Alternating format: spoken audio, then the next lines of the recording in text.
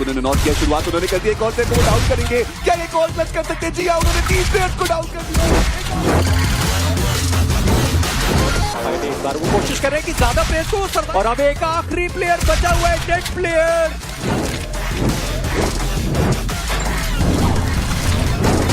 पर अभी तक वो डाउन नहीं हुए, उन्होंने कारनामा करके दिखाया। बाबा को भी वहाँ पे टेक डाउन करने में कामयाब हो चुके हैं। ये स्प्रे क्लोज हो सकता है, कनेक्शन बना, नॉक बना, सैम तीसरा ये नॉक यहाँ पे निकालने में कामयाब हो गए।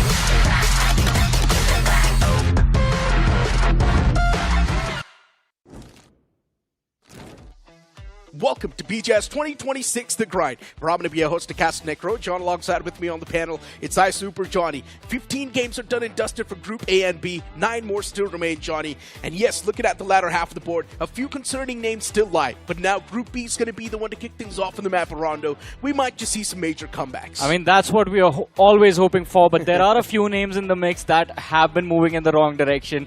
In True. Group B in particular, a team like KALINGA Esports that started their journey of the grind on a great note, securing a chicken dinner within the first few matches as well. But since then, that performance has completely faded away, and I do not know what to make of it. That good performance actually came on the map of Rondo as well. Yes. And since KALINGA is once again going to be on the map of Rondo, let's just hope that KALINGA Esports and even NoNx Esports, they will get that same performance replicated from the day one itself.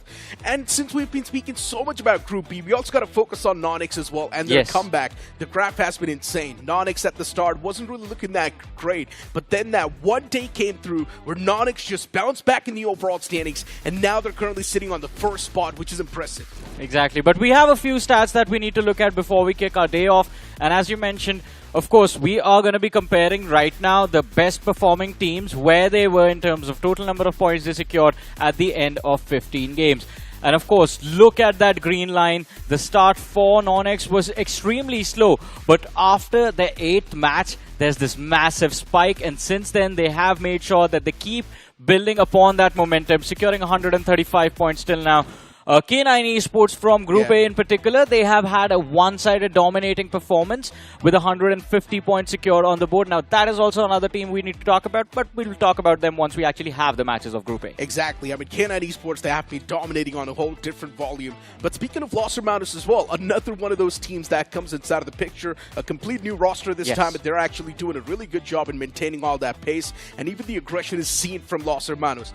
Mainly, it's all about the defense from them. They have been doing a fantastic job in playing that as well. And we also did see Revenant Xbox. From the start till the end, the graph was the most consistent. Exactly. I think these two teams in particular, we have had this discussion that for them, their particular groups, the ones they were placed in, seemed a little bit easy, especially for Revenant Xbox and the kind of roster that they have. I mean, you talk about Trace and Pain, that duo was unbeatable in those matches happening in Group C. But focusing on the cutoffs, the teams that are standing there after 15 games on those 8th positions. From Group A, there's going to be Nebula. From B, we have SINEWY. And then we have DOD and then GenX FM. GenX FM, I think there was a bounce back from the side of GenX FM. Even though their graph has a decent rise, it happens after Game 11. Before that, the performance was on the downslope. I think the most consistent team in this mix, it was SINEWY. SINEWY had a slow start, but only for the first 6-7 games. After that, the spike from Game 8 onwards kind of swung the momentum in their favor. They find themselves on the 8th position in Group B, and not a lot of difference between them and Rising Esports.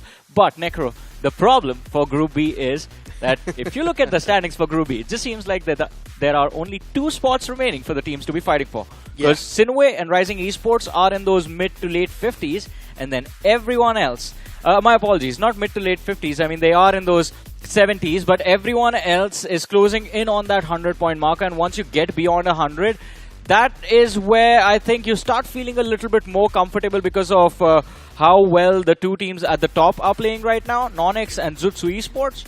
I mean, look, at the end of the day, what matters is that there's not going to be a vacuum from the top of the board. True. If there's not going to be a vacuum, which also means even the mid-pack will get a chance to, once again, that's build up that lead. And if that's not going to be the case, well, then we will pretty much see the same top 8 moving on forward. But then you've also got names like EVOX, Vanguard, 4TR Official, who do possess a lot of potential. Looking at LASTADE Esports as well, even they can really strike down a few foes if they want to. LASTADE Esports have been converting pretty good fights. And then you look at the latter half of the board, the remaining teams, H4K, X Esports, KALINGA Esports, TWOB. Yeah, they've nowhere to be seen, especially KALINGA Esports. Speaking of them, they possess so much experience. But still, for some reason, KALINGA Esports is not able to bring that on the board yet. Yeah, KALINGA Esports yesterday as well, it wasn't a good day for them. H4K though, I think yesterday and day before yesterday, we have seen a few signs of life from H4K, wherein we are seeing those survival instincts put on display, and of course the firepower as well being utilized in those 4v4s. The problem is they keep losing players early in those fights, because of which they aren't really able to handle the pressure later on. But as you mentioned, EVOX, Vanguard had a phenomenal day yesterday, because of which they were able to climb all the way to the 10th spot. 4TR as well have gotten aggressive recently, and even they are tied up with LASTADE and Vanguard with 71 points, and Team X Esports not too far away with 70 points. So these 5 teams are competing right now to take out SINEWY and hopefully Rising Esports, because Rising Esports has lost the momentum they were able to build on early in their journey in the grind. And I guess the main concern from their side has been that they keep on using that passive playstyle. And that's why they're not able to secure those elimination points, and we're seeing that graph go down slowly and steadily. Yeah, Rising Esports is getting decent amount of points. They're getting the average to maintain that spot, but that's not enough at the end of the day. What if someone underneath them gets a nuclear performance and instantly just topples them over? Rising Esports is messed up. We've got the top 5 players as well on the screen. Godin's going to be there from Wyld Fangs, Lucifer as well from the Night Mobs, and even NoNx Rapido is right there on the screen. Flock from Zutsu, and Spray God as well coming through from Wyld Fangs. I think Rapido in this list of top players is the player we need to talk about, and we will talk about him in a bit. But for now, we have the schedule on our screens. Group B, matches starting on the map of Rondo. Then you have 2 Erangels. And then Group A steps in, starting their journey for the day on Erangel, followed by 2 back-to-back Miramars. But as we were talking about individuals, Necro, Rapido, for the side of NoNx, such a key player to have in your team.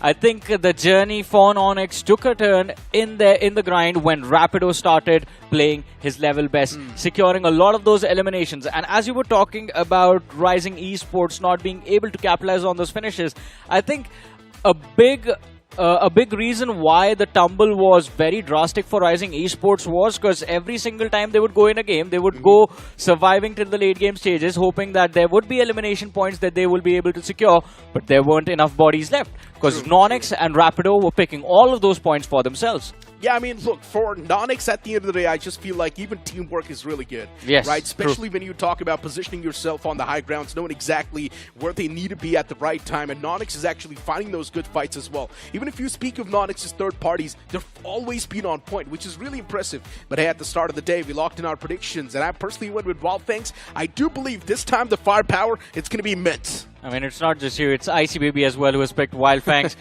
Me and Maisie have a feeling that Genesis Esports, they've been missing for the last 2 days, so hopefully today, fingers crossed, we're going to see them back in that day 1 form. Then you have Ravan going for Rising Esports, Salty going for Night Mobs, and Sparrow and Ankybot going with EVOX. Now, EVOX is going to be an interesting pick. I was just about to say that as well, because EVOX, the journey, it was off to a great start, but since then, even EVOX has suffered a fall-off. And while Rising Esports was able to balance things out due to their survival instincts, the same can't be said for EVOX. EVOX is inconsistent. That's the main problem. Yeah. They do get 1 decent point here and there, but then the main issue is that we're just not really seeing that continuation of EVOX in the upcoming games. 1 good game is not going to cut it. EVOX needs to have a string of good games, and then only they can place themselves in the top 8. I do understand EVOX is one of those teams who does have a lot of experience as well. Speaking of firepower as well, on paper it looks pretty good, but at the end of the day, it's a team game. If you're not working well as a team, problems will be there, and also positioning matters a lot in Battle Royale. And if that positioning's not going to be there, EVOX is consistently falling. I think EVOX and Genesis, it has been a similar trajectory, but Genesis has been able to keep their conversions in team fights on a positive note. Same can't be said for EVOX, because as they charge into those fights, they are failing more recently. But let's see how today is going to turn out for all of these teams, and with that, we're going to begin Rondo.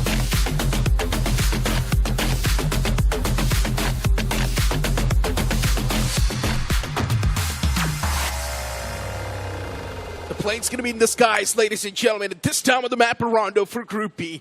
This one's going to be an interesting one. You've got teams like Wyld Fangs who are there, who are extremely heavy hitters as well and rely on firepower. Then you've got another banner like NoNx who is ready to go for the fights too, since they're doing really good in the overall standings. But then you look at the latter half of the board and they're struggling with everything. KALINGA was a team that did extremely good on the day one on the map, Rondo, and they probably do want to replicate that same performance on this map. But will that really happen? I think if you think about it, one of the most consistent teams in this particular group on Rondo has to be Wyld Fangs, because their strategy is the simplest strategy they can come up with. Fight, fight, fight, and then just get eliminated. They have just 2 placement points on Rondo, 1 for each time that they played this map. Apart from that, 25 eliminations, the highest we see amongst this entire group. And as you said, a simple, tried and tested method that relies on the individuals that they have rather than just relying on which teams are going to head towards you, whether you get all your recalls successfully or not. Oh no, it's not a good news for Team Tamilas. Too many people dropping down in that same recall tower, which means Reapers messed up big time. Yeah. And Team Tamilas, they need to be careful too themselves. They went in for a drop clash against KALINGA Esports, and KALINGA, they already dropped down a body. Pasha, the man's down, and Team Tamilas, they always just keep on pressing up the matters even more. Fox OP gets traded out instantly, but Team Tamilas, they've still got the man advantage inside of the fight as they keep on pressing up the matters and rub the salt on top of the wounds. Eventually, another man drops down, and Team Tamilas, it's going to be clean wipe. Well, what a start to the game for Team Tamilas. Picking off 3 players from the side of KALINGA Esports, 3 points secured, but now they have to be cautious as well. Because you look at the radar and Wyld Fangs are lurking nearby. But while this entire conflict was taking place, you know what, Necro? My eyes were just pinned on Reaper and his HP bar, because I wanted to see if he was going to get taken out at the hands of Rising Esports. Because as you mentioned, Reaper, he dropped close to a recall tower and unfortunately has been forced into a drop clash. If he goes down and the remaining players of Team Tamilas also take a hit, that means recalls might not come through. On the other side of things, we have LASTADE going up against Team Esports, SINEWY, and NoNx. 4 teams. Johnny, focusing on Rising Esports. Okay, they just got the recall done, so that's really lucky. But Rising Esports only had those 2 players left standing. Yeah. And what if Reaper was able to shut them both down? That would have been an early elimination for Rising Esports. True. So yeah, problems were there for both the teams. But as of now for LASTADE, yeah, they've started things off on a bit of that advantage. The moment I said so, the man gets eliminated instantly. There's also Esports around that block. LASTADE, they need to be a little bit more cautious and careful. Team Tamilas, the players dropping down slowly and steadily. That's going to be the man of Rising Esports, instantly claiming that elimination point. But the remaining 3 players of Team Tamilas, they're stuck in a real awkward spot towards Yulin.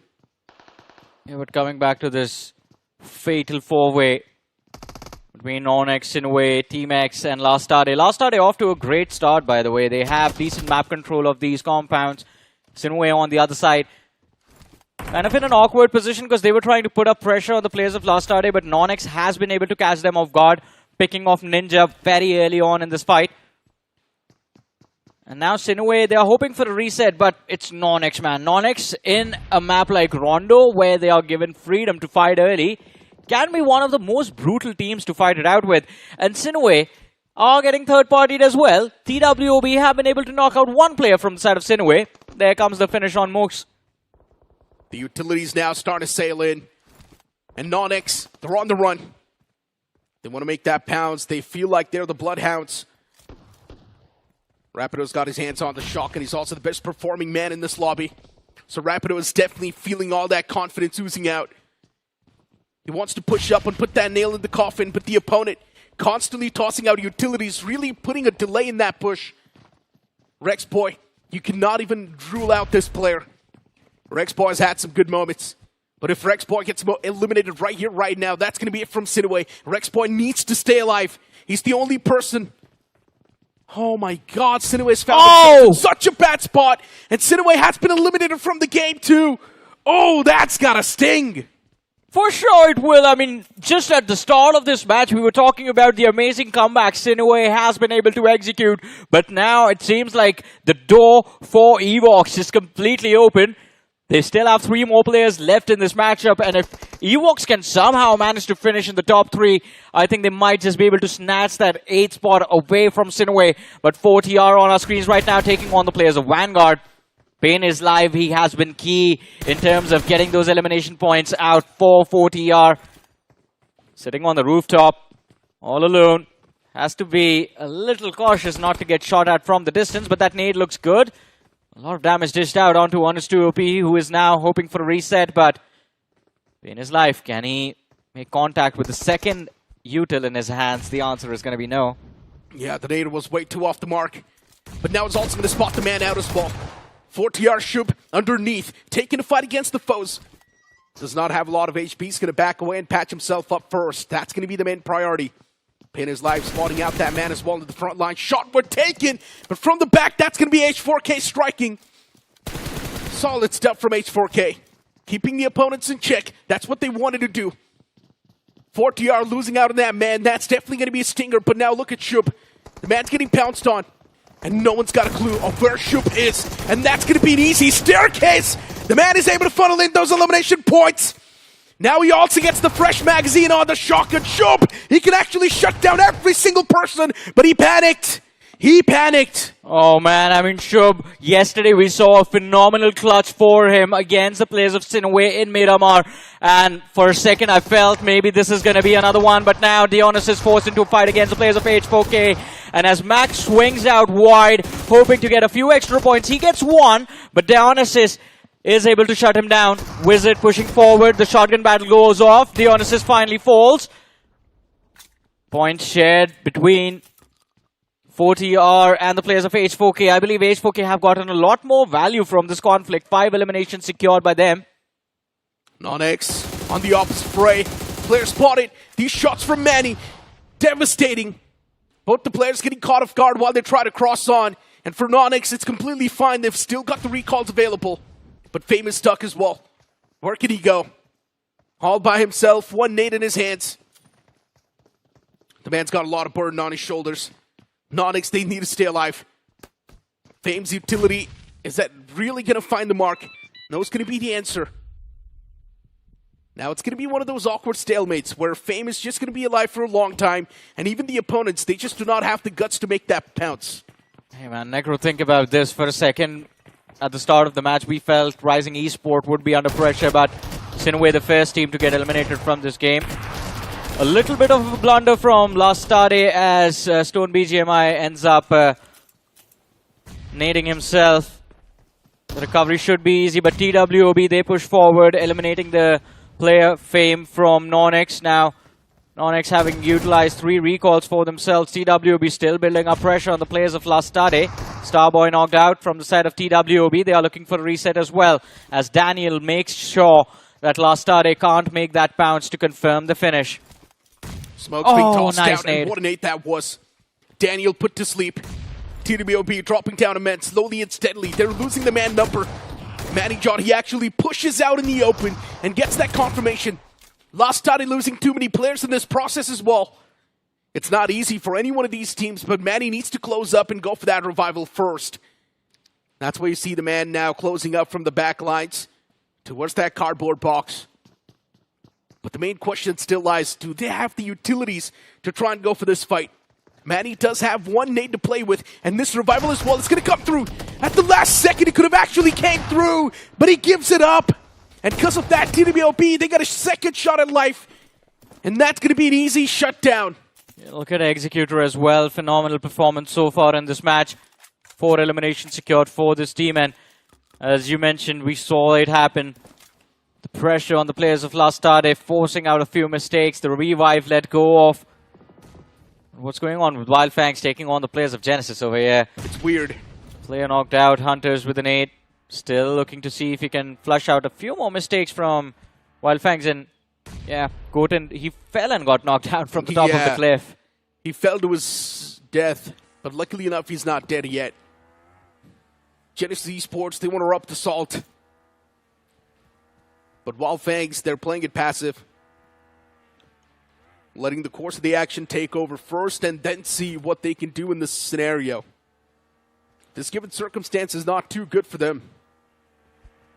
Rising Esports now, once again, they're going to try to bring in that passive gameplay just the way they like to play. KALINGA Esports on the left, LSD as well right next to them. The Night Mobs around the block, Team Tamilas in the smack center. Once again contesting the centric part. 4TR from the other side, breaching inside of the circle. Zutsu as well. They're still in that nearby proximity. You've got 3 big banners right next to each other. Zutsu, Wyld Fangs, Team Tamilas. This is going to be interesting. And even Genesis Esports, by the way. Genesis Esports is kind of hidden amongst all of these teams, but I think the only one who feel their presence are going to be the players of Wyld Fangs, since Genesis has been taking that fight for a very long time now. And as you were talking about 4TR, I'm a little bit worried. They've used 3 of the recalls, and making their rotation quite close to the players of Zutsu, a team that has gotten hyper-aggressive in the last few days. It's going to be tricky. On the other side of things, we have H4K on our screens right now. We've only used 2 recalls, 5 elimination points for H4K, and this was the moment where I feel NON, all of their options just kind of ran out. That spray from Manijod catches them off guard, and then LASTADE just keep on building the pressure. But TWOB, once they get the advantage and Executor has the flow under control, he just makes sure that LASTADE isn't going to be there anymore. I like that we're also seeing a good fight being given from the side of TWOB. Oh yeah, finally. They haven't given up yet. They're still trying. Giving it all they've got. Molotov, that's precise. Spy's going to be able to find that confirmation as well. And Johnny, let's not forget, this EVOX used to be Los Hermanos in the past. So one thing is for sure, they do have a lot of potential. It's not even a question. Something's going wrong, and that is definitely the main team play. I think we have had this discussion before that there is a point to prove from the new roster of Los Hermanos and for the players of EVOX as well. To them, they just want to showcase that it wasn't a one-off, but hey, same can be said for Hunters as he takes down 2 from the side of Wyld Fangs, leaving Kana all alone in the back lines. And Wyld Fangs, well, they have used 3 of their recalls, so this is not a good position to be in. Genesis Esports, Hunters in particular, off to a great start for this game. But Kana does manage to... I believe he was able to find a trade, wasn't he? This is just classic Wyld Fang, isn't it? Yeah, pretty much. They always just find themselves in probably one of the most awkward spots possible. And they just mess up the entire fight. And that's what's happened over here as well. Oh, Vanguard. Understood OP right behind this wall. Eventually, the man at the front gets eliminated too. That's going to be it from Fame. And just like that, even NoNx, they have been evacuated from this lobby. The Night Mob's now taking a fight against KALINGA Esports. That's going to be another one of those interesting fights coming through. Even for Genesis Esports, they've lost out on the big man. He's knocked out still. And Genesis, they've got all the 4 recalls available. Yeah. Even if there are a few casualties, Genesis Esports can instantly hit that recall. That's the most surprising exit, by the way. NoNx getting eliminated from this match, but Genesis, oh my goodness, Sensei, he actually could have caught them off guard, but needs to be cautious as Hunters is still on the flank. Present right next to that big boulder. Genesis on their way to escape this pressure, trying to get away from Wyld Fangs. And Necro, I feel Sensei might have just overextended over here. He needs to fall back in line with Kana. I think Sensei thought that he can apply more pressure. That's why he moved up, but Genesis Esports, they're a step ahead. They've already backed away, and now they're on the verge of giving that revive as well. So it seems all good in the hood. Genesis Esports, looking at Hunters, the man's managed to secure 4 finishes so far. Impressive. That's really impressive. And look at these 2 players. What are they doing? They know there's so many big names next to them, but they still decide to run out in the open. This is classic Wyld Fangs. They have the firepower. They have the experience. But what is really messing them up is their own shenanigans. Yeah, I mean, overconfidence, I would say, because Goten and SprayGod were there against Hunters for at least a good 3 minutes. And at any given time, they could have fallen back behind the concrete cover right next to them, behind the inside of the building, joined Kana and stayed safe. But no, they just, I guess, forced a fight and have lost 1 man from their side. And now Genesis in a perfect position to gatekeep the players from Wyld Fangs as well. Look at that. KALINGA Esports in the smack center. The Night Mobs as well around the block. On the edges. And look at the spray from Genesis. Once again, it's Hunters. Are you kidding me? Puts both of them to sleep. Wyld Fangs. Things just keep on getting worse. How is 1 man able to spray down the entirety of Wyld Fangs over and over again And now once again for Wyld Fangs, there's just one man left standing. EVOX is there nearby, but I highly doubt EVOX can be a threat. Already Spy's knocked out. The remaining 2 players in the back, they're just trying to provide cover fire, so the revival's there. There might be a slight threat though, since Hunters is kind of low. He needs to reset. All right, there comes the first aid. And now it's again Genesis. The nades go out from Viper. Re-knock comes through on Spy, and Colin is going to be dropped extremely low. But the fight for Genesis is happening on 2 fronts. Because look at that, the third party from Zutsu also happens on the other side. Gravity, he gets taken out at the hands of Shadow. EVOX, they have a reset being gifted to them. I have to thank Zutsu Esports for chiming in when they did, man. Zutsu driving around, getting the intel. Genesis spotted. Look at these shots, deadly. One man knocked out. And the instant confirmation as well comes through.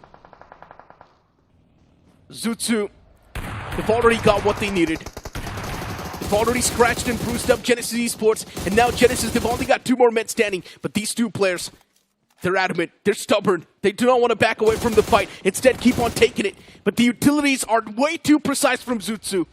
Even they find a successful knock. Zutsu has all the 4 recalls up, but they need a rush right now. Yeah, the timing of fights from Zutsu was very impressive, but as you mentioned, they have about 30 seconds before the recalls go away, so Zutsu needs to see if they can utilize the recalls, get hyper-aggressive at this very moment, or just stay safe, make sure your players do not get taken out from here on out. And now, finally, the recalls go away. TKM still in this match. I think they have X Esports right where they would want them to be. There is no escape. Spam the shotgun or lob a nade. There you go. We go. X Esports, always such blunders. All the 4 players next to each other in that one single dip next to that ridge. And what do you expect? That's what's going to happen. Rising Esports as well, the same thing they do. The camping strategy is not going to work out every single time, guys. Especially when you do not have a compound. Rising Esports is never able to secure proper points. And look at the live team standings, man. EVOX, they have 3 players left. LASTADE has 4 left, and both the teams have nice momentum in this game already built up with 7 eliminations to LASTADE, 5 to EVOX. They're breathing down the necks of SINEWY right now. And as you were talking about Rising Esports, they will be the next ones in line. 4TR though, I'm quite happy. Look at that, Z got 4 eliminations secured, all thanks to that nade that was lobbed earlier on the players of Rising Esports. The only concern for 4TR is going to be their position inside of this play zone. They are controlling the northern edge with a very wide spread going on. And if a player gets taken out, recovering is going to be a little bit difficult for them. Zutsu on the other side, getting eliminated from this game on the 9th position. We are finally down to the top 8 teams of this match. Look at LASTADE. They're feeling pretty good. The Night Mobs, they're making that pounce against the boys of LASTADE. They're around the southern side as well. KALINGA Esports, look at that good split they've got. Somehow they're really good on the map Rondo. I'm not even sure what really separates KALINGA Esports' Rondos from the other maps. But I just feel like they should keep on playing the same way they do on Rondo. I do understand there's no recalls on the other maps, but still, come on. I think for KALINGA Esports, their strategy on Rondo kind of reminds me what Higgboson do in Group A. It's just play slow, play for consistency. The problem is that I don't know what happens to KALINGA Esports on the other maps. Because Higgboson, they just rinse and repeat the same strat every single game. And they just make it work. Look at this. The 1v4 by Z-God against the players of Rising Esports, and all on the back of those nades. My question is, how do you not realize that the man's going to spam the nade once again on the same spot, especially when he found the value on that same spot? Isn't repositioning the most solid thing to do? That, and how do you not realize that it's just one man from the same spot that's just nading your entire team? Because he was all alone. His teammates were too far away over there in that play. Yeah. Well, mistakes. Just that one man from 4TR gets a nice elimination. And now for H4K. These 7 finishes. It's going to make him feel real good. H4K is outside of the circle, though. That's the main concern. Yeah. If they do want to breach inside of the circle, they will be too exposed and also potentially take a fight against EVOX, which is not going to pan out that well. But Necro, there is a mistake being made by the players of EVOX. We'll talk about that in a few seconds because TWOB just get eliminated from this game. And as I was talking about EVOX, Evil for some reason just got knocked out with a vehicle explosion. And that kind of gave a lot of breathing room to the players of H4K. And now they've snuck their way and breached the play zone from that eastern edge. EVOX is down to 2 players. I have to say, an unfortunate outing over there for Evil. Yeah, it's a big question mark. Not sure what exactly happened there. Maybe if you do get the replay, then things will be better. But I'm not sure if we're going to get a replay off that. H4K playing a real passive. They found a little dip to play with. And also a nice ridge they can hide behind. EVOX still in the close proximity. They're on the left. And H4K not really willing to take a fight against him, which makes a lot of sense. The Night Mobs as well spotting out the players of KALINGA and even LASTADE now, laying their eyes on top of them. Night Mobs spotted. And LASTADE Esports, I'm pretty sure they're going to try to play this one a little bit passive and smart. And this is the match where they have the opportunity of just inching closer to that 8th position. But EVOX now again put under pressure by the players of H4K. The nade goes out. It's going to be a little bit off. H4K down to the last 2 players. And oh my god, so unfortunate for both EVOX and H4K. The circle completely shifting towards the western side. KALINGA Esports Max Center. LASTADE controlling the entirety of the western half of the play zone, with TKM present towards the southern edge and 4TR towards the northern edge of the circle. Yeah, 4TR's too exposed. That line, it's not too good.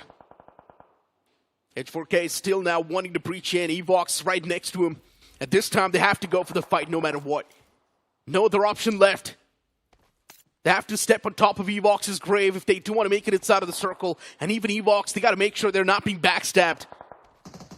So they have to go for the fight no matter what. EVOX needs to eliminate H4K, and H4K needs to eliminate EVOX. Their life depends on it. Blue's on the move. H4K is taking a lot of damage. Oh, that Blue actually did chip out a lot of damage from that player, and eventually gets knocked out as well. Rage God, a rookie mistake, and just like that, the entirety of H4K down and out. Yeah, no, definitely a questionable play over there by Rage God. As you mentioned, a big mistake. But EVOX, are they going to be satisfied with 6 eliminations secured in this match? They made it to the top 6 already. 6 more points needed to get to that 90-point marker, and SINEWY might just be out of this game, but let's see. 4TR on our screens right now, still fighting for survival. All 4 players left intact. They have a few ridges to work with, but they need to make sure that EVOX is not here in this game, because there's a direct line of fire for where the players of EVOX are and where the players of 4TR are moving towards. But hey, Team Tamilas, they turn out to be the saving grace. EVOX, a run for their lives. They aren't able to reach their destination, but now Team Tamilas getting closer to the Night Mobs. EVOX in the top 6 eliminated. Night Mobs next to Team Tamilas and Night Mobs as well. Taking a bit of a chill pill. Not really forcing things yet. Letting the nature take its turn. And Team Tamilas, even they want to toss out a few more utilities and see if they can really thread the needle. Matt spotted out in the open, a big mistake! And that's what Team Tamilas really wanted. Another knock comes into the picture and Future's down. That's the main man for Night Mobs, not in the game anymore.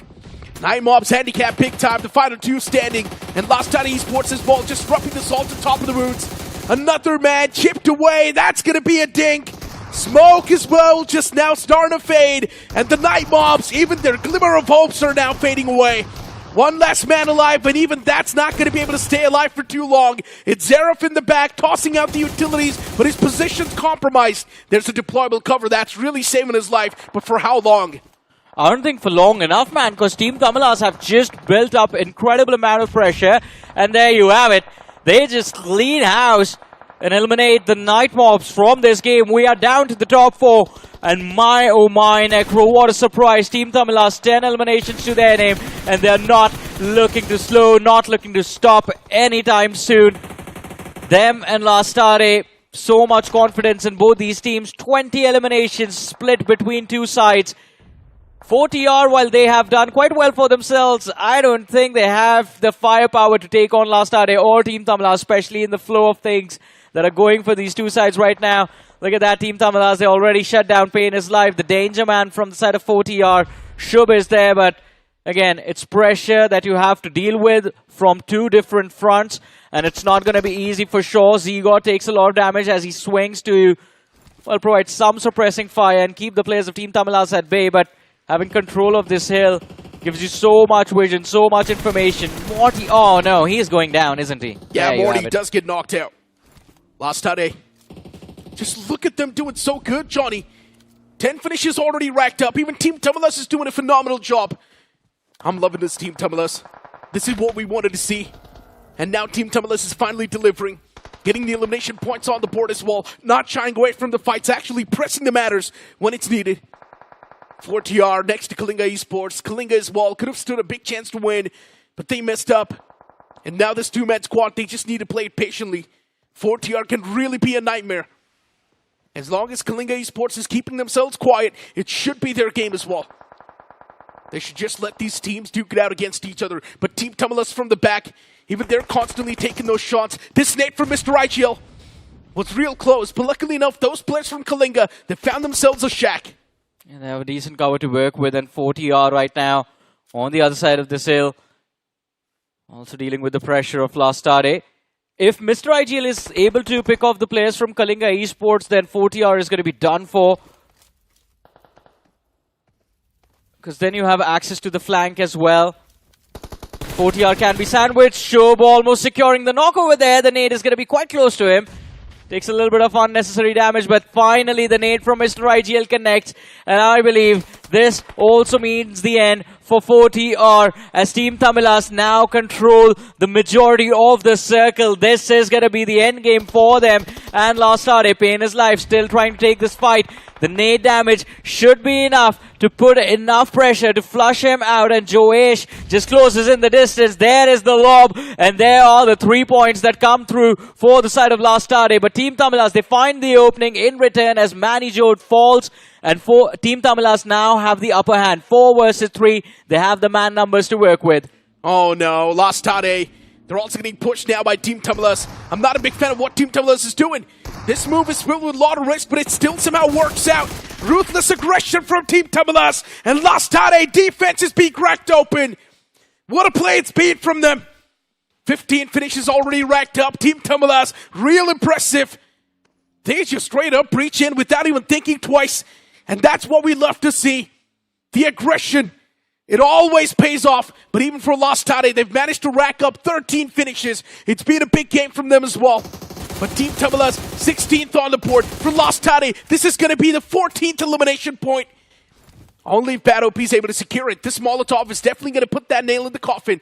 Team Tamilas, 3 more men still standing. Utilities being tossed out. And that nade, that's going to seal the deal. As Team Tamilas, with a lot of elimination points, they secure the chicken dinner. Yeah, Team Tamilas get 17 finishes, so 27 points for them. And LASTADE, they get 14 eliminations, I believe. So even 20 points for LASTADE. Yeah. When was the last time you saw a game with 2 teams with 20 plus points? I know, right? It was a humongous game even for LASTADE and for Team Tamilas as well. Getting that many amount of points is insane. Just one mistake from LASTADE towards the end. As you mentioned, Team Tamilas, with that bounce that they made, it could have been a mistake, but LASTADE, they showed their hands as they tried to go for a revive right in front of the faces of Team Tamilas. So they knew that a man is going to be busy, and they just did not care, because it was a 4v3 initially, but if you can convert it even into a 3 versus 2 situation, you still have the odds in your favor if you can just trade your teammates out. It's pretty simple. LASTADE Esports played that too passive, especially those 2 players on the 2 different fronts. One was on the left, one was on the right. Yeah. If both of them would have peeked out at the same time and go for those shots on the moving vehicles,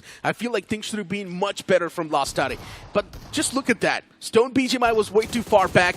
Even Bad OP was way too far back, and that's why none of them were able to chime inside of the fight at the right time. But Necro, while Team Tamilas is one of the top performing teams in this group, we have to give massive props to the team that are fighting for their lives and fighting for a break inside of the top 8. Well, not their lives, because there are no eliminations. I just try to, I don't know why hype it up so much. But LASTADE 4TR and and EVOX as well kind of had a decent game, but LASTADE and 4TR were phenomenal, and KALINGA Esports, my apologies, was the one that I missed out on. You did mention that there was a moment in this game where we felt like, alright, maybe KALINGA was going to be the one walking away with the chicken, because they controlled the center of the circle for so long. So the possibility was there.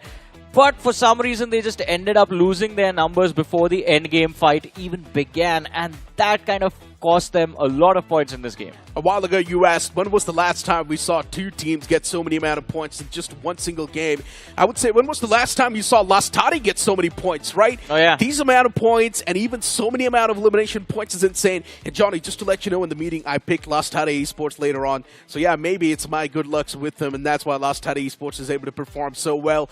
But with that being said, now it's time for us to toss to a short break. Don't go anywhere. We'll be right back.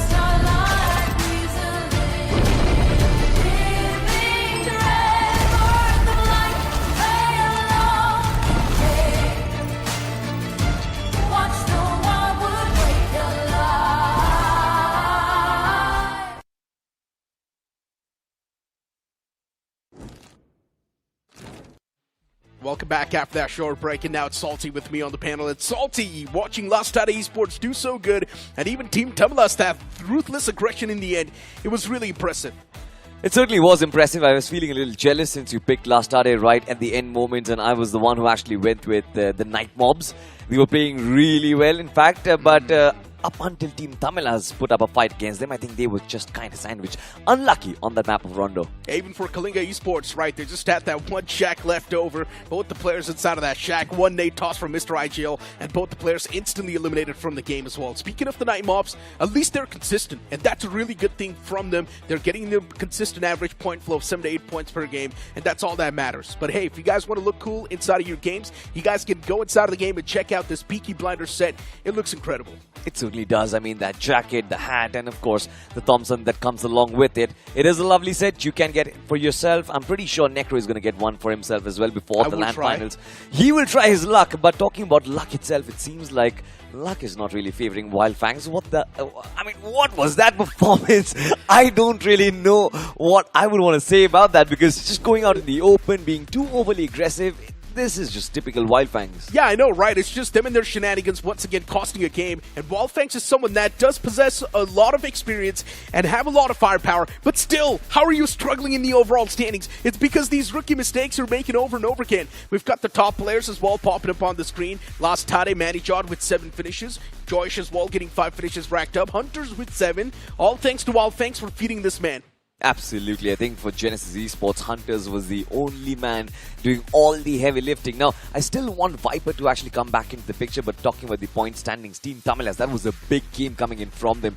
27 points. That is a lot. That is a big jump, by the way. LASTADE Esports, 20 and 40 on 10.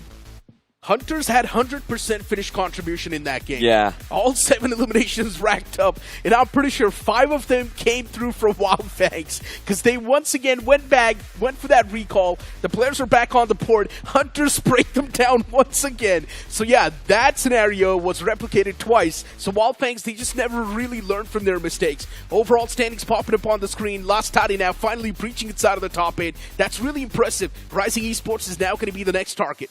You know, Wyld Fangs, I mean, if I talk about them, they're the only team, in fact, alongside LASTADE Esports, who do not have a chicken dinner yet. And Wyld Fangs have been falling quite a lot on the overall standings. 114 points, they are not safe at all, especially with rising Esports, LASTADE, as well as SINEWY and EVOX just chasing them down. I think there's going to be a high chance if they don't amp up the aggression, don't amp up their amount of position points that they get. I think they are going to be in trouble. The only strength that they have is on the map of Miramar, I think, because they have been rather consistent on that map. But apart from that, on Rondo and Erangel, Wyld Fangs have been struggling a lot. Yeah, that's the problem, right? They're not going to be playing Miramar today, so they just got to cross their fingers and hope for the best. They still can rack up a lot of elimination points, only if they do position themselves better. But it just feels like Wyld Fangs, they always find themselves in one of the most awkward spots in the fights. The only reason why they're doing decently good in the overall standings, it's just literally because of elimination points. It's only because of the experience they have, and it's only because of the elimination points they've got. It's all because of the firepower. Absolutely, and I think SprayGod and Goten have done a good job. I think enough about Wyld Fangs.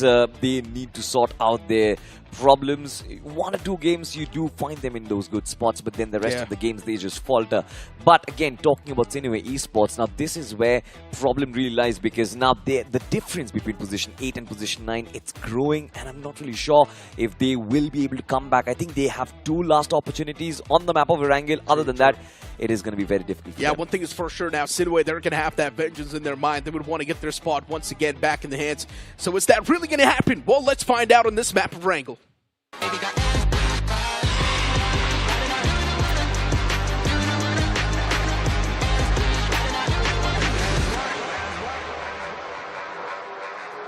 Planes in the skies, this time on the map of Erangel for Group B. We have seen a lot of blunders in that previous game coming through from big banners like Wyld Fangs, but even Genesis Esports, they were at least able to get that average points flow. SINEWY getting kicked outside of that top 8 is definitely going to be a big stinger, but they've still got 2 more games to go, from which one of it's being played right now. Absolutely, 2 maps of Erangel, ladies and gentlemen, as we have a look at the flight path. It starts off from that right-hand side of Milta, which is almost dissecting the map in 2 halves, if you just ask me. Apart from military base, majority of those locations are still acquirable. I think Primorsk is also going to be a position where Team Tamilas might struggle to get to, so they might have to resort to their backup option. But looking at a glance of the map standings, now this is where things do get interesting.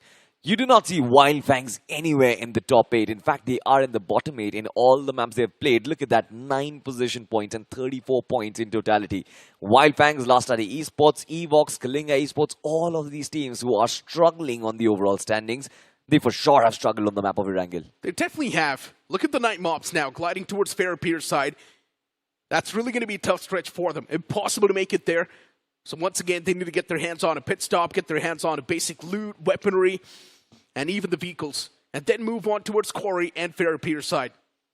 That's going to take a lot of time. And once again, what matters is the circle as well. And the circle's actually going to be on the right side, which means night mobs, now they need to reset and think about their decisions once again. I remember this circle, Necro, from yesterday on the map of Group A, where we witnessed K9 Esports just absolutely go hammer. Autobotz were also fantastic, but this time, they're not going to be inside of this circle. They do not have any experience. This circle does have the tendency to shift on top of Yesnaya, might actually get a hard shift towards Stolber as well. And I think those are going to be those favorable spots for all of these teams.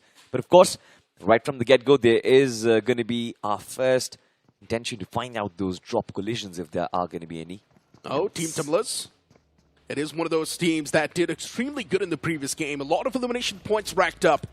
So now the confidence is definitely going to be oozing out. And I like the fact that Team Tamilas, after 4 years, they have changed their playstyle, and I'm loving it. They haven't really changed their playstyle, Necro. It just seems like that was just one game. Okay.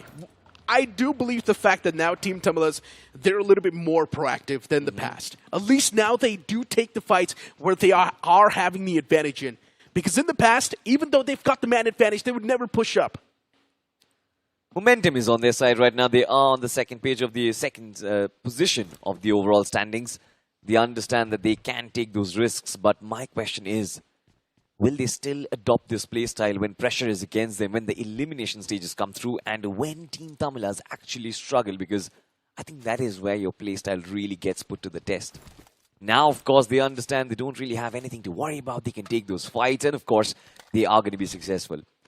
Talking about successful, NoNx Esports, I think they were taken down quite early on in the last game. Yeah, pretty unsuccessful in that previous game.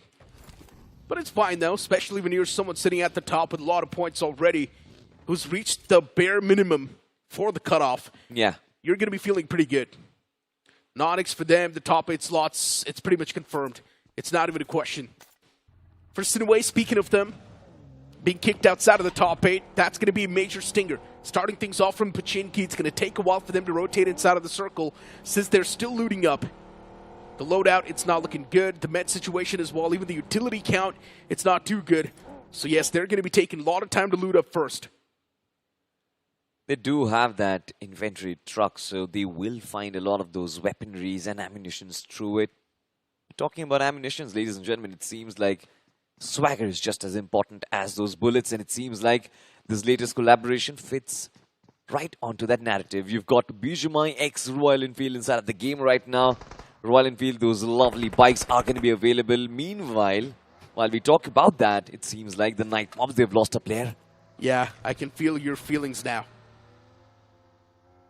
Your pick just getting dismantled like that.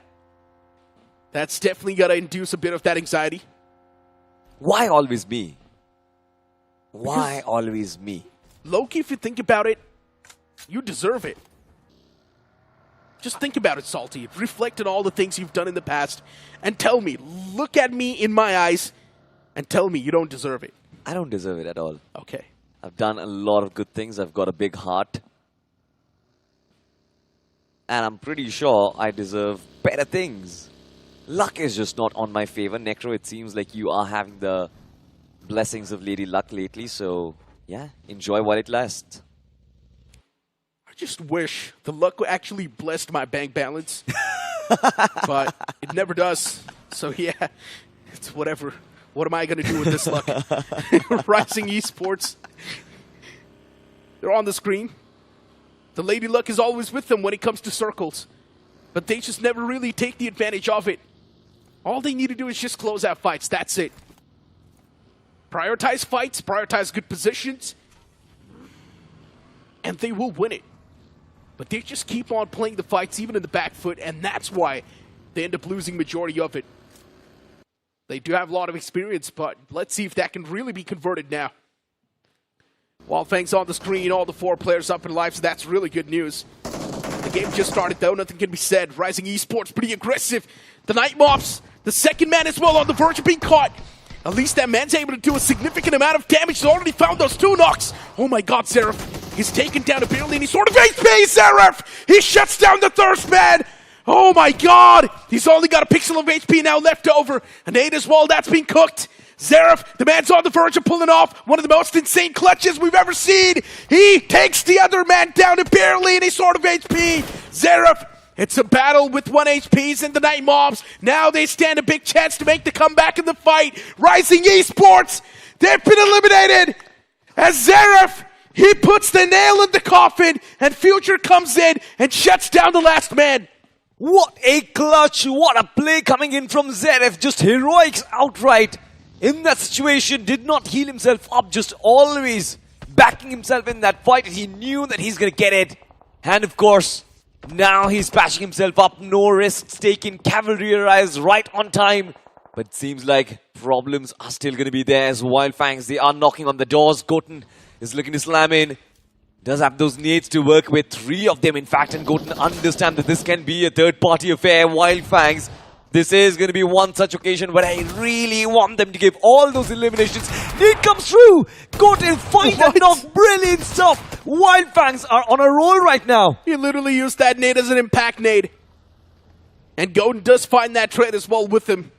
The Night Mobs, it's an absolute nightmare for them. What just happened in the last 2 seconds? I know, right? It was a roller coaster of emotions. For a moment, we thought Night Mobs is done for. Because Rising Esports have the man advantage, but then they mess up big. And that's what happens when you're not really used to taking the fights. When you keep on playing passive and defensive throughout the entirety of the tournament, you're just not used to taking fights. NoNx Esports. Oh no, even now they're chiming inside one of the fights as NoNx. They're the one to get caught off guard completely. 2 elimination points already secured. NoNx Esports just scratching away, scraping away on the surface. As even now, H4K, they chime inside of the fight, and what a trace that was. Monty, able to make sure that one of the players gets ejected outside of the vehicle. He's already done a significant amount of damage. NoNx Esports, they certainly are looking good, but from the backlines, it seems like 40-yard, they're coming in as well. One of their players has been taken down. There is a brilliant counter from NoNx Esports. They've lost a man early on. It's a 3v4 battle, but if this finish gets confirmed, now the numbers are evened up. 40-yard, they are going to back away from this fight, and they certainly have to. Are you kidding me? There's 4 teams next to each other, and if Zutsu wants, they can be the 5th. Oh, no, it's an absolute festival going on here. Teams trying to drag each other down, and for NoNx Esports, being able to get away with 3 elimination points, that's a massive turn of events. That's really good for NoNx Esports. But now one of the players gets caught off guard. And TWOB, they're the one to scoop in for the elimination points. Another team comes into the picture. This is an absolute fest. And TWOB, they want to feast in it. Possibly one of those rare occasions where I'm going to agree with you on this. This is an absolute frag fest, ladies and gentlemen. All these teams just looking to find themselves spaces. This time, Rapido is going to deliver that blow against 40-yard. Zigod has been traced and tracked out of this game. Brilliant tracking over there. NoNx Esports as the rest of the cavalry arrives. Can 40R scare them away? Can they get back to safety? Will be the question as Arthur. He was looking to chase down that off man, but it seems like he will fall back. Could have actually gone too far away from the rest of his mates, so he decides to fall back, which is actually a good decision. But now look at this. Wyld Fangs, they were safe, but long days. Long distance nade coming in from Stone BGMI, and Goten gets taken down. Wyld Fangs, always just getting caught off guard in some of the most unfortunate circumstances. That nade was brilliant. And the fact that second nade was crossed in with that same trajectory and he gets the confirmation, that's even more impressive. That's really good. Wyld Fangs down to a 3-man squad, even for LASTADE. They've already taken a lot of damage. But Bad OB crosses on, now he's taking that revival. Look at Kana. He wants to toss in that nade. He wants to toss in at the right mark. Utility's doing a lot of damage. LASTADE on the verge of being dealt with. LASTADE is not feeling too good. Now they've only got 2 men standing. And with just a 2-man squad, LASTADE, they need to make the most out of it. Have a look at Spray God though. From the distance, it's going to be Genesis Esports. A little bit of damage dealt, but Spray God understands that all he needs to do is to protect himself because he is the main man from this lineup. Again, Wyld Fangs have suffered a little bit of that early casualty. They are down in numbers. 3 men left alive. A third party comes around. I guess for Wyld Fangs, it will certainly be an extremely difficult job to keep the ship alive. Oh, it's been such an action-packed game. And LASTADE Esports, they just want to continue it even more. Next circle will be popping up soon, and that's going to reveal its true intentions. And that's going to shift a little bit on the Yasna Poliana side towards the left. Genesis Esports are actually going to be so happy about it. They're the only ones who have a lovely compound for themselves. NoNx Esports do surround them from multiple angles, but like we saw, they've also lost numbers. Their IGL Anonymous has been taken down already. Rapido and Arthur, of course, the big man inside of this roster, they certainly are not, you know, frag heavy enough to take this fight against Genesis Esports. From the sidelines, you've got TWOB making their way inside the circle, and it seems like they might just crash onto H4K and their compounds. Yeah, there's H4K, there's one more team next to him. So it's a big trifecta of death. H4K, they do crash in, get one of the elimination points secured. TWOB from the far phrase, taking those shots as well. This nade, is it going to find anything else? The answer is going to be no. And look at Pratik, he spots that player. This nade's going to be tossed to perfection. He's cooking it, but what? What did I just see? Why did he jump? Why did the man jump? Oh my God, Pratik. You have just created a meme out of yourself. What? I know I shouldn't laugh at this. I absolutely should not. I'm not even half as good at these players. But looking at that moment, it was just sad. No. No way that happened. He could have actually won that fight. He literally saw 3 players right in front of him, and he messes up like that. Oh my god. You know, I think I'm going to give him the benefit of doubt. I guess he thought that he's going to land that nade a couple of meters ahead of where the trajectory was headed to, but I want to cry. No, we shouldn't be laughing. All right, control our emotions, Salty. Focus on the game. Come on, lock in. Team Tamilas, all the way on the southern side next to Prison. Now from Team Tamilas, once again, the previous game has been an absolute blockbuster. But if they do want to deliver that same pace and same strength, Team Tamilas needs to have a good position inside of the circle, which also means taking another fight to get someone down and then steal their spot over. But is that really going to happen? That's the question. They also have to ensure one thing. Not to nade themselves off. Nonetheless, ladies and gentlemen, we'll try to move on from what just happened. I still can't process it, right? My head is just going... You've got to stop laughing, man.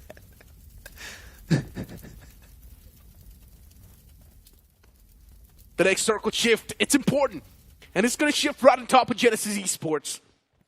NoNx on the left, Zutsu up north, Vanguard on the top right, LASTADE on the right side, and Wyld Fangs as well in the close by proximity. EVOX, they're trying to rotate it from the safety lines as well, but they do not know there's LASTADE and Wyld Fangs towards Mansion. They might just hug their own death. And they're actually going to stop around the jungles of Mansion. They will have a lot of cover to play with, but look at KALINGA Esports. Even they do chime inside one of the fights as they eliminate the last man at 4TR. That's going to be it from them. Comeback possibilities now done and dusted. But have a look at this. Team EVOX, they're the ones who have knocked on the doors. The LASTADE Esports, the last man Joey, she was brilliant in the last game, by the way. Had almost about 5 or 7 eliminations to his name this time. The lone survivor from this lineup. The EVOX, they need a big game for sure. They need a lot of elimination points. They want to break inside the top 8. They have been away from it for a while now. And Team Tamilas, look at them. They are trapped. Oh Brilliant nade. Genesis Esports look to wrap up this fight as soon as they can. And look at Viper. He's cooking another one. Still going to chip away a little bit of damage against Reaper. But it seems like Team Tamilas, they are fighting against all odds at keeping their men alive. That would have been devastating. Destructive. Team Tamilas, they're already taking a lot of damage now. Even SINEWY from the side. They're inflicting a lot of pain and hurt. Look at Vishu all the way in the back lines. He's actually keeping the players of Team Tamilas in check. Genesis Esports, they're taking those pop shots against SINEWY. Genesis with all the 4 players standing. They're doing a really good job in playing defense. Not even letting anyone else get closer to that compound. They do control a lot of this terrain. And since they're in the smack center as well with the only compound left over, Genesis Esports has a lot of intel to play with. Utilities being tossed once again against Team Tamilas, and this one's going to find another knock. Team Tamilas is in such a bad spot. Another return nade tossed out from Team Tamilas in the hopes of finding another knock, but Team Tamilas, they're constantly dropping down on men. From the back, it's SINEWY once again firing, and aim god falls apart too. Team Tamilas, they came to the worst possible position of their life. You know, Necro, this is what I call a god compound. There's absolutely no place better than you can actually have right now. Genesis Esports have a lovely ground for themselves, especially with that little ridge that comes across. Majority of the teams are going to huddle up. You could get those line aside, but of course, one big threat, these nades that come up, Genesis. They just need to protect themselves from that. As Wyld Fangs, they have a line of sight against Team Tamilas as well. They want to chew off a little bit more. As Mr. iShield goes down, it's all come down to Reaper, who is surviving, but on a sliver of HP. But with this last explosion, he gets blown off. Wyld Fangs, 6 eliminations on the board already. They've lost just 1 man in the form of Goten, but they are doing good so far. Even H4K's taken a fight of their own. And H4K, they found themselves in probably one of the worst possible situations.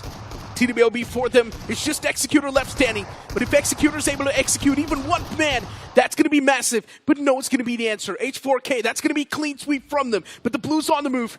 Zutsu tossing out the utilities in the hopes of doing more damage, but that's not the case. H4K, 4 men next to each other. Wizard, he's all the way in the back lines. I'm not a big fan of this. Ash The man's definitely overextending, but who's there to catch him off guard? No one. You know, barring a couple of teams, barring Genesis Esports, barring EVOX, who are in those mansion compounds, there is absolutely nobody inside the circle, and there's good reason for that. This circle does not allow anyone. This is a death trap, an open ground which can turn into the Death Valley. From up top, you've got Zutsu Esports coming in from the Northern Frontier. You've got Vanguard as well, who are still holding the back lines. And understandably so, as soon as they enter the circle, it's going to be spraying grounds for Genesis Esports and the likes of EVOX, who have that direct line of sight. More so for Genesis, because they have a little bit of a platform to work with, a plateau that sets them up top. They certainly can get a big match away. Genesis Esports, this match is almost in their grasp, Necro. Wyld Fangs, LASTADE, and even EVOX next to each other. EVOX with all the 4 players on the block. That's definitely interesting. But all the 4 players are huddled up, and I don't like it. And now KALINGA Esports making the same mistake Team Tamilas did. I'm not sure how well it's going to work out, especially when you've got SINEWY on your tails. And SINEWY was the only team that was being a real big problem for Team Tamilas. But SINEWY themselves are now rerouting. They're trying to reposition themselves. These shots from Genesis Esports' Viper, they're really deadly. You know, problems are going to occur for Genesis Esports right now because their attention will be diverted. It is H4K in their lower grounds as well as KALINGA Esports. And as soon as their firepower gets divided, it gets split into 2, I'm not sure how this team is going to be able to adapt. It's just been one-man Hunters who has been in prime form. The rest of the lads, they're still yet to pick up the pace. So Wyld Fangs on the other side, they are going after EVOX, and they certainly have hurt them so far. Sensei, big man, with the nades up front, looking to deliver the hurt, but this time, once again, the nade ricochets. Oh my god, I don't want to see something like that ever again. EVOX's shadow, the man's low. Wyld Fangs, look at Sensei. He's trying to make a big play. Sensei's just creeping and crawling through the smoke, and Evil, the man does not know. Sensei wants to make a big play straight up. He wants to be the heroic man for Wyld Fangs, but can he really do it? Utilities being tossed from their side, and Sensei, he's going to find the first knock. Threading that needle. A few more utilities tossed out even from Spray God, and now Sensei finally peeks back up. He spots that man in the front, but what? Oh my god, what are these moments we're seeing? Sensei gets finished off, and Wyld Fangs, what a blunder this was. I mean, the man was reviving his fallen comrade in front of his eyes. Sensei just did not take his shot. What? What are we seeing today? He stopped that revival, jumped out of that wall, and finished off Sensei in a matter of a flash. That is just unacceptable. Wyld Fangs lose yet another important manpower, but now Genesis Esports, it's a big job on Hunters and his shoulders, and he's doing so brilliantly. Gets smoke knocked down as well. SINEWY Esports are in shambles currently, Necro. Oh no, Rex Boy, the man's going prone to the back, but he's not going to be alive for too long. As KALINGA Esports, they will put that nail in the coffin. He was not able to stay alive. Genesis Esports, 9 finishes on the block already. They're feeling good. But now KALINGA Esports, they need to apply even more pressure on Genesis if they do want to take over their spot. Even another team gets put to sleep. Genesis Esports, what a defense it's been. Eliminating H4K, KALINGA Esports eliminating another team as well around the block. Oh my god. It's been an absolute frag fest. Look at Gravity. What a knock this was. Able to thread the needle through the tree with the next to none visual. That's insane. They've done a brilliant job splitting their firepower into 2, just holding these 2 compounds, not giving any breathing ground for no breathing room, no scope of error against all of these teams. But the utility that comes in from Zutsu is actually quite brilliant. It knocks down Gravity. Have a look at that. KALINGA Esports as well on the other side. Viper has been taken down. It's all down to Hunters, and Hunters himself has repositioned. Is KALINGA Esports aware of that? I'm not really sure, as they still throw up that nade inside of the compound. It seems like they're not, but Hunters from the back lines. That is brilliant stuff. Zutsu, they get yet another knock, and they are here to deliver the herd. Genesis, the defense has been broken open, and KALINGA get themselves a compound that they deserve. Now they are the owners of the God compound, Necro. Hunters was set up for success. He could have actually dismantled every single piece of the puzzle. But Hunters gets caught by that one man from KALINGA, which was Owen. But then Owen gets caught by a third party from Zutsu. It's so unfortunate. It's so unlucky. And for Genesis Esports, getting caught off guard at the same time by two different teams, this was going to happen. That split, yes, it was good. But defending down two compounds at the same time, that's really tough. Especially when you've only got 4 players on your team. That 2-2 split against 4 men, it's really difficult. Oh, and the man's trying to fall back to safety, but I'm pretty sure Zutsu, they just want to hand out the death blow, and that's what they do. Confirmation secured. I love the way Zutsu are actually going around the compound, just dealing in death blows after death blows from different angles, by the way. Just ensures that the teams inside of those compounds are on their toes every time, but it also has a little aspect of risk, a little element where they might as well get taken down as Vanguard. They have a lovely position for themselves inside the circle, just not the right line of sight against Zutsu. Otherwise, Zutsu would have been absolutely obliterated. Have a look at that, another nade to Oblivion. Flock does not connect with the first one, does not shy away from throwing yet another, and this time he finds it. Not being found. KALINGA Esports, once again, they are hurt in spite of a good positioning, and Flock has already closed up. Ash is looking to invade the building. Zutsu Esports, this is their time. This is their chance to pounce in. And I guess they are going to invade as well. Oh, that was a really impressive nade. KALINGA Esports, no, they're losing out on too many bodies. And Ash as well now pushes up. KALINGA PMWI Shield, the man's literally on the run. Tucks his tail, does not want to be part of the action, but he still gets caught by Wyld Fangs' Spray God. Man eliminated, and now we've only got 3 teams left standing. Vanguard is a part of it as well, and for Wyld Fangs, it's just Spray God standing. All thanks to Sensei. All thanks to Sensei. Well, we'll find out if Spray God can actually get more finishes out of this game. 11 already on the board. This has been a rather good outing for Wyld Fangs. Top 3 plus 11 eliminations. This must be a decent game, but Zutsu, they are looking to snatch away the top spot once again. They've had enough of NoNx, they've had enough of Genesis, now they want this chicken for themselves. There's absolutely no one who's actually contesting for it. The circle right in between Zutsu and Vanguard, which goes to show that both these teams, they are on even grounds. They will have to ditch their compounds, come out of the cover, and battle it out in the open.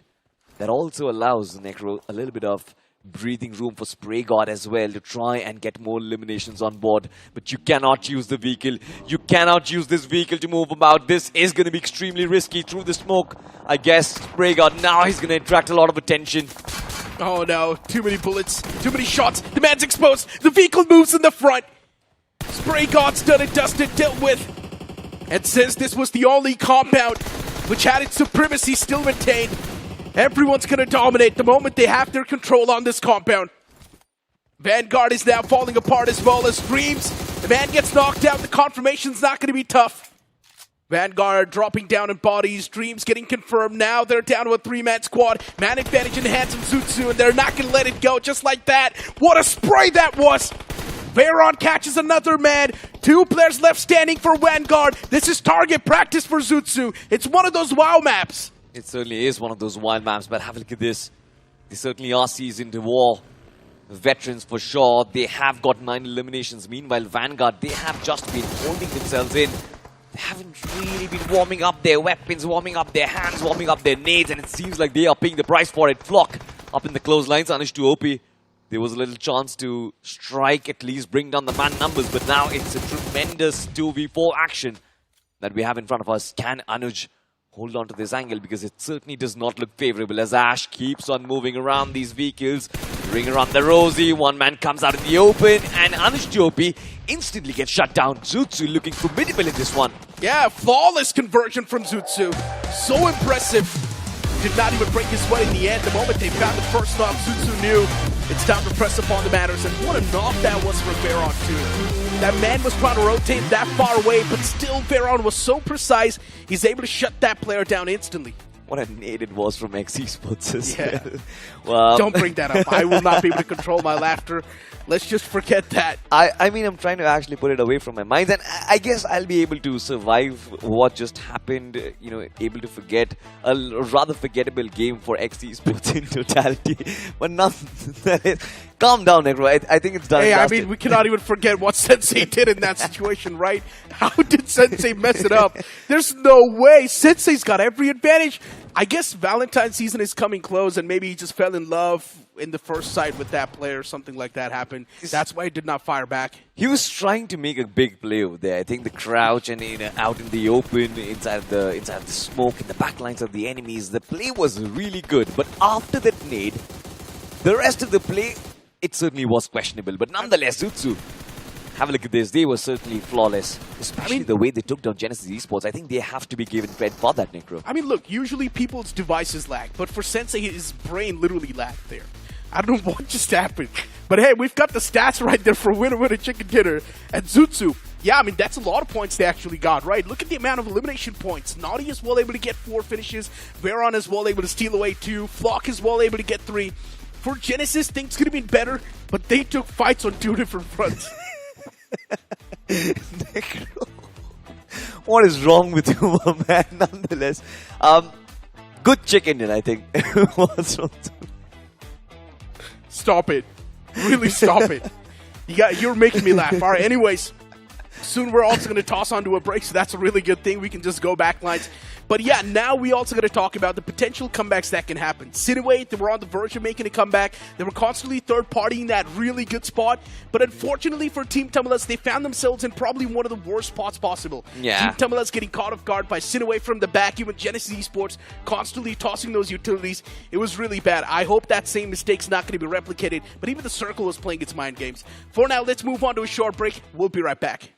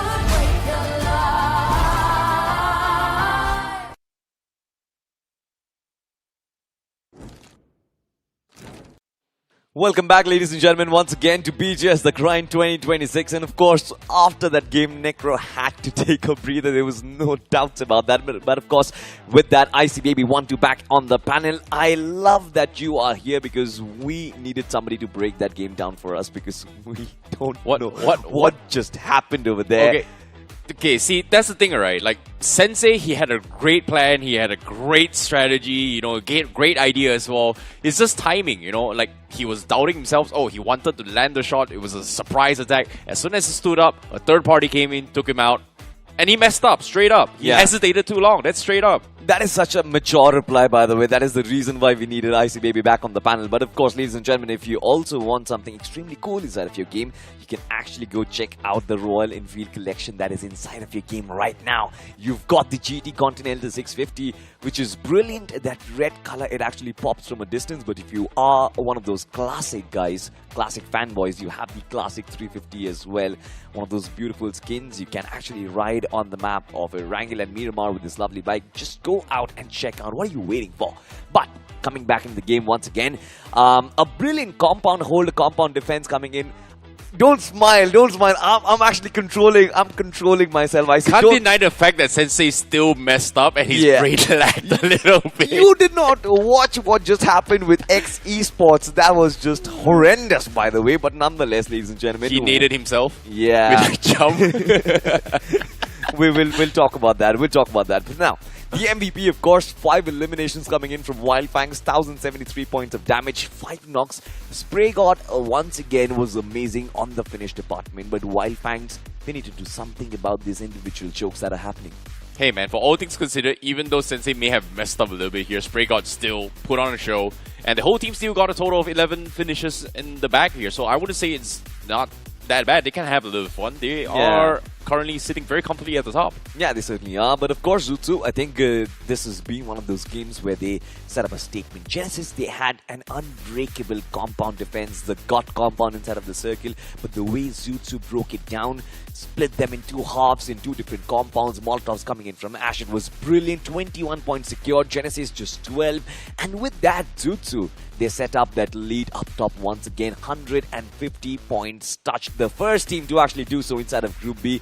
NoNx 141, Team Tamilas 135, Genesis 132, and Wyld Fangs on 130. All these teams are almost about to touch that cutoff mark, but the rest of the 3 teams, the Night Mobs, Rising Esports, look at that vacuum between the Night Mobs and Rising Esports. There's about 21 points that separates these 2 teams, and then again, another 8 points to separate Rising Esports and LASTADE. You know, considering that TKM and also Rising Esports actually had a little bit of scuffle in Erangel, yeah, TKM, they have 100% win rates in drop clashes, but every single time a drop clash happens for TKM, there's always the third parties that comes in and pick them down when they are low.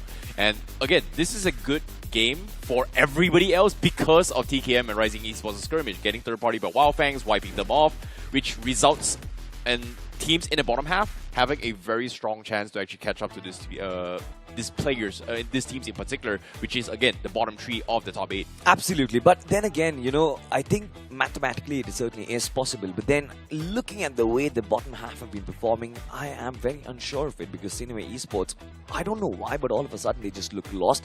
They had a lovely idea to actually chase down Genesis Esports in that fight, but in the process, 2-3 players of them just got taken down by Genesis. Hunters was brilliant in that fight.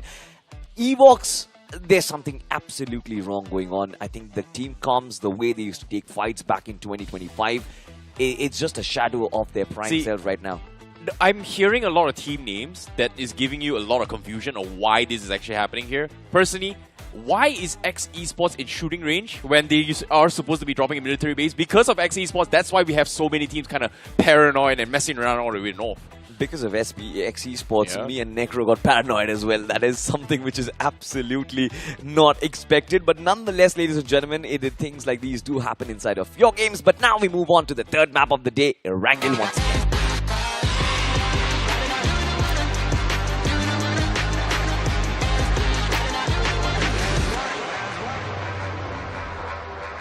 One final game for today for Group B is on its way. It is going to be the map of Erangel here for Week 4, Day 2 of the BGIS 2026, the grind phase. And seems to me the flight path is going to be starting from the northern section of Stauber, west side of Stauber actually, northern section of the map, traversing all the way towards the southwest corner of Fury Pier. So pretty balanced flight path here compared to the previous one, I'd say. But let's take a look at the map standings for now. TKM obviously has one of the teams to be watching out for in terms of drop clashes as well. They finally did break past their position points yesterday, but today it's 2 days ago actually, which is on week 3 itself. But today itself, are they going to be able to avoid drop clashes again? Because they have had a lot of interesting skirmishes throughout the entire journey here in the grind. I think they will have to actually go in for those fights. But once again, a little glance to those map standings is where I'm looking at currently. KALINGA Esports, Rising Esports, they certainly need a little bit of an upliftment. Okay.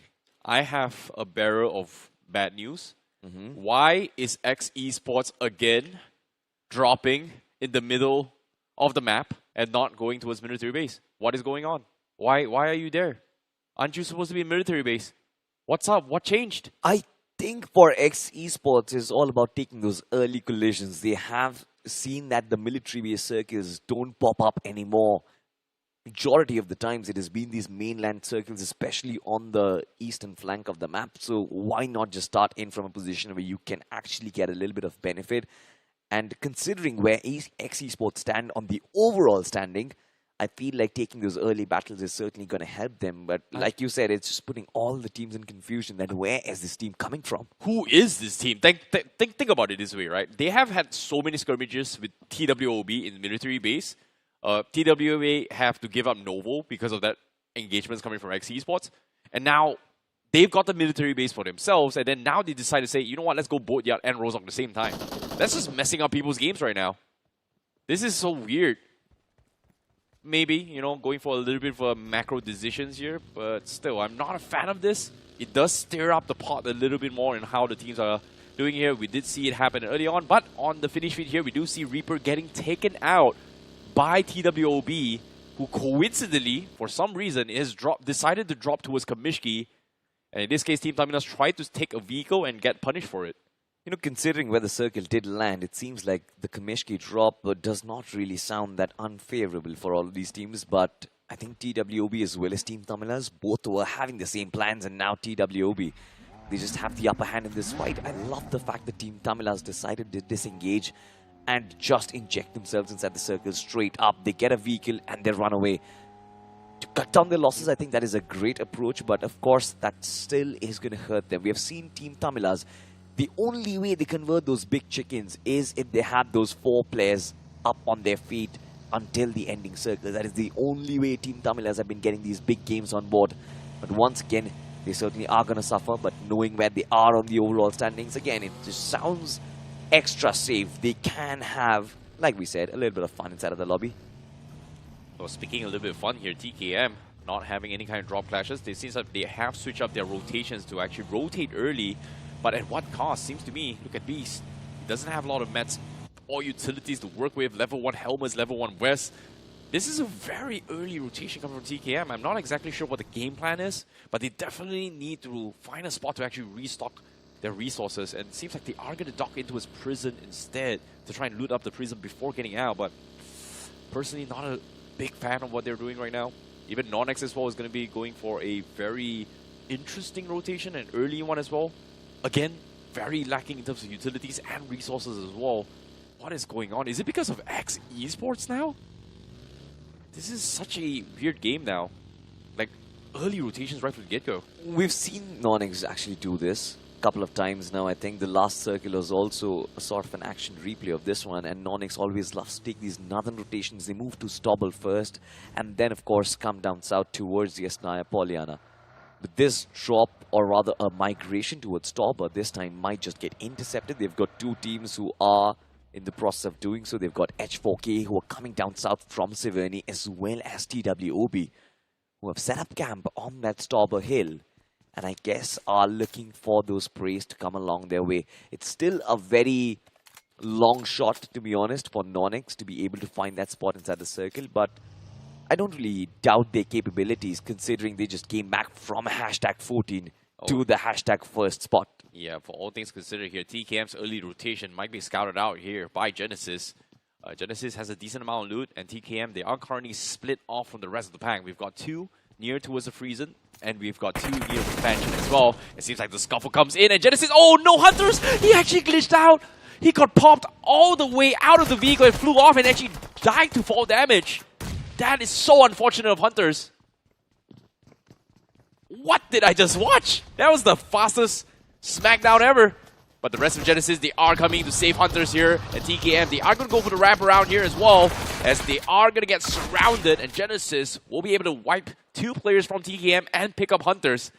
Can we get a replay on what happened to Hunters? That is awkward. I'm pretty sure our lovely guys over at the production is going to assist us with that. But like I said, it's always these 2 stars up front. If it's Hunters falling early, Viper will always come in from the backlines to protect his comrade. And this time, it was Vipers for sure. Last game, we saw Hunters pop off in the first game as well. We saw Hunters pull up 7 finishes all by himself. 100% finish contribution. Genesis Esports, they've been on a fly lately. But talking about the Night Mobs, a brilliant clutch on that last game. Zeref almost pull off that 1v3 over there against Rising Esports. This time, of course, does have his entirety of the team along with him, and they are in those lovely positions. They are almost at the center of the circle where they do have those mansion compounds. The only thing that remains to be seen is whether or not the teams do come in and challenge them, because that is the center of the circle. That is also going to be the center of attraction. Well, speaking of center of circle here as well, Rising Esports going to be driving past Team Tamilas, as they don't really want to engage against this. They are going to be wrapping around the both to fight this. And of course, if you guys want to drive and look cool, you guys got to check out our collaborations with Porsche, who does come in 4 models for you to choose from. Meanwhile, NoNx seems like they are going to be losing Anonymous here at TWOB. Was able to find a straggler who tried to push up towards the Stable Hill. They get punished. H4K, they hear these commotions. They are going to be joining the fight here, but Rapido shoots him from afar with the iron sights. Tags him down low. And NoNx, it's going to be a 3-way showdown between both NoNx, TWOB, and also H4K. A 3-way showdown with all 3 players. Going to be engaging right at the edges of the zone. The question here is this the right time to fight? But TWOB seems like they are committed to this fight as well. Fame going to be cooking up the nade here to try and punish Starboy. It does not connect here. The door, or in this case, the room there is going to be protecting Starboy in that scenario. Fame finds a knock onto his Inferno, which is great. Counter nades from Starboy, finds another one as well. This is a weird fight here between NoNx and TWOB. It's like a rubber band going back and forth. Or once again, TWOB this time. Starboy, just like you mentioned, is going to be the protagonist this time. The nade does come in. Luckily, it wasn't cooked enough. Fame on the shotgun isn't really going to be able to do that much damage as he intended. But have a look at this. Team H4K, they're also going to come in from the back lines, looking for the third party, and they finishes things off. 5 eliminations coming in from these lads. 3 from one player, 2 from the other. Team H4K just getting the entirety of the Northern Frontier. But then once again, the map gets pulled up. This is such a weird circle. I've never really seen it so deep into the waters this time. 50% of it under land coverage. Majority of the teams are going to be grasping for space, and that is exactly what this circle intends. It challenges you, it pushes you past your limits. It remains to be seen if H4K are going to be able to find those shorelines, or are they going to engage in yet another battle? Yeah, they might have to make a quick rotation really quickly as well, because teams are going to be rotating from north very, very soon. Unless they set up pit stops here, but seems like they are going to get out-rotated by X Esports as well as 4TR Official. Well, Team H4K, they do stock up a decent amount of loots here from TWOB and NoNx. But the fight inside Lipovka is going to get a little bit spicy here. Wyld Fangs, they've lost Kanha. Sensei going to be running out of open, pretty down low as well, as Rising Esports goes in for a shot. Goten, who tries to provide some sort of backup, gets scattered out by Dragon AOP. And now Sensei pretty much left all by himself, split away from Spray God in these circumstances. And it's going to be a 2v4 situation. Well, and seems like Rising Esports, they may have lost track of where Sensei is. That is exactly what Sensei always intends to do, right? Just be in positions where the opposition least expects you. Lands one of those nades right in the compounds of Rising Esports. Now, this is where I see things do get interesting, because they are fighting for the control over Lipovka. This is one of those cities which can have a tremendous impact. And have a look at this. Talking about impact, Dragon OP gets down the big man. Spray got knocked out. Sensei has been isolated. Team Rising Esports have him cornered from all angles. Can the rest of the players come and protect him? Where is Goten? Where is Kana? Sensei all by himself. They are back in the lobby. Wyld Fangs have been eliminated. Oh, a little bit unfortunate demise here, but Rising Esports, great flank from all angles. Wyld Fangs completely boxed in and caught them off by surprise. Meanwhile, the rest of the world who heard all these commotions inside Lipovka doesn't want to take part in this. Vanguard not in position to threaten this, and even TKM as well in no position to actually join the fight, just because they do not have the numbers. But let's look at a little replay here between TWOB and NoNx. This was a very weird fight where every single player from TWOB and NoNx was just so spread out to take this fight. And H4K, as soon as they realized there was 2 different teams in this vicinity, they regrouped, looked for an off angle, and then just gobbled them up and waited for them to actually finish the fight. And just like that, they clean out both those 2 teams. But all things considered here, now they finally made it inside the zone, and 4TR Official, this case Shroop, he does expect company. But the rest of his teams is a little bit too far off to provide some sort of assistance. He may need to regroup with his teammates. And that's exactly what he intends to do. He is going to back off instead. A little bit of a fear being instilled. But the zone is about to shift in. It seems like 4TR on the move already to try and push into his Lipovka. TKM inside the town, outskirts here. Rising Esports right in the middle of the city itself. This might be an urban warfare in Lipovka now, Salty. It has to be. I mean, 4TR in the need of a big game. They need to win a couple of fights, potentially keep their players alive and try and move in for the final circle, get a few placement points on board as well. Because they are slipping down. We saw that little bit of comeback, a little bit of glimmer of hope coming in from 4TR, but once again they get shut down. They slam straight into Lipovka, where the face shots coming in. It is Rising Esports on the other side, but once again, not just them. They also have teams like the Night Mobs for taking shots from the distance. Rising Esports in the corner. You've got some other teams as well. It's going to be problematic for 4TR, and now they are split up. You've got TWOB in one building, you've got Z-Gordon completely in another, and then you've got Pain is Live, who's just holding down a shack. The Night Mobs, if one of these nades connect, I guess it is going to be deadly. But Zeref and Lucifer are dealing with their own challenges. Two players taken down early. The Night Mobs, their aggression has been shut down. Yeah, they're playing on a cheeky angle as well. They're trying to capitalize on teams trying to push in towards Lipovka and get a couple of freebies from there. And just like that, they were able to find one. But the rest of the teams from this game itself has not decided to slam onto Lipovka yet. Expecting the circle may shift away, maybe head in towards the prison vicinity where Genesis may be as well. NoNx Esports now. Seems like they are in a little bit of a tight spot here with LASTADE. Doesn't really want to overcommit yet and risk being shot at the back. But now Stone BGMI is going to try and engage against Monty now. As the slam comes in, finds him isolated. Monty holds down the fort, gets one knock, actually two knocks as well. Adi, the suppressed fire from afar, was able to make things easier here for NoNx Esports. Look at LASTADE Esports. Stone BGMI understands the importance of dealing the onset of the inevitable. NoNx Esports this time will want to cook this entire building up with those nades itself. Stone BGMI, the nade does not go out. In fact, it is still inside of the compound. He jumps down. Still survives though, but not for long. Team NoNx Esports, the invasion is right. The strikes are perfect. They are not making any mistakes this time. Nicely done. Coming from NoNx Esports. A little bit of mistakes here coming from LASTADE. But good defense here from NoNx Esports. Just because of this, now they do have a little bit of an easy entry for the next phase zone. And they did scout out the last member of LASTADE now. As Monty is going to try and give chase to Manyjod. Manyjod, he's going to run into his TKM, not realizing that it is a death sentence. And Lucifer fires away. And that's going to be another point in the hands of TKM. Interesting information for Team NoNx Esports because Monty was on the chase already. Had Monty gone alongside Lucifer, I guess the Night Mobs would have just sheared him open, especially with those bullets coming in. But once again, have a look at this fight. Adi, brilliant 1-2 over there. Just flips around the corner, 180 degrees, and once again lands that final blow. This time, Stone BGMI, he did try to put up a little bit of an offense. The nade wasn't really landing perfectly. And NoNx Esports, they win yet another easy fight. Now, this is not the fight that they want. They want a lot more because they are extremely low on the overall standings.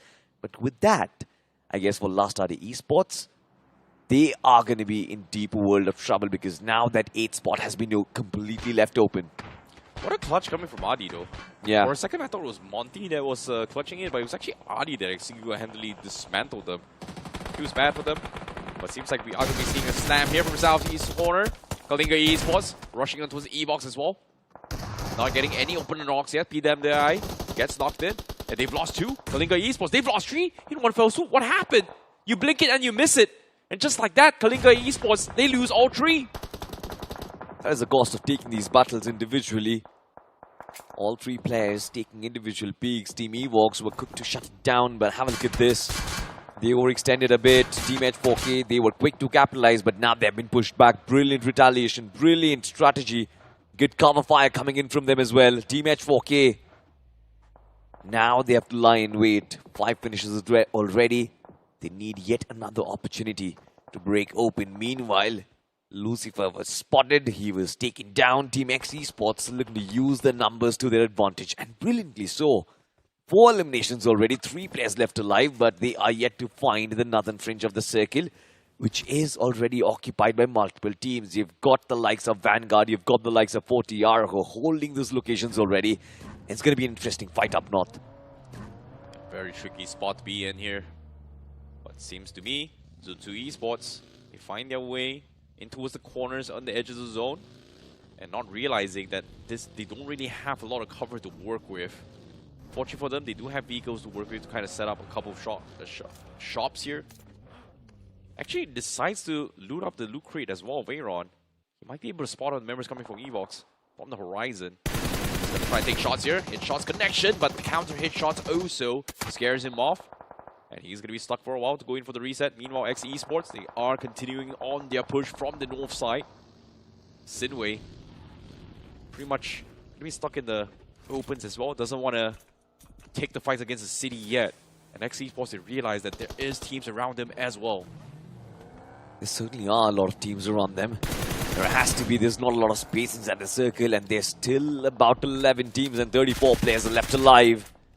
Team Tamilas looking to counter. They are yet to find a good spot, but FoxOP from outside the zone has been trying to amp up the pressure. Mr. IGL, though, in the midst of battle, he has been surrounded by these lads of NoNx Esports, and look at the way they come by. AimGod as well is going to get run over. Team Tamilas have been destroyed, and have a look at that. They've been shut down. NoNx Esports, they are in the mood of vengeance. They certainly are making their mistakes count, and now they've fixed all of those errors, but problems are still going to be there as more and more challenges come along their way. This time it is going to be SINEWY challenging them for this part of the circle. A little bit of initial collision happening over there, and SINEWY find the first knock. They have an advantage. I see. It seems like SINEWY Esports, they are falling down once again. Oh my goodness, but SINEWY, they are able to find a pick here on Pratik. NoNx Esports may have overextended a little bit here. Now, with full on regression, and with the zone showing that, hey, maybe it's not a good time to fight now, NoNx Esports decides to back off instead. They are going to throw a couple of nades here from Monty, hope to catch off SINEWY, but unfortunately no connection so far. Sees a jump spot coming in from Rexboy, knows exactly where he is. Now Monty is going to try to cook up a nade, try and punish him as well. Here comes the nade. It is going to be good. Oh, nope. Actually, overshots a little bit. As SINEWY still caught in the scuffle, looking to try and disengage this. But with the zone closing in, they want to wrap up this side before pushing in. As NoNx Esports doesn't seem to want to fight this, and they are going to pull back from this. Interestingly so, by the way, Genesis Esports come in from the back lines and shift the focus of SINEWY. I'm not really sure why NoNx Esports are backing away from this fight, because this could have actually been a little bit of a blessing in disguise for them. If they do charge up against SINEWY Esports, they would be sandwiched. This would be 3 easy eliminations for them, and that is exactly what they're doing. They understand SINEWY Esports. Their focus has been shifted. They are split, and now the decision-making might just be bleak, but those nades, they certainly aren't. Monty gets struck up. That was a brilliant nade. Will be forced to push back, but he gets doubled down. Monty barely surviving over there. SINEWY Esports, lovely nading coming in from Ninja. Tricky spot to be in. SINEWY trying to get inside the zone. They're also afraid of potential third parties. Doesn't realize that there's only 2 teams around here. As NoNx Esports still trades with SINEWY to try and find some sort of space inside the zone. Both sharing a decent compound, or in this case, spots here on top of this mountainous forest area, which again gives them a lot of cover. But again, the paranoia is kicking in. Meanwhile, for TR, they try to push out. Rising Esports is right on the edge of Lipovka. They are able to defend this. Beer Baba down shoot as well. ZGod tries to go in for the trade. Needs to land the perfect nade here. It may look good. Nope, it does not. Misses by a field here. As the counter nades from Dragon OP will find ZGod. Pain his life. Not able to trade him off at all. Shots finally connecting, but no knocks at all. And that's going to be Rising Esports looking for the full reset now. 4 TR officials just not showing their signs of life as intended. On the flip side, SINEWY Esports, they're falling short. They had the chance to take away that 8th spot away from LASTADE, but it seems like the way they have got themselves involved in a fight against NoNx Esports, chances are bleak. They certainly not look strong, especially with Genesis just constantly on their heels, on their toes. SINEWY Esports needs to find a way to break this deadlock. They are still battling at the edge of the circle. The blue zone is going to creep in, and Genesis, this is going to be their chance to just spam those bullets in, chance to pounce. SINEWY, meanwhile, they have just been caught off guard, and have a look at the circle shift. Just completely shifts the favor away from all of these teams. Now, Genesis, are they going to fall back, or are they going to still keep on pressing the trigger for the finish points? Is a decision that is yet to be taken as Gravity makes his way to the circle. Hunters, meanwhile, still fixated on getting these knocks for himself. Oh boy, SINEWY. They've gotten pinned Genesis now finally joins the fray. It's going to be a tough spot to be in. Vishu, he sees all these movements, but he just doesn't have an angle to shoot as well. But Long gets scouted out. Vishu also goes down. NoNx Esports and Genesis tag teaming against SINEWY, pincers them, and that's going to be SINEWY eliminated on 9th place. No position points for them. Talking about SINEWY Esports, well, that is an opportunity that has been lost. Team EVOX certainly looking to capitalize on this one, make their way inside of the top 8. Still have all those 4 players surviving lovely position inside the circle. Nobody to position any sort of threat against them. I love this. But another team that I absolutely adore right now has to be NoNx Esports. And what a turnaround it has been. We saw those mistakes coming up. Me and Necro, we cracked up open because of it. But it seems like all of us have been shut down with this performance. Because this is a brilliant recovery. And this is how you pay back your critics. Nonetheless, Rising Esports and 4TR, they go duke it out against each other. Pain is Life is the only one. Like I said, absolutely no signs of life. Pain is Life is just trying his best. Try and ensure a little bit of damage being dealt. But one nade through the smoke itself, and that man has been shut down. Well done, Beer Baba. He actually snuck under the smokes as well, hoping to catch him off guard. And Pain is Life, he actually pre-fired to check this angle, but because he was prone up, misses by whip, did not realize that Beer Baba was so close to him and just takes him out. Well done to Rising Esports here. 7 finishes, and they are the survivors of the Polka. But right now, they've got a new problem, and that's going to be pushing in. And guess what? Yuva finds the opener, gets a knock onto his RD, and this is going to be the sign to push up forward. And they will take advantage of this to try and get space inside the zone. NoNx Esports down towards the last 2 players. And just like that, Rising Esports, they will push up, but on the contrary, EVOX is going to be shooting them from the shorelines inside the zone. So they have to push even further up now. Absolutely. A lot of hesitation coming in from Rising Esports, it seems. H4K on the right side of the circle, on the right end of the circle as well. They understand what these players are coming from. Nades have been lined up as Beard Baba gets blown to smithereens. Dragon OP not been able to retaliate. Beard Baba has been finished off. Yuva needs to do something. Dragon, meanwhile, patching himself up. And on the contrary, it seems like Team EVOX, they are on the move. They hear all this commotion, they hear all the gunshots, and they are here to pounce on it. Evil keeping Genesis Esports in check. This is what you do when you get compound. This is what you do when you get map coverage. And I love the way they are tackling the pressure. Rising Esports, they have been eliminated. But can H4K survive this great ordeal of pressure that comes against them, I see? Oh my goodness, Genesis Esports, they've just got so much control of the map as well. They are peeking from so many off angles that people just least expect them. And interesting enough, because of how wide of a spread they have in terms of control, they know for a fact that off angles can't punish them without getting traded off. And just like that, the confidence from Genesis Esports, they're able to clean out everyone from the north side. H4K is the only team left from the north side, while teams inside the zone now, Zutsu has got a small little shack, which in this case won't be able to jeopardize Genesis's position, because if they pick out, EVOX is got their backs. Great read, but they're not exactly in zone now. Hunters pretty much caught out in the open. EVOX still has a decent spread here from the southeast corner, has perfect vision of everyone from inside Genesis and also H4K, which again, they need to push inside the zone. EVOX right now is going to be the biggest threat in this Final Four team fight. They certainly will be. Unless and until Genesis just put up something spectacular. And as I say, their name Gravity goes down. The IGL has fallen. It comes in from Team EVOX and their stronghold. Spy. From the finish feed, we can see that Gravity has been confirmed. Numbers neutralized. EVOX is the only team left inside the circle who are left with all of their fours. That just means that their force is going to be reckoned with. H4K outside the circle, they're still trying to deal a little bit of damage, being the outliers in this particular fight. But I guess their position, once it gets spotted, it will be an easy task for Shadow to absolutely obliterate them. Zutsu, meanwhile, at the center, they just have a shack for themselves and they are just holding on. But how long will they be able to hold on will be a big question. Oh my goodness, Genesis, they get sprayed as well. Zutsu going to be tag teaming here to try and punish H4K. Sujao gets spotted out. Wizard, last man standing from inside of H4K. Yeah. And Sujao is pretty much done for as well. Won't be able to pick him up. Wizard caught in an engagement here with EVOX. A couple of preemptive smoke does bait out EVOX's utilities here by Wizard. But he's long gone from their position. So they aren't exactly sure where he was. Genesis Hunters now Going to be trying to find the last player from H4K. But seems like he will be able to make himself inside the zone. And Kalan is able to spot out Genesis from the high ground here. Trying to best try and push through. But 8 finishes from EVOX. And this is a game for EVOX to clutch things out.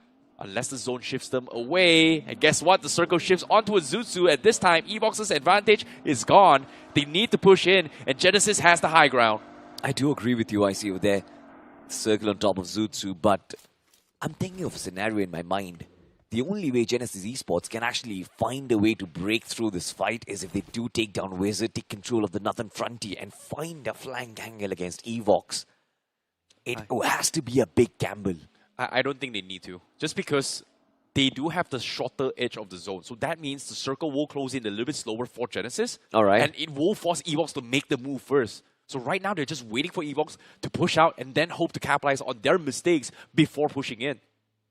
And as we get, like you said, H4K is going to be a big threat here. But even then, H4K is still slower than Genesis in terms of their positions because of the zone. They have to move first. So this is a game for Genesis to capitalize on as well.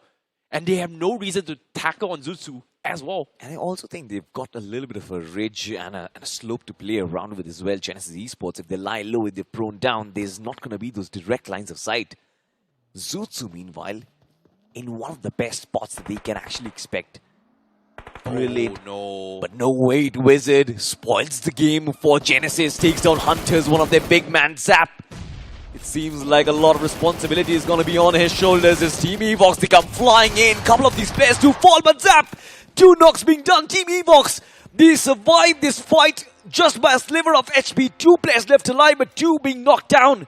Can Zutsu capitalize? Can Team H4K capitalize as well? Oh my goodness, what a mistake, what a blunder from Genesis. The moment Hunters got picked off, that was the sign for EVOX to actually push up. They traded the numbers, almost losing their life. And like you said, Zutsu, they are going to try and capitalize on this as well. They're pushed out. They're trying to pick him off as well. Shadow gets shot pretty down low. But EVOX, they're looking to stabilize themselves here. Evo is looking for those angles. But Shadow, he gets spotted out by Flock. Spy gets a little bit of trade-off in. And he's able to scare off Zutsu now. But it's all by himself. It is going to be a 2v1v1 situation here. Unless EVOX prioritize on picking up the members here. Smoke's being set up. Zutsu falls back to safety. And Wizard, he has perfect information on what's happening as well. He may be spoiling the game for Zutsu, but the nades from Spy will take out Zutsu instead. And EVOX, they will get the full reset. And it's only Wizard left remaining for this final fight. And he's going to be spotted out, and he gets taken out. And just like that, EVOX, they clutch the winner-winner chicken dinner.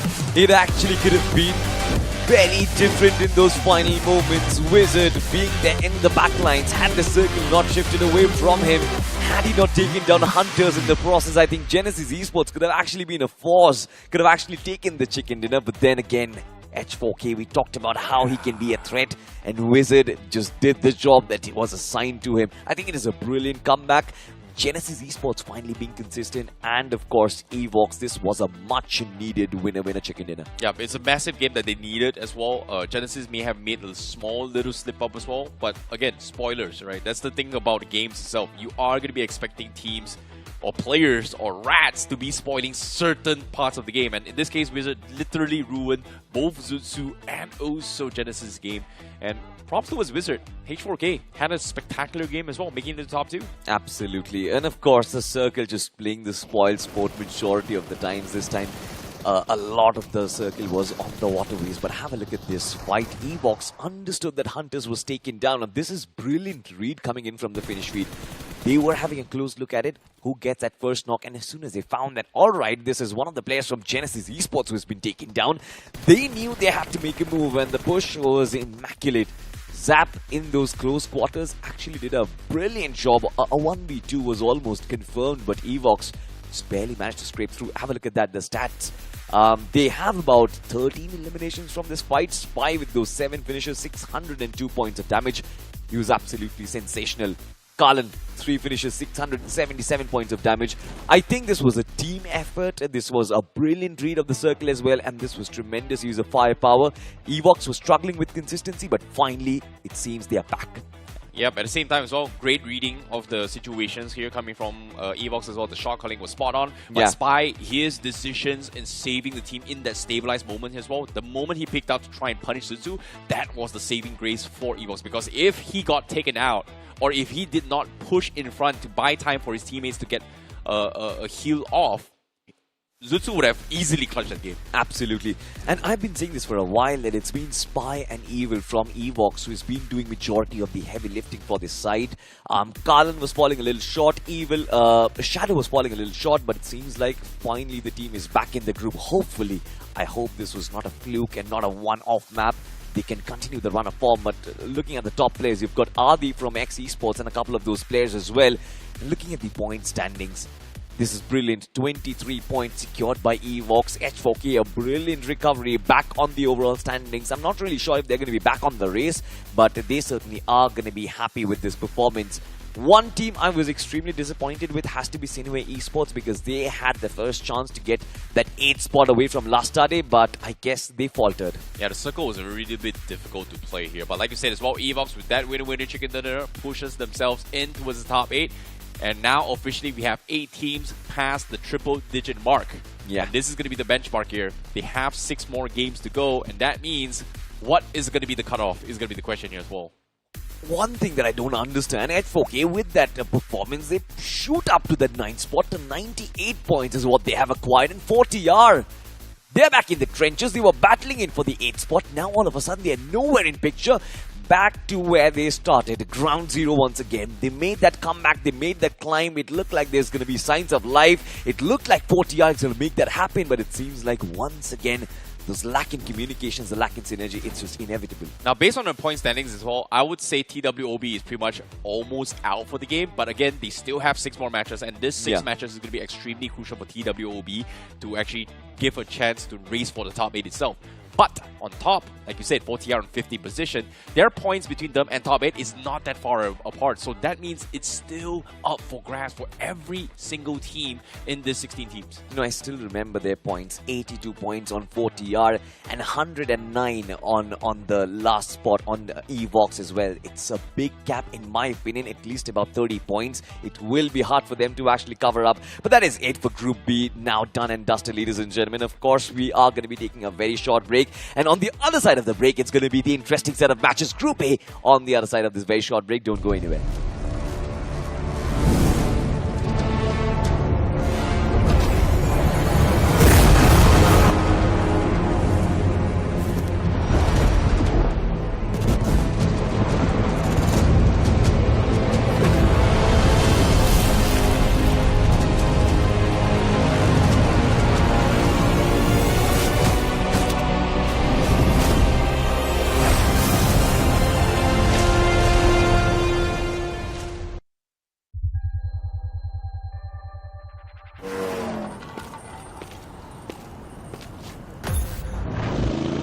When the rider breathes, the road wakes.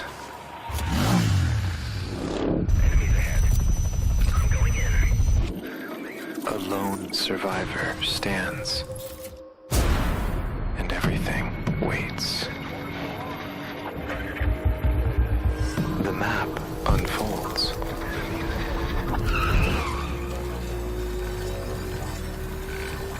And the journey begins.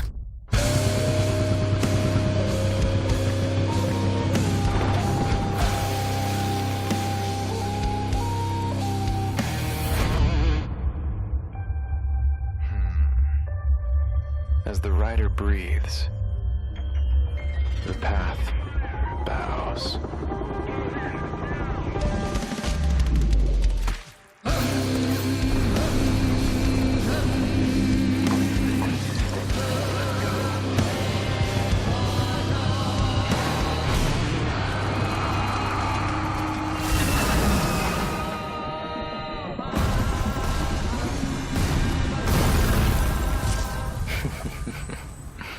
Limits? They're just marks in the dust. Because in the battlegrounds, there are no limits.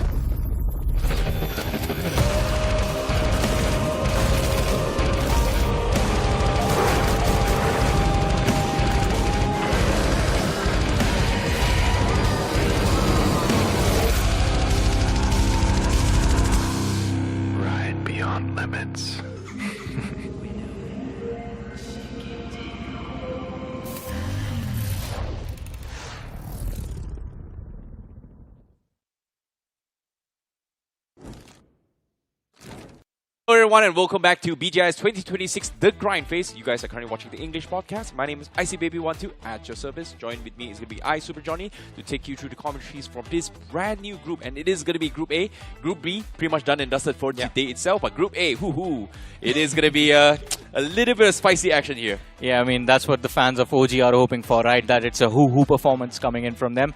But Group A, as you mentioned, a little bit more interesting, a little bit more intense because there are clear gaps between the top 3 teams in this group and everyone else. Yep, speaking of a little bit interesting here, are we going to see the drop clashes again between OG, Seoul, and Victorious Summers right from the get-go? Is Seoul going to make a bounce back? Is going to be the question here, especially for the fans who's also looking forward to see that they will push up towards the top 8. But of course, if you guys are a fan of BGMI and you guys are playing the games all the time, guess what?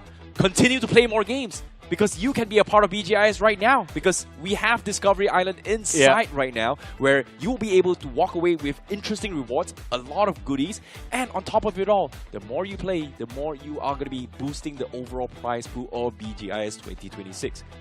Best part, no UC involved.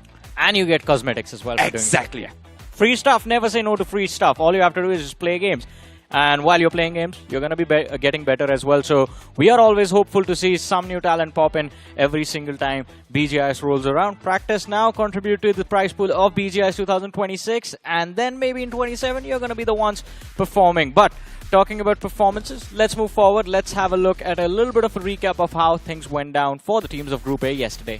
Now, speaking of Group A as well, Rondo was a very, very good game here coming from Higgboson, especially coming from 8-Bit as well, who made a little bit of surprise comeback as well, considering that they have been in the slumps for the longest of time. But it was Rapid Chaos Esports was the one that actually clutched out the chicken dinner in that game, first game of Rondo, which again, one of the surprising entries as well, because following on, we do see a little bit of a scuffle in towards Yasnaya, ending circle into towards Erangel, where Rising Chaos Esports was also able to make it into the endgame zones. Yeah, pretty much, and we'll have to see how things turn out for Rapid Chaos today as well. Yesterday, in particular, I think we saw a little bit of a comeback coming into play from the side of Godlike, wherein they were able to build some momentum for themselves, starting off on Rondo. K9 Esports, we keep seeing them again and again. The survival instincts proving to be extremely well versed this time around. And of course, the new edition of Knight has been the talk of the journey of K9 Esports the entire time they've been playing. But they aren't the only ones. Yesterday, God's Reign also had a phenomenal run in the matches that they played. And Blitz Esports as well were able to contest all of these teams sitting at the top of the leaderboard. Now, Blitz Esports in that final game, clutching the chicken dinner was huge because of Hero Achieve Godlike, they were able to sneak out from the ocean lines and then come in towards the zone and then make their way into the final endgame zone and then win that head-to-head fight against God's Reign. But now with the overall standings in play as well, K9 still sits at the tippity top. God's Reign also making a little bit push up towards the second place. Blitz and Autobotz still retain the top 5 so far. Rapid Chaos Esports did take a little bit tumble despite their very, very consistent performance in 3 games yesterday. But the question here is, will the teams at the bottom, like OG, Seoul, 8-Bit, Aryan, Godlike, Madkings, Reckoning Esports, and Victorious Summers actually make a bounce back as well? Because compared to Group B, the gap between them and towards the top 8 is pretty far apart. Yeah, we'll have to see how things turn out for these sides. On the other side of things, I think if you look at the bottom, TrueRippers, Nebula Esports, kind of in a very interesting situation. Let's add Rapid Chaos in the mix as well, because now what is happening for the qualification is that Nebula Esports, they are feeling the pressure of all these big names behind them, OG, Seoul, 8-Bit, AX, and Godlike as well. But while the teams, apart from Seoul, 8-Bit, AX, and Godlike need big performances, TrueRippers, if they start failing right now, they could stand the threat of getting kicked outside of the top 8 and not really being able to move to the quarterfinals. Well, speaking of moving to the quarterfinals right now, K9 is in prime position to do so. And recently, the hot topic is all about Knight as well. There's just so many videos talking about where Knight came from. And now with Knight coming into K9, he has proven his worth. And he is a great replacement for Beast, I would say. It definitely is. I mean, so yesterday, I think there was a stream with all of the players and the coach from K9 Esports. They were talking about how they were able to recruit Knight and what exactly went down. And I don't know if it was a joke or not, but the coach for K9 Esports just went, yeah, we had a list of about 40 players and we just like picked him out, and then Omega's kind of made things clear that he he was in conversations with a lot of these teams that were kind of splitting up back then, and then he made a few calls, spoke to a few friends of his inside of the community, and there were a lot of recommendations for Knight to join hands with K9 Esports. So everyone felt like he was going to be the perfect fit for this team, and well, he's living up to all of those expectations, man. It wasn't just Omega that expected him to perform, but his former teammates as well, who kind of pushed him to move into K9. I can see why you are actually talking so much about K9, because your prediction says it pretty loud and there as well. Yeah. But of course, speaking of predictions as well, we do have other teams here. We have a split decisions. We have Soul from Anki. We have 8-Bit from Spiro. Autobotz for Ravan. Maisie going for God's Reign. I went for Soul. Aryan coming for Salty and Necro. So yeah, obviously you have a lot of information for K9, but based on what I'm hearing as well, it feels like this is the shot for Knight to prove himself that he is suited to be in a T1 team, and that's why he's been performing out his mic. Not just for Knight, man. I mean, this is a shot for K9 Esports. I'm just tired of seeing Slug in tears every single finals. You know how bad it feels like. I mean, the saying in English is like always the bridesmaid, never the bride, right? But you understand what I'm saying. I mean, tired of seeing the man who has been performing to the best of his abilities year after year finish second. It is time. The man deserves a trophy, and so do his teammates. Hey, as the saying goes, it's not just a game, it's a game of emotions. Exactly. But without further ado, let's jump into game right now for Group A.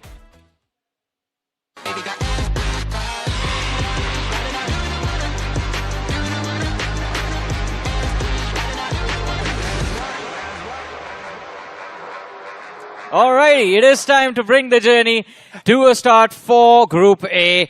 And of course, it's the last 3 days of their journey in the grind that remain. We start off today on a wrangle with a very interesting flight path, starting from Stalber Kameshki, going all the way towards Primosk. Everyone is going to be allowed their preferred drops. With a flight path like this, there is no location on the map that's denied to you, except maybe Zaki, but who goes to Zaki? TWOB? Yeah, but they're not in this group. Well, sometimes they go Zarki, sometimes they go... Actually, they have been Kamishki and also Novo, but sometimes Zarki. But at the same time, let's talk about a little bit of a switch here. TrueRippers, they're going with Stalber and Kamishki. K9 actually opted to go for 70. That's going to be the home ground, nothing super crazy. But I want to see if OG drop clashes onto its soul. That's going to be the question here. Where is OG? Rozhok has been completely occupied by Aryan, so that means OG has left their hometown of Rozhok. Seoul has went to school. They are going to be on the hunt for Victorious Summers potentially, but where is Godlike going? Why is Godlike here? This is going to be a little bit interesting. I think for the side of Godlike, one thing I like about this team is their adaptability. I think moving outside into the open positions between Yasnaya and school apartments, it can get a little bit intense. And as you were talking about OG, I think they still do manage to retain control of Rozhok, forcing the side of AX into the new sort of drop location in this game that is going to be the Boatyard, which is kind of a reworked Water City, I guess. Yep, but seems like Aryan... Ouch! Okay, Aryan, what are you doing out in open as well? Nice little pickup here from OG to shove them back. Aryan always sends one guy to kind of take a look at the Rozhok in case OG is not in town to try and snatch it away from them. Gets punished instead, and OG, they'll get a free point.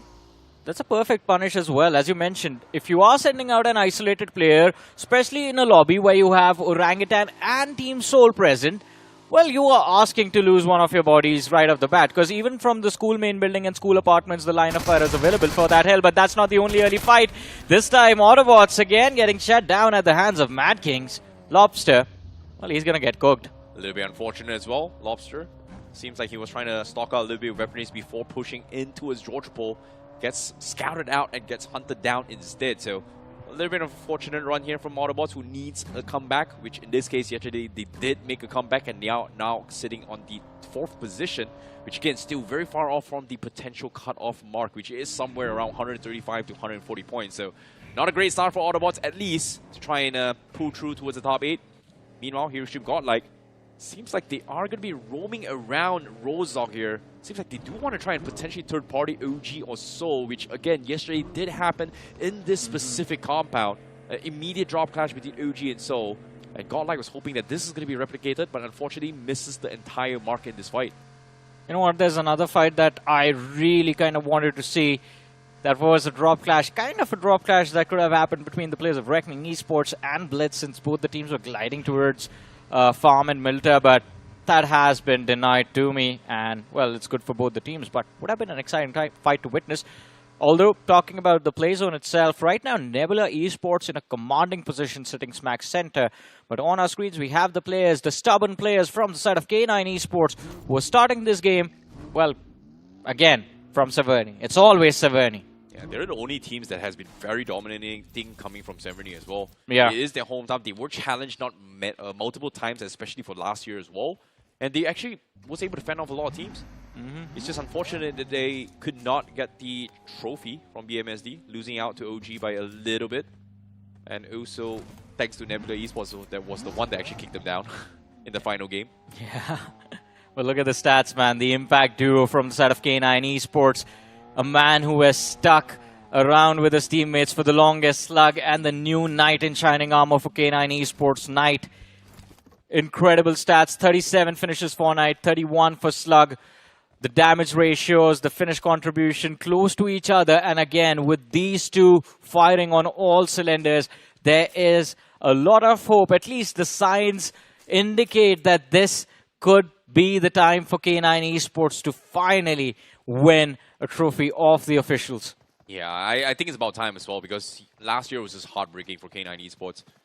And I'm really liking that they are pulling no stops in all these matches as well. They're just giving their all to make sure that they actually have a dominating run.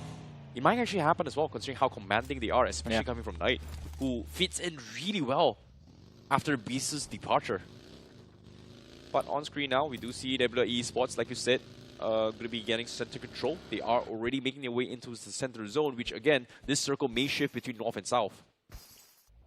Well, let's see though.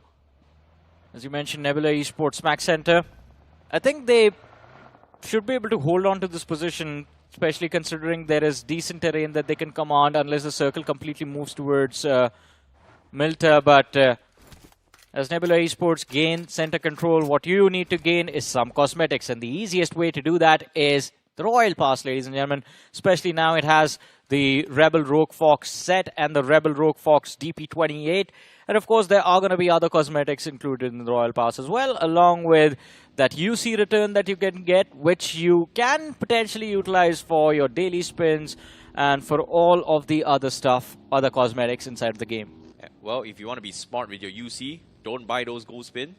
Get those returns and buy the next Royal Pass. Yeah. Because it is enough for that. Oh, I was going to say, like, don't go for the gold spin directly. Get the Royal Pass, grind out the game, because then you get more cosmetics for the Discovery Island as well. Ooh. And since you're getting Royal Pass, UC return, then you can go for the gold spins and potentially show up in a match with either a Royal Enfield or a Porsche. Oh, that's going to be a 2-in-1 bundle. Yeah, it's a 4-in-1 bundle if you think about it. But I wouldn't recommend you using UC for Porsche and... You just really like the Royal Pass, huh? Yes, exactly. Because I like budgeting my UCs. Yeah, you're a grown man. Too much budgeting. I would not deny that. I can't deny it. Yeah. Anyways, Nebula Esports, they're also budgeting their position, I guess. Saving it. Not letting Reckoning Esports have any. Well, they are in the center zone, and you can see why Nebula and Reckoning Esports is trying to sit there as well, just because of the fact that the circle may have an opportunity to shift down south as well. Yeah. It's still kind of favoring towards the north, which again, we do see scam circles from time to time. But what is up with OG and Soul? They have been hanging out for way too long, expecting some sort of third parties. And this is my first time seeing Soul not going on the hunt to chase OG or Victoria Summer. So it seems like they have switched up their strategy a little bit. But hold that thought for now. Seems like Reckoning Esports, they're going to be jumping in as Nebula Esports do find this. Ooh. Oh, the timing though for Adi. Yeah. Could not find the pin, and he's going to be surrounded. Shots are going to be connecting, and he's going to get taken down. Quite unfortunate, Adi. The intent was perfect, but unfortunately, as you mentioned, the timing a little bit off, and Reckoning Esports able to find that opening finish for themselves. Inside of this match, Nebula now down a player. And it's kind of a trade between the two sides, but Higgboson going up against the players of Godlike, and Hero could be in trouble. As he circles around, damage tanked. Godlike have superior positioning in terms of just the fighting capabilities. And Higgboson already suffering at the hand of it as their best player, their star player, Snowjawed, has been put down. Yeah, it's a little bit unfortunate here. Higgboson wasn't expecting these rotations coming from Hero Extreme Godlike, but it seems like Admino is going to try and look for those confirmations, or maybe even close up the gap to try and punish Higgboson. It seems like he did spot out Hero out in the open. Oh, just barely by a mark as well. The broken fence is there to provide cover. Decides to back off, and the circle shifts back north. So that means there is not going to be in the south side of Military Island. And this is where the entire chaos is about to unfold, the north side of Milta City. Maybe even to Shelter as well. Shelter is also in play. This is going to be a tricky spot to play in. It definitely will be, man. I mean, if you are going to get stuck in Shelter, there's no escape, but no escape for the players of Nebula as Kratos also gets taken out at the hands of Soul. They have the upper hand in this fight, and Nebula on a run for their lives. Nomi and Phoenix can't do anything about it. They are stuck in that building in the back. A very tricky spot to be in, I would say. But OG, now they're going to be fending off everybody else as well, as Madkings going to be chiming in to try and rotate in third party, but nope. Decides to back off instead. Higgboson rotated out of Hero Extreme Godlike's crosshairs. Now runs into TrueRippers, and they are going for the flush as well. Yash almost whiffing the shots, gets a connection, but there's just so many shots being fired from every single angle. Could not go for a reset as well, as TrueRippers was able to engulf them from all directions and take them out. Well, Higgboson destroyed at the hands of TrueRippers.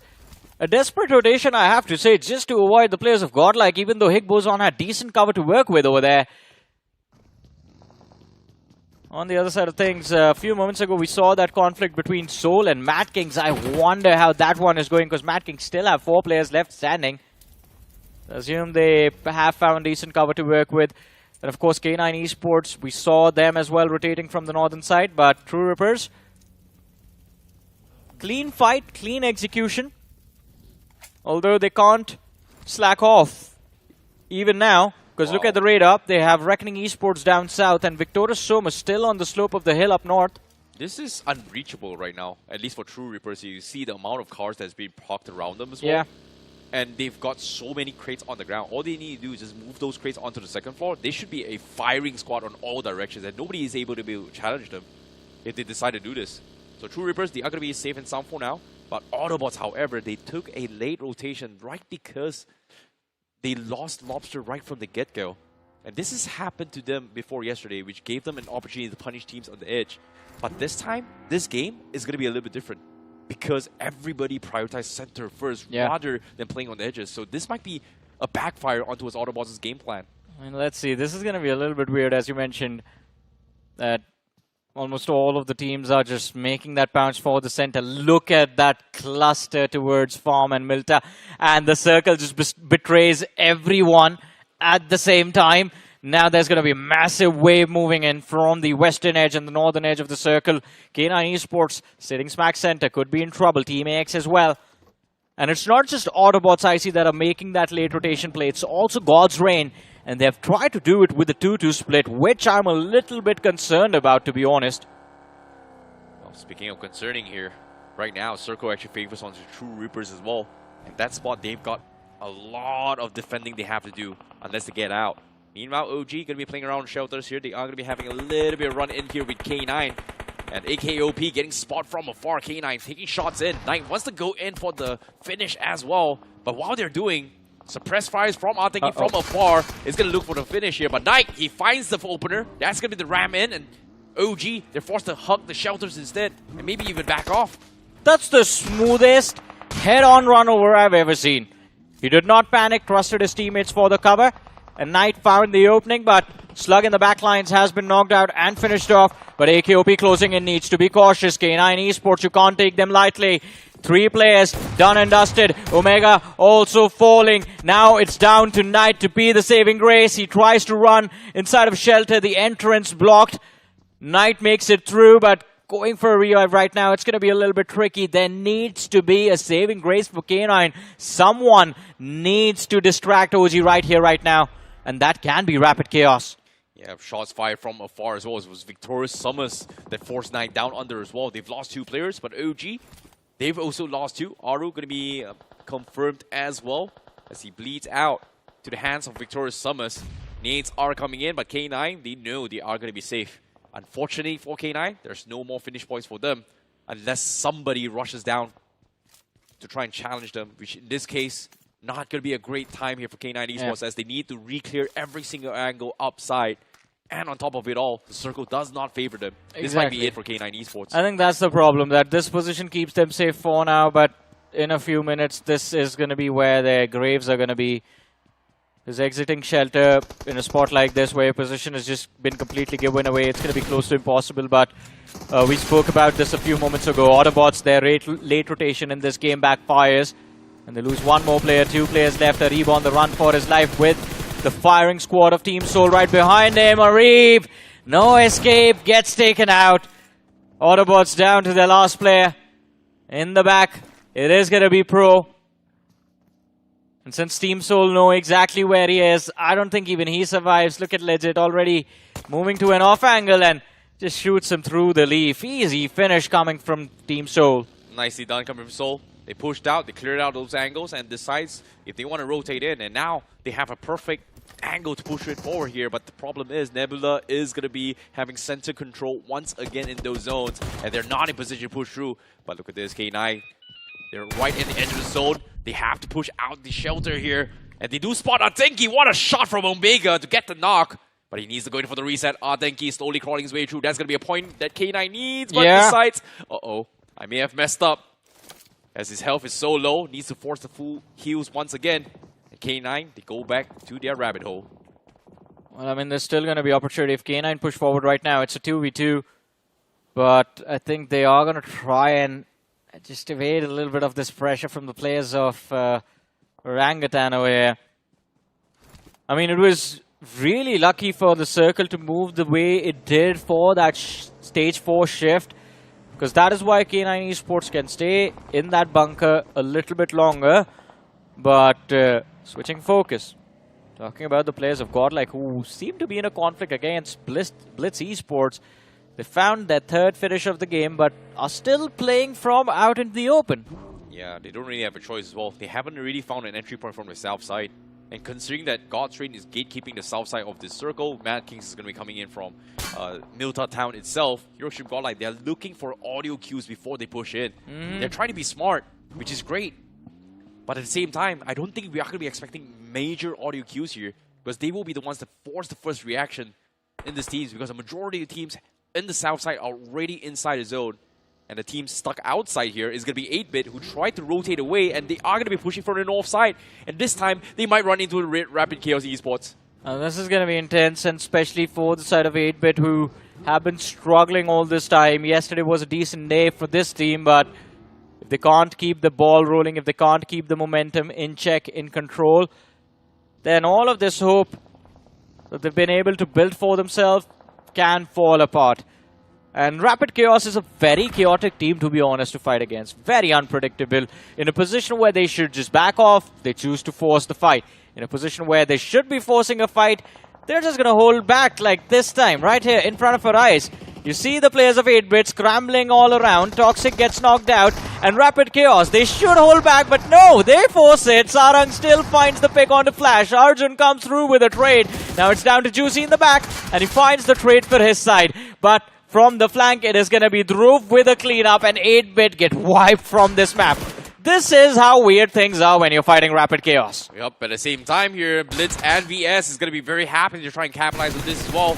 Aryan now going to be in a very awkward spot here. Devotee pretty much stuck out in the open. And Victorious Summers is still peppering shots and towards them. And they're not exactly in zone. And Victorious Summers, they really want to get gobble those points. But they don't want to give away control. Their position is just too good to let go. And it makes a lot of sense. But that means no points for Victorious Summers.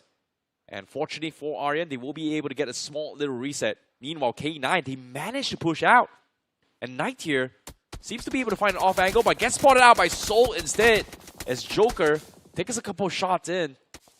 And he's going to be A-okay, but OG does not realize that Knight is still outside in the corner. But the circle shifts up north once more. And K9, they are going to be able to buy a little bit more time. I mean, even OG now, with a lot of inputs coming in, and with this zone in play, they are going to be looking to try and get some sort of control rather than focusing on K9. Yeah, I mean, that has to be the game plan for Well, staying back has to be the game plan for K9, but OG, they need to make sure K9 is gone before anything else happens. Unfortunately, though, for both these two sides, AX, they are looking to move towards the northern side, and Knight could be in trouble. He's looking towards the players of AX and hoping that somehow they force a clash against the side of OG. But we switch focus, moving towards the players of Godlike, who are looking to move towards the circle right now. But as you spoke about it a few moments ago, the gatekeeping attempt that was made by the players of God's Reign has resulted in them just getting their players knocked out. Now Delta, a man still left standing, taking on the players of Godlike. Can he fight his way out of this one? It's a big question, and the simple answer is no. Now it's just down to the IGL of the side of God's Reign. Godlike today, they show up living to their namesake. 6 eliminations secured in this particular game. But we all know for them to directly take a leap towards the quarterfinals, there is a very long way to go. Oh, massive name from Destro to throw out the aggression of Godlike. They're pretty much needing to go for the reset here, but with the circle forcing them out and open, desperation calls for desperate moves here. Extreme Godlike, they have to be quick. The zone is slowly moving in as well. They're trying to pick up the IGL before making a run for it as well. As Amino going to be setting up a couple smokes here in case the third party comes through. Manya needs to pop the first 8 first before he can make a run here. And it's going to be exposed out and open. But Destro, he just misses the timing. He tried to go get cheeky to try and pick inside, but misses the timing completely. And Godlike, they will be able to get out. No, they do not, because the firing squad from TrueRippers helps them, as well as Jonathan and S-Power gets taken out by both them as well as God's Reign. What a blunder from Extreme Godlike. And now Destro, he's going to make a run for it, and even him almost getting taken out, but he will secure the points off Godlike instead. I don't know how to react to that, man. That was panic on display from the side of Godlike. That escape attempt should not have been there. If you know your backlines aren't clear, you do not run out into the open like that and get third-partied. Hey, Admino still finds a knock onto Destro, but at this point, this is just saving grace. This is last-ditch effort to get any points that you can. Hey, on the other side of things, OG have been eliminated from this game. How did that happen? And K9 is still alive. I guess K9, a thank you note needs to be sent out to Team AX. But speaking of another fight is about to happen as well, so they find themselves in towards the smack middle here, sharing compounds with Nebula. And like you said, OG getting wiped out for AX, and K9 is able to push out. Knight now looking for an opener here. It is going to be a 2v1 situation here. K9 might be able to get the upper hand. Henry gets tagged up real bad here by the nades coming from Knight. As another nades comes in, cooks to perfection. Does it look good? Yes, it does. It does tag up Henry once more. This is a prime position to go push as well. But with the smokes coming from Henry, gives Omega space to rotate and group up. As K9 now finds himself in a situation where there's a lot of vehicles and there's just only one guy. And you can see the fear coming in, as well as the circle is going to force them out and open. They have to clean him up before they go. As Henry, setting up smokes, wants to take a vehicle and make a run for it as well. But K9, the paranoia, they're just so afraid to push out. Yeah, I don't know why. I would love to listen to the comms of this play, man. Because there's a lot of utility exchange between the two sides, and Omega just stayed back in that shelter stairway for a very long time. And all K9 have to do is just make sure that Knight does not get knocked out. The problem is that Henry has 4 more grenades to work with. And Omega needs to give his teammates some support over here in terms of firepower. Oh no. Henry missed up the timing. Omega, he's going to get naded as well. Omega, he needs to make a run for it. Oh, but the bounce, the timing, Henry. So he's lucky. missed 2 nades on Omega so far. Now finally lobs the perfect one. Omega gets tagged up, but he's not going to be knocked. But the circle's coming in. K9, they're still waiting. They're still waiting. But the nades bounce off again. Henry, he's missing every single nade on Omega. What is going on?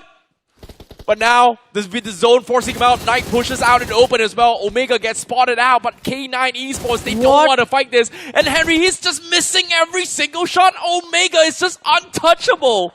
That is just pure luck, man. That skill had nothing to do with that. Henry made so many blunders where these two individuals, and I'm pretty sure of this, would have just wiped the floor with him and eaten him alive. But what was that? It's just like pre-firing and Henry just runs into it. What?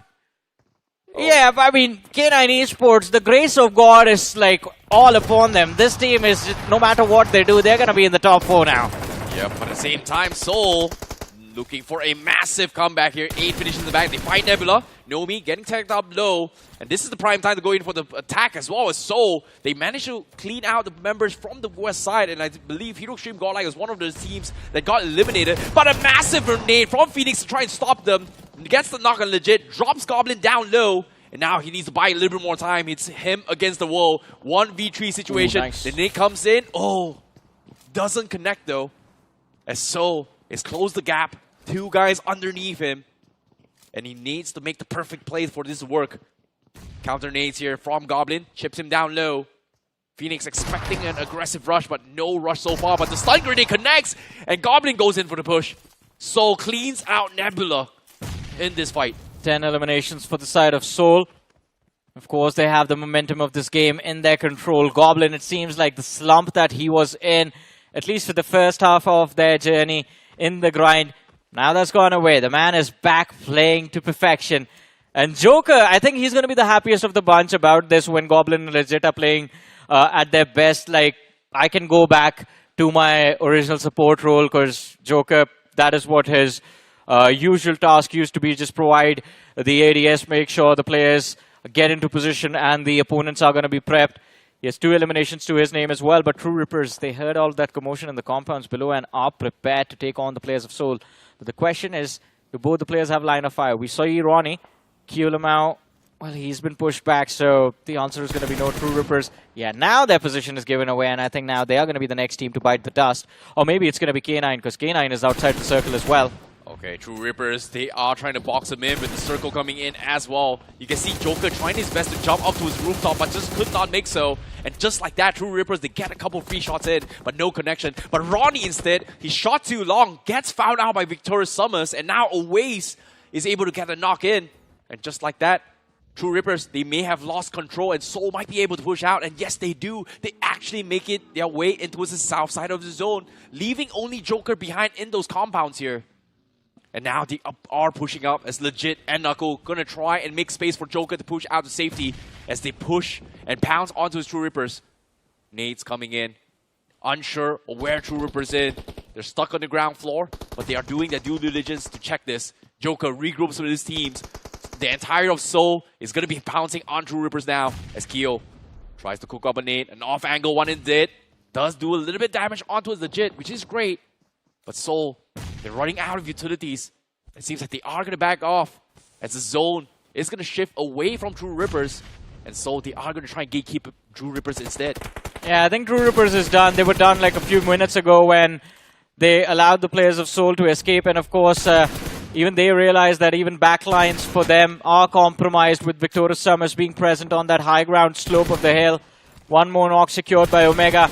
But he does not have a nade to go for the cleanup. Maybe if the players of Team Soul can lob a nade into that corner room, they find that free finish for themselves. And of course the bonus point, because Ronnie is, well, he's bleeding.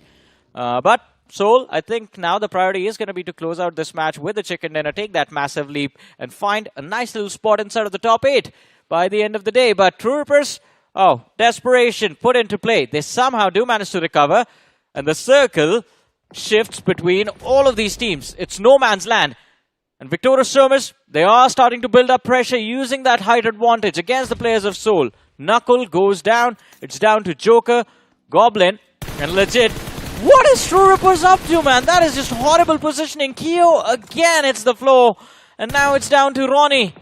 And even he gets finished off. K9 in a position where they should have been eliminated at least 5 minutes ago at the hands of Orangutan, find themselves in the top 3 with 5 eliminations to their name. Victorious Summers looking very solid, looking like the prime contenders for this chicken dinner in this match.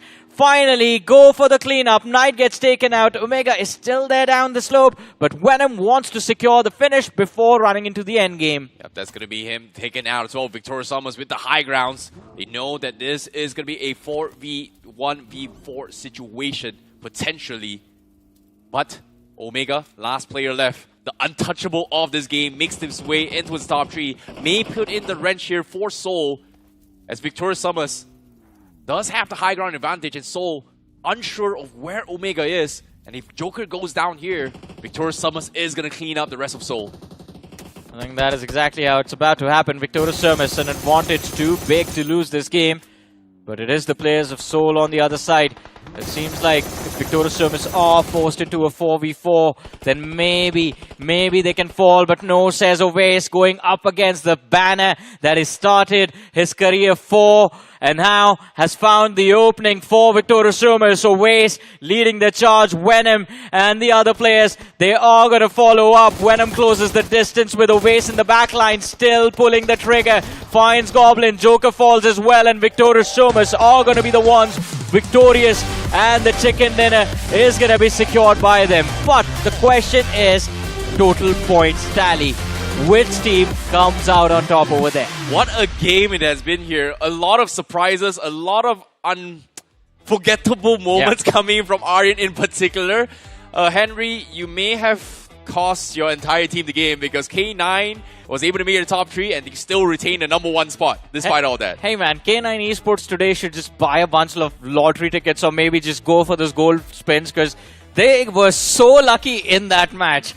First, OG getting taken out the way they did. Knight out in the open in the direct line of fire of Team Seoul has Team AX in the back and no one sees him. Seoul takes a few shots and then they get distracted. And then that whole fiasco with Henry and Omega. I don't know what was happening. I don't know why Omega was so hesitant in taking that fight head on. And what was Knight doing? Just running around out in the open like the flank like that. Like, yeah, K9 Esports. Super lucky. That's it. Yeah, I perfectly agree here. But still a massive game here coming from Victorious Sumus. They need these points to make a little bit of a bounce back. They are sitting almost close towards the bottom. They are actually at the bottom here. But with this winner chicken dinner, gives them a shot to fight for the top 8, at least in terms of comebacks here.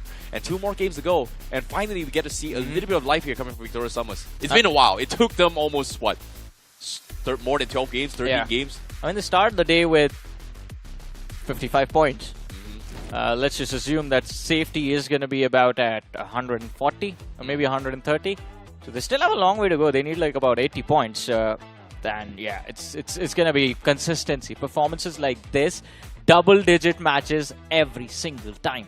But for all things considered, I'm very glad that I see signs of life coming from Godlike, and I do see signs of life coming from Seoul because they have stopped doing their shenanigans of going for the hunting spree, and it's playing a little bit more macro now. And I'm really liking what I'm seeing for today's games, especially for Group A. I'm extremely excited. Hey man, Goblin is back, and that is all Seoul needed because even with Goblin not performing, they kind of kept their average pretty decent. But this was just the start. Now, after this, are 2 back-to-back Miramars. What's going to happen? Find out after this very short break. He doesn't.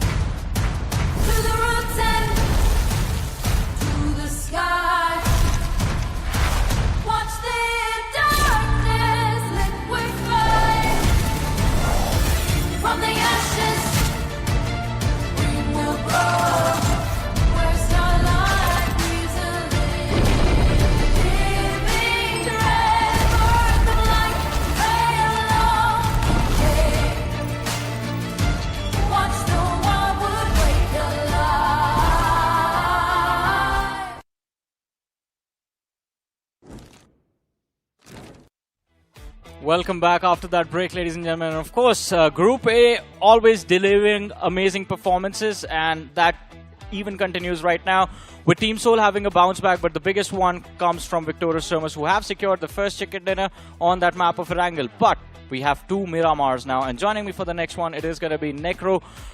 Impressive performance from Sumus, impressive performance from Soul. K9 Esports, I'm going to say it again, extremely lucky in that game, but your thoughts on that game of Erangel? Hey, look, what matters is consistent point flow. K9 Esports is able to get that All as right, well. fair. Yeah, for VS, one good game, but I just hope now they're going to be consistent in their upcoming games as well, because that's been the main concern for them.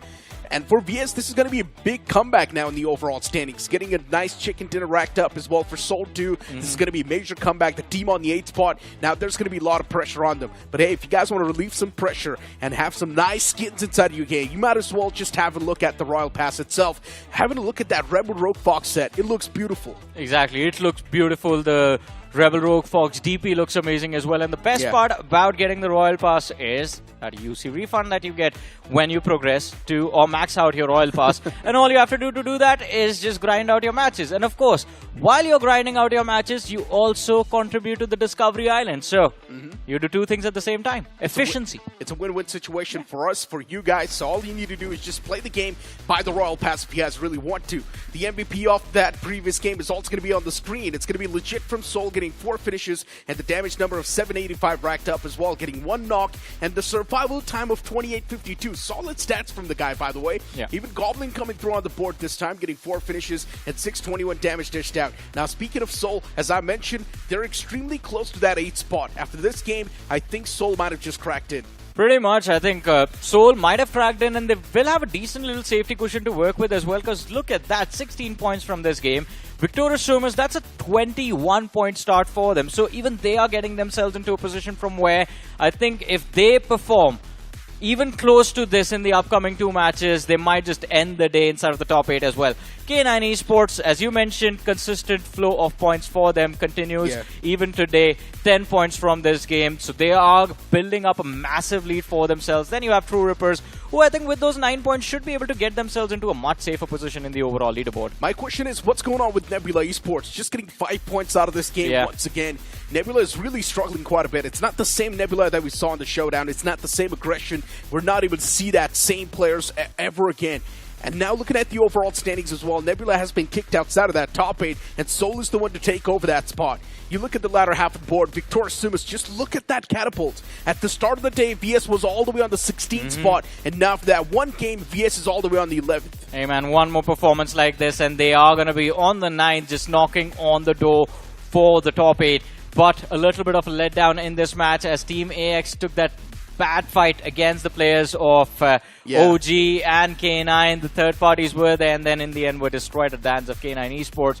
But now, surprise, surprise, Reckoning Esports on the 16th position. Did we expect that to happen when we saw the groups? Yeah, it's somewhere down line. Definitely not, but I would say now with the way they have been playing, I do feel like they deserve to be at the bottom. They the performance is just not there. That is I understand I'm a little bit harsh, but it is what it is. The performance is not there. Madkings as well, the same thing can be said for them too. It's been so many games, we're not seeing a good string of games, and if that's going to happen, you will be at the bottom. The same thing was happening with VS, but now they finally do initiate that comeback. And the level of aggression from VS, I hope it gives them confidence. But as you were talking about Madkings, in that previous game, the only instance I remember seeing Madkings was that first pick that they got against Autobotz, and after that, they just vanished. Yeah, of course they did.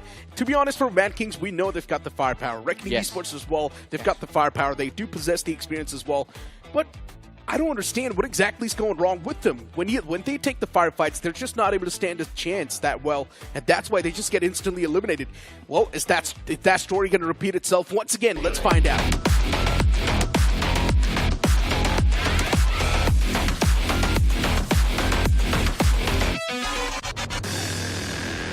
Planes in the sky once again for the deserty lands of Miramar, and this time it's going to be Group A stepping their foot onto it. Are we going to see any drop clashes? That's the first question.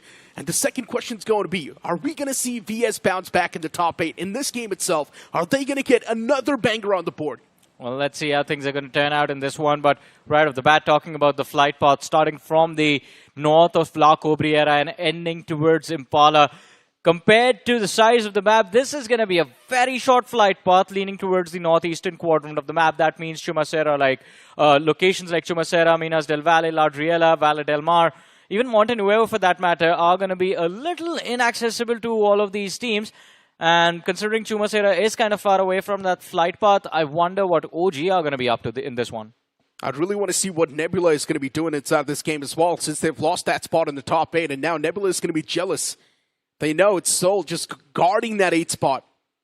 And Soul is one of those teams that is more than capable enough to just keep themselves pinned down in the top 8. So for Nebula, now it's going to be a real problem. Troubles will be there, but Nebula as well, they are one of those teams who does have a decent bit of experience. And the firepower as well, it's not lacking. They've dropped right next to Soul. There's a big chance we might just see a fight between these two. But let's see what happens. Rapid Chaos Esports, a little bit deactivated in that first game.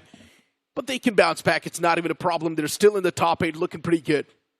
I mean, there were moments where I expected Rapid Chaos to actually cause chaos, which they have been doing for the last few days. But as you mentioned, kind of deactivated. Weren't really that eager to get involved in those fights anymore. But hey, I mean, it's not just the flight path that's going to make this game a little bit more interesting. The circle as well, centered between Los Leones and Chumacera. But hey, hold on for a second. I hear those shots go off, and it seems like, again, we have a drop clash. Victorious Sumus against TrueRippers. The last time we saw this happen, it was TrueRippers that were kind of beaten out of it. Yeah, they were. VS and TrueRippers, this drop clash, it's not going to pan out that well. OS on top of that ledge, wanting to take a few shots against TrueRippers, and TrueRippers as well. Making sure no one's going to be knocked out. Trying to play this one a little bit quiet and safe. Oh no, those shots, Ronnie. The man's barely surviving. Someone's got to make the call. Ronnie's taken down low. That can be a free elimination point, but now since Keo is there, things are looking good and dandy. Ronnie's going to patch himself up first. For TrueRippers, I like the fact that there is some instant reinforcement. For Victorious Sumus, though, Venom is the only person in that area. There are a few players in the back lines from the long ranges. They are having a look at it. But still, if they do manage to isolate that duel against Venom, the man advantage can be in the hands of TrueRippers. But at the same time, El Azhar is such a massive city that two teams can loot it properly. Agreed.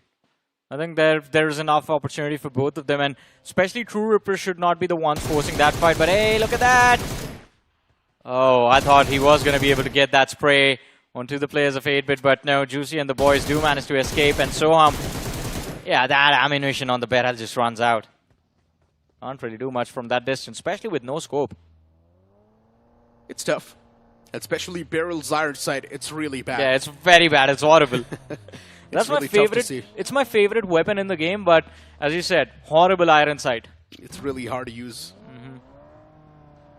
Even up close and personal, to be honest, luckily enough in this game, hip firing is easy. Yep. But if hip firing wasn't an option, then yeah, Barrel, it would have been even worse. And it makes a lot of sense why the weapon's not in meta. Recoil's tough to control. But I really want to see a player use Barrel. Hey, he's sitting right next to you, man. Come on, you're not a pro player. I'm talking about a pro player. I am a player, but just not pro. I want to see a professional player use Barrel in games. Because I do believe it packs a lot of punch. Yeah, the DPS is nice. Yeah, it's just the recoil. It's unstable. It's unstable, but the recoil is not that difficult, to be honest. Because I used to like that weapon a lot, but the DPS is nice. The damage over distance is also quite decent. But any given day, I think at this level of play, what players prefer is the consistency and the fact that they do not have to think about the fact if you have an M4, you know what the pattern is going to be like, you know what the damage drop-off is going to be, and you know at what distance, how many shots you need to make contact with. And I think that is why we see those AKM, M4 preferences all over. Scarel becomes the third most used weapon, I guess. So you're saying the players are basically comfortable with the weapons at this point they're using? Everyone wants to be as efficient as possible over here. And also it makes a lot of sense, right? 7.62, it takes a bit more of that space in the backpack. True, true, true. That's why maybe the players just want to use the 5.56 a little bit better. Lot of details, man. I mean, if we go down this rabbit hole, you can justify a lot of different things. But imagine if there's a balance update and they make the backpack space same for 762 as 556. Then I want to see what sort of change there will be. I think that's going to be insane. I think that might just end up putting M4 on the sidelines, maybe. Yeah, that would be really fun, though. I would love to see a shift in the meta. Yeah. Everyone's been using M4, AUG, Scar Rails, if really necessary, if they do not really find anything else. Ooh, AUG rate of fire is mad insane, so I think this is the one thing that I have been in a dilemma of recently, because watching all of these matches and the players kind of have picked up a lot of AUG over time. Yeah. Me personally is a weapon that I want to start practicing again. I'm going to say a crazy thing about this. When I was casting with Fixes, I predicted this way before. When AUG was a normal weapon, not a drop weapon anymore, I said this before. AUG is going to be a meta in certain time. Yeah. And Fixes said, no, I don't really think so. M416 is still going to be the same thing. But I was constantly saying it. No, I believe that AUG is going to be meta in the future. And well, here it is. Hey man, you manifested into existence now. Everyone's picking up the AUG. That rate of fire right now on that weapon is just nasty. It's too much. It's really good. And now looking at Soul. Even they were taking a few shots against OG. OG's on the run. Want to play things a little bit on the back end, on the back foot. Madkings is pro. Oh, the man gets ran over. That's going to be free elimination point collected by Bunny. Higgboson still in the outskirts. Now I really want to follow Higgboson and see what sort of rotation this team's going to pull out. What is that one thing Higgboson is doing different than the other teams? I think right now, from the start of the game till where they are right now, they started off from Truck Stop and as of now find themselves just west of Impala. But we saw Madkings on our screens a few moments ago, and this is something that we wanted to talk about. That Madkings had a very interesting start. 3 players towards Minas Generalis, and then Klajgård was all the way towards Impala. That was a really nice replay, by the way. A little pixel, and Bunny was still able to shut that man down from the Weekle. Insane stuff. Great spray. With just a 3x, he was able to do it. Maybe that's one of the main reasons why Higgboson is currently inside of the top 3. It really separates them from a good team. Yeah. I think at the top, there's just 3 teams competing. K9, God's Reign, and Higgboson. Then there's a massive drop-off. You see Rapid Chaos, Autobotz, Blitz, TrueRippers, Soul, Nebula, OG, in that gap between 112 and 91 points. And then there's everyone else. Victoria Sumus, with that chicken dinner, with that massive chicken dinner, were kind of able to catch up to the top 10 of the overall leaderboard. But let's see how things are going to turn out. Juicy, duking it out with the players of Reckoning Esports. Nate goes flying, but not a lot of impact over there. Yeah, I mean, Reckoning Esports now just getting back inside of the vehicles and falling back. They don't want to maybe press upon the matters anymore against 8-Bit. They know it's too risky. And Juicy, he does not even have the extended magazine on the M416. So yeah, this is definitely going to be a little bit interesting. Rapid Chaos Esports in the close proximity of K9 Esports. Rapid Chaos is one of those teams that likes to go frag heavy, but at the same time, their approach is really weird. When you look at Rapid Chaos Esports, you think that they're going to be playing a little bit passive and defensive. Yeah. But then later on, you see them just taking fights left, right, center. So it really makes me thinking that are they actually an aggressive team or are they someone who wants to play zone-oriented? I think they're just a chaotic team and very rapid at that as well. And chaos, sometimes it works out in your favor and sometimes it doesn't. But more often than not, I think it's just the firepower of the players that has kind of thrown everyone off, because if you look at the way Rapid Chaos has been approaching these team fights, they just go for those individual 1v1s, grab a point and then just run away. Well, this time it kind of backfires upon them as they end up giving a point to the players of K9 Esports for free. Oh, the circle shifting out in center. Ooh, that cluster as well towards the southern half. Big cluster. Even Soul's a part of it. Godlike's a part of it as well. AX as well. Around that centric part. K9 Esports making that rotation from the northern side. It's a big wave of vehicles just moving in. Northern side stacked up with a lot of foes too. And there's a chance these teams can be caught off guard rotating. Looking at the southern side, though, you've got Blitz, God's Reign, and even Higgboson. And Blitz, unfortunately, they've already lost out in Chandan. The man's knocked out. Still recoverable, But is that recovery going to be there? I don't think so. I think, look at this. Blitz Esports, while Higgboson pressure one direction. God's Reign, they show up on the other. Another player from the side of Blitz Esports knocked and finished off. And now Sarvar, he's been spotted out. Soham as well. Destro goes for a prone down spray. And well, the distance kind of keeps the players of Blitz Esports safe. But Higgboson, have they heard all of this commotion on the top of this hill? And if they have, what is their decision going to be? Are they going to look to make this bounce? These two teams at the top, if either of them loses this fight, they don't suffer at all, because pretty much both of them have cleared the cutoff, I think. 136, Higgboson should be safe, even if they aren't able to perform till the very end. Wait, the circle is forming up as well.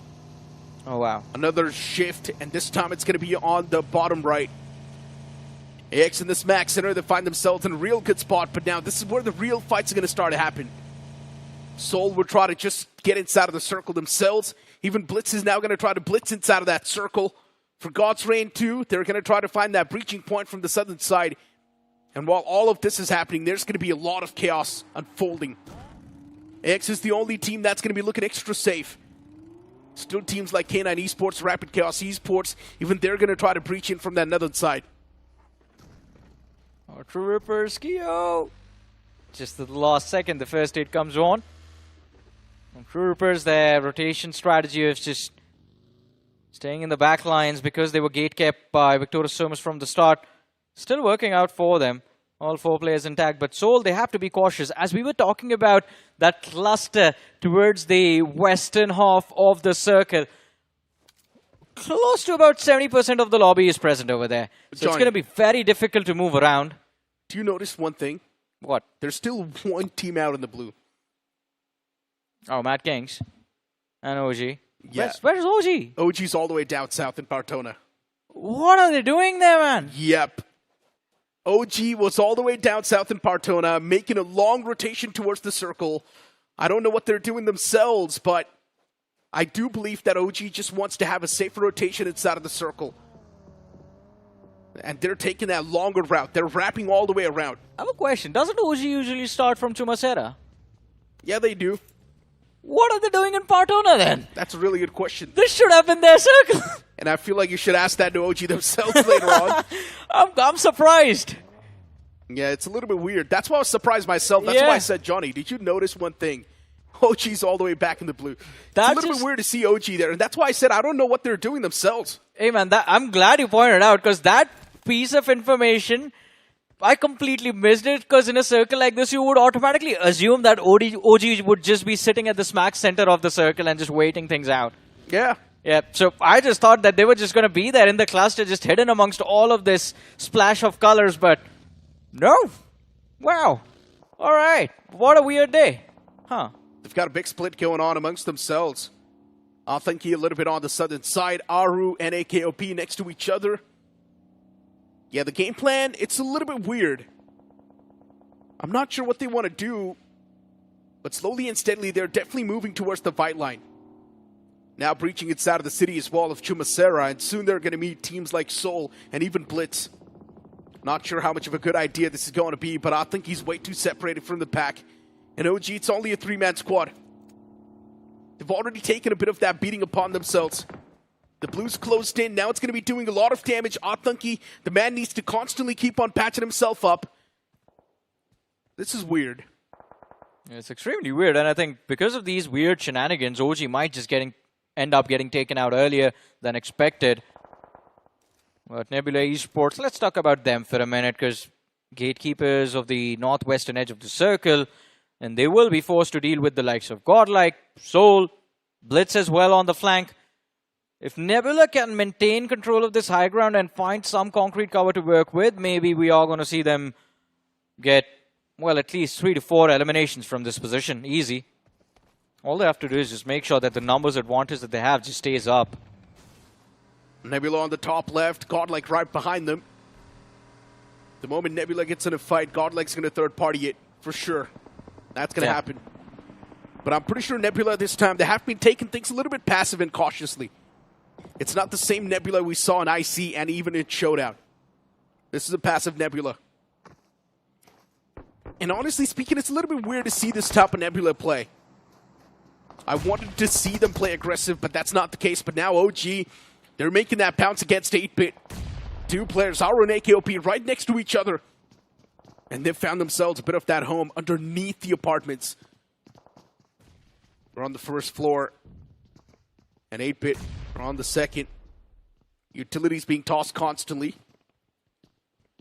From the side of 8-Bit. Just in the hopes of finding at least one connection. And one of the men from the side of OG actually does get knocked out. And now it's just one man standing in that same building. And even he gets wrapped up.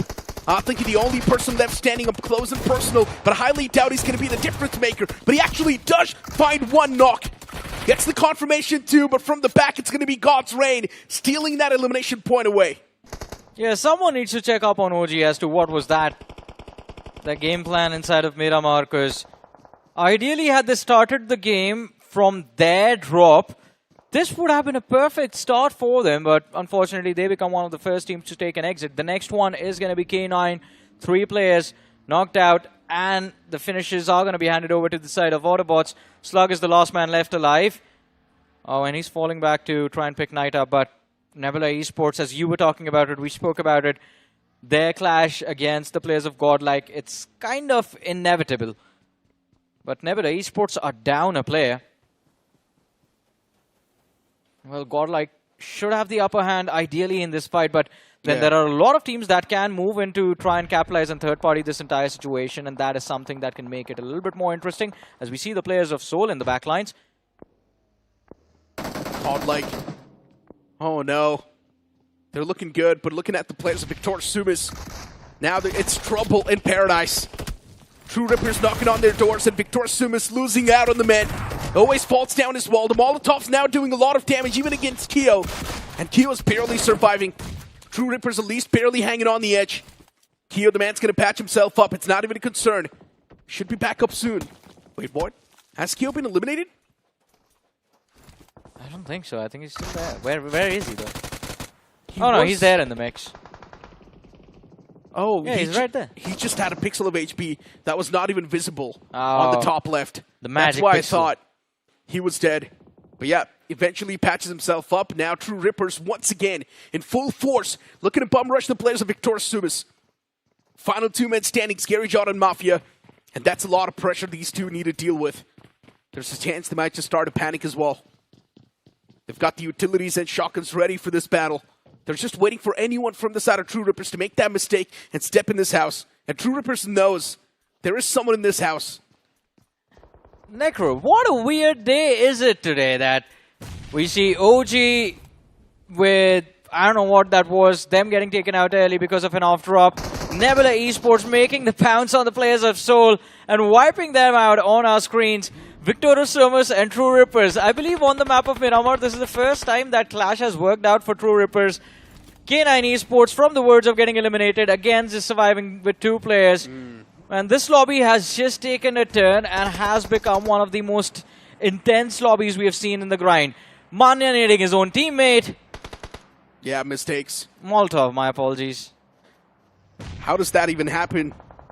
And now because of that, Admino, he's been finished off. Godlike with just a 3-man squad, they need to continue this journey. Problems after problems now starting to stack up. Godlike in a world of trouble. The position they've got, it's not even good outside of the circle. There's also going to be Autobotz Esports forcing themselves on him. And Autobotz Esports is going to be brute forcing themselves. So yeah, for Godlike, it's really not looking too good. Nebula on this block. Now they need to fight against Higgboson. This is going to be another one of those interesting fights. Utilities tossed out from Autobotz Esports in the hopes of finding at least one knock. But that's not found yet. Godlike's on the run, tucking their tails and running away from this spot. Yeah, I think that's going to be the best option right now because they're forced outside the safe zone and it's not going to be easy to find access to the safe zone as well. Look at that. Manya getting knocked out by the players of Reckoning Esports. Again, falls into the line of fire. And now his teammates are following up as well. Jonathan, the next man to hit the floor. Last man left alive, S-Power. And well, I don't know if he can stay alive for a long time. Godlike though, still, they haven't really found themselves that good spot that's needed. Since S-Power is the only person standing, for Godlike, I highly doubt they're going to be surviving for too long. The game's almost done. Autobotz Esports chiming inside of this fight. Reckoning Esports, they found themselves on the receiving side of the spectrum. And for Autobotz Esports, they've taken over the control of Church. How does this even happen? Reckoning Esports, they just gave away the control like that. And now Autobotz Esports, they might just be in the power spot, but still Reckoning Esports doing a real good job in finding those knocks. One man knocked out, the confirmation instantly follows up as well. Reckoning Esports is Roman. He plays a crucial role. Yeah. He's going for a revive onto Sahil, but Areeb, if he finds contact with this nade, then maybe Reckoning Esports are going to be in the worst spot, but Areeb, what just happened? He nades himself. That was a kamikaze move and takes down one from the other side. Now Ralphie has found the second knock and maybe the third as well. Roman, the key player from the side of Reckoning Esports, he's trying his level best to buy some time for his teammates to reset, but yeah, it's going to be so tough. Reckoning Esports is hurt too. Reckoning wants to go for the reset. This nade, it's got to be on the mark. Should at least get the re-knock on Autobotz Esports, but no, that's not the case. Still two more men standing. It's a 2-on-4 situation. Man advantage in the hands of Reckoning Esports, big time. It can be their fight easily. Good Molotov from Ralphie, though. That's going to delay the push even more, and that's also going to give him time to go for the revival. Areeb, somehow, the man actually escapes that Deathclaw, and now he's out. And that move from Areeb can be the saving grace for the side of Autobots, by the way, because now it attracts the attention for the players of Reckoning Esports in a different spot as well, instead of all just focused towards the church. Ralphie, this is a massive risk he's taking as the players of Reckoning Esports make the pounce to try and finish off Areeb. And well, Areeb, he tried his level best to find at least one knock over there, but Ralphie falls, Areeb falls, and Pro gets shut down. That's it for the Autobots. And Levi's there to just mop the floor up. Solid stuff from Reckoning Esports. Levi once again proven out to be the big guy. Getting 4 finishes. Crazy stuff. Reckoning Esports, this might just be the game they've been searching for. That one big game, which is going to initiate the comeback for Reckoning Esports as well. Looking at Team Aryan. Oh no, not in a good spot. The man spotted. Knight has got a clear line of sight. If Knight goes prone, that's also going to be stable spray and a free knock as well. But the problem is that K9 is down to the last 2 players and they don't really have a position from where they can afford to be that aggressive. I think they're going to try and see if Team AX, they take a beating at the hands of Reckoning Esports, and if it's just down to 1 player or 2 players from the side of AX standing and Knight still has that line of fire, maybe then they can look to engage, because that's a lot of distance as well. But after trades from either side, the players just fall back, and Knight, he tries to go for a spray, whiffs every single shot, and now his position is compromised. Yeah, the shots were taken, but nothing found. Too much trigger discipline sometimes can actually be a really bad thing. Yeah, agreed. We have seen that happen multiple times. Yeah, a lot of moments witnessed. 8-bit as well now chiming inside of the fight. It's God's Reign constantly getting ripped to shreds. Another man getting knocked out. God's Reign, they're just not having side relief at all. It's 8-bit constantly taking those shots and actually handing out those knocks as well from the top. It's also going to be the players of TrueRippers now moving in close. God's Reign in a real bad spot. They're pickled.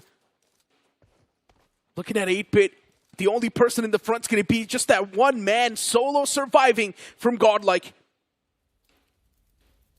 And if he doesn't move, then maybe he can be the one that catches the players of 8-bit off guard. They don't know that S-Power is right here next to them.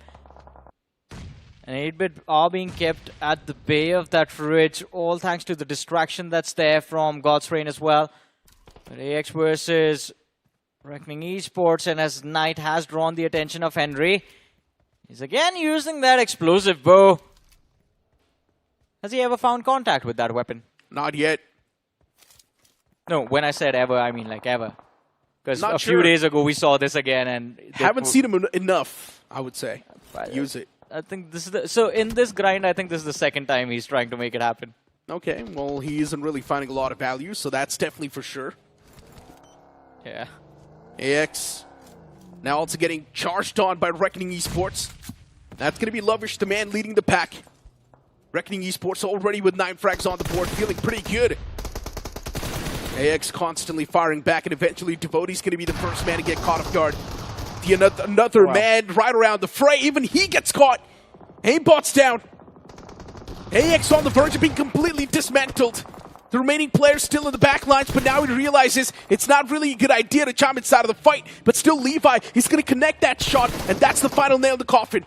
And hey man, look at this, what's happening to the players of 8-bit, because finally the fight comes through. Godlike also eliminated from this game, but 8-bit all left bleeding as Juicy in the backlines gets knocked out. Knight finally pushed outside of the game as he gets spotted out by Levi from the side of Reckoning Esports. And Reckoning Esports, right when we get critical about them, drop a massive 11-point match as of yet. 8-bit, oh my goodness, what was that, Skips? Did he just take on and destroy the entirety of God's Reign all by himself? What did I just see? You blink it and you miss it. That was literally one of those moments. I blinked and I did not even see God's Reign in the game anymore. I'll be honest about it. I did not think that is what was about to go down. I thought maybe 1 or 2 knocks and then Skips gets traded out and then Radiant might be forced to step in, but no. Ooh, ouch, that one's gotta hurt. I know, right? That's definitely gonna sting and hurt. But that's for the later. As of now, TrueRippers, they're charging on against the players of Higgboson, and one of the man Hero. He's taken down real low. Hydro, he finds a second knock. The first man is down low. The second man is knocked out. Higgboson, they've still got 2 more players standing on the feet. 8-bit from the back now, constantly spamming on the players of TrueRippers, and TrueRippers, they've got nowhere to go. Oh, where do you go? 8-bit is taking shots from the back. From the top, it's Higgboson, constantly tossing utilities and doing damage. TrueRippers, they're messed up. They're stuck. Yeah, this is going to be very difficult to get out of, especially with 8-bit having the line of fire from the back as well. And Snowjaw, oh, I thought he was going to be out of nades, gets 1 more. Higgboson have done a phenomenal job just buying themselves time to go for that revive. But hey, see, we got critical of 8-bit. They make it to the top 5. We got critical of Reckoning Esports. They have 12 eliminations in this game. Necro, we were critical of Nebula Esports, and it seems like I have this feeling that Nebula Esports might just make it to an easy top 3 or top 2 finish in this match. Yeah, but it's still not the same Nebula that I saw in Showdown. That is very true. Nebula by now should have had double-digit finishes back then. This Nebula, it's a little bit more methodical. Yeah. A little bit more tactical. They like to think before taking the actions. They like to rely a little bit more on their brains. Before, it was just all firepower, and I loved it. But now looking at Reckoning Esports, utilities, even they started talk. Knocks and damage dished out. Reckoning Esports just want to steal the elimination points away. Higgboson, the man's done. Hero's not going to be standing a chance in the game anymore. 3 more men still standing for Higgboson. 6 finish points racked up. They want to take a fight against Nebula, but still threading that needle is going to be tough. OSIL sees Skips run out in the open, but he was in the midst of putting on his first aid, and now the distance between the players of 8-bit and Reckoning Esports is next to none. Sahil with the S12K still trying to duke it out, trying his level best to stay alive in the back lines. There is a little bit of support coming through as TrueRippers go ahead and find Raid, and Skips switches focus. Now looking towards the players of TrueRippers. And amongst all of this chaos, Nebula Esports have picked off a few individuals from the side of Higgboson as well, swinging the endgame advantage in their favor. Snowjawed out in the open, gets knocked out. Bunny is going to be the last man left alive. And I don't think he can do much over here. He is going to be done for. The Blue's on the move, and the man gets shot from underneath. He's done. Bunny was not able to do a lot. Higgboson eliminated from the game, but still it was pretty solid game from them. Reckoning Esports, 16 finishes racked up. It's still counting, by the way. Even Nebula now is going to be on the receiving side. TrueRippers, there's just 1 man standing from that team as well. Reckoning Esports, they're looking like a freak of nature. An unstoppable freak of nature. Levi and the boys now pushing in tandem, but Lovish, the man was too exposed. Levi's position compromised, and for Nebula, this game might have just been gifted. But look at this cover fire from Sahil. This is insane. Levi as well, pushing in tandem, able to get the confirmations. Reckoning Esports, they're down to just 1 man. 17 eliminations on the board, and as you mentioned, Reckoning down to 1 player. Nebula has 2 left, but let's not forget about TrueRippers as well, because if KALINGA finds one more frag for himself. I think that is all they are looking for right now. Adi, he shows up for the cleanup. And KALINGA, does he have any nades to work with? That's going to be a big playmaking opportunity that he can create or maybe has missed out on. He's just crawling towards his left. And both the players of Nebula Esports are right now in the same spot. KALINGA pushes up, gets the first, looking for the second, fails to do so. But Reckoning Esports, Sahil, has the upper hand in this last 1v1 as Adi is forced out into the open. And he's cooking up that nade. Sahil goes for the push, armed with the shotgun. Adi, wrong move over there. The jump shot in the end connects. And Reckoning Esports, what is that? 19 eliminations if I'm not wrong? Yeah, that's too many eliminations from Reckoning Esports. Just one explosive game and you're already back around the top 8. This is what you love to see from Reckoning Esports. Yeah, we were critical about Reckoning Esports in that previous moment, but hey, if this is what we get out of them after that, I would love to see it once again. Not just them, man. Nebula Esports as well. We were talking a lot about them and we were critical about their performance so far. Well, they end up doing well as well. TrueRippers, yeah, that was a name that has been consistent. So yeah, TrueRippers all the way. But Reckoning Esports and Nebula Esports, I think two names in particular that have just blown my mind right now. I just really hope it's not a one-time wonder from Reckoning Esports man. and Nebula Esports. I just want to see consistent games. You do not need to go for explosive games like this. You can just get 7 to 8 points per game. That's going to keep you in a really good average and also in a really good spot in the overall standings. Because that is what Nebula Esports kind of needed. After the Wrangle match came to an end, Nebula Esports kind of just slipped outside of the top 8. And as you mentioned, Nebula Esports just needed about 7 to 8 points per game to keep their spot inside of the top 8. And especially with Team Soul taking an early exit in this one, I think the door was open. Nebula Esports have grabbed the opportunity, but man, oh man, Reckoning Esports, and in fact, Victorious Sumus, I think we are going to see those big comebacks happen today because Wrangle was Victorious Sumus and now this one was Reckoning Esports. And look at Levi. Yeah. 9 finishes. That's a 29-pointer coming through from Reckoning Esports. Wow. Really impressive. Could have been 30 if only one more elimination would have been stacked up, but it's completely fine. For Reckoning Esports, these 29 points, it also means now they're going to be around that top 8. Not exactly in the top 8, but they are going to be extremely around it. And for all the teams, there's a new contender. Of course, I mean, now this is going to be a lot of pressure because imagine this, right? I believe there's just one spot left for, that's just my personal opinion, one spot left on that 8th position, and you have everyone from the 9th to the 16th spots fighting for it. I know, right? You've got Soul, 8-Bit, you've also got another team, OG, Nebula Esports as well fighting for it, and now with Reckoning Esports inside of that race, it just gets even more spicier. But to be honest, who's going to be in the top 8 at the end of it all? That's the main question everyone's wondering. Before now, it's time for us to toss to a short break. You guys don't go anywhere. We'll be right back with another game.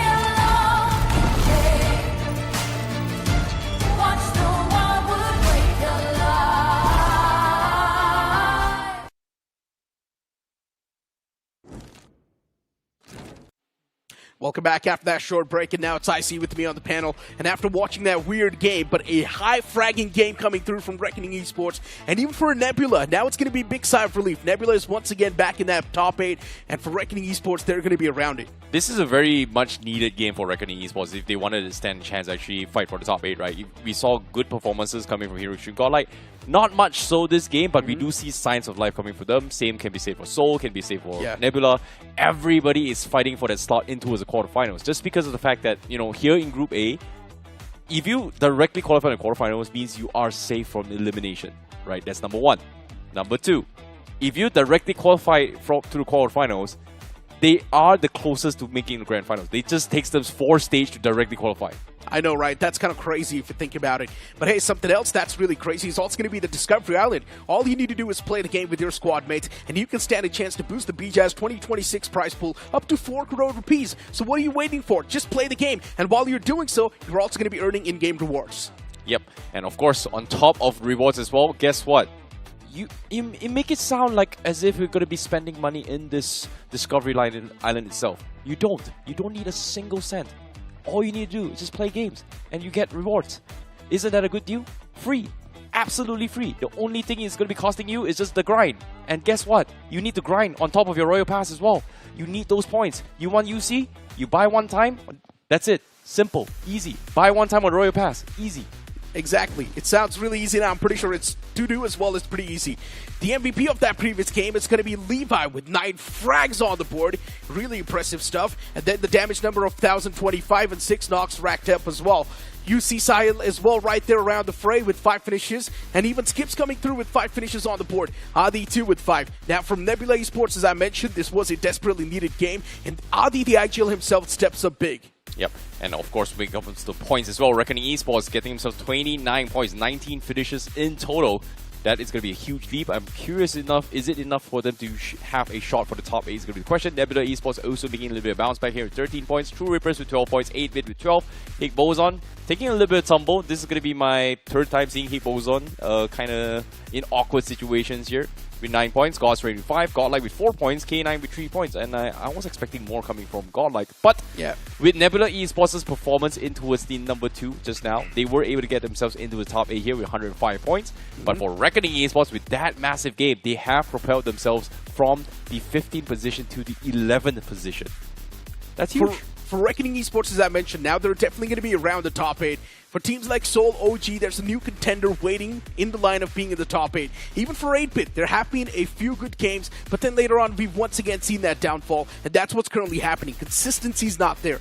Speaking of Godlike, yeah, the first game they played on the day, they got 7 points. Now this game, they only had 3 to 4 points, and that's not going to cut it. Even Godlike needs one massive game to bring themselves back around that block. Speaking of Nebula Esports, once again reclaiming that spot in the top 8.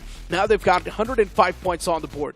Now, this is going to be a very, very much interesting one as well here, because one more final game for today. That means by the end of today, they will have a remaining of 6 matches in total. That means 1 more Rondo, 3 more Erangels, and 2 more Miramars to actually compete to stand a chance to fight for themselves into the top 8. So it's now or never if they want to set the benchmark. And in this case, Reckoning Esports has set a very, very good benchmark for the chase.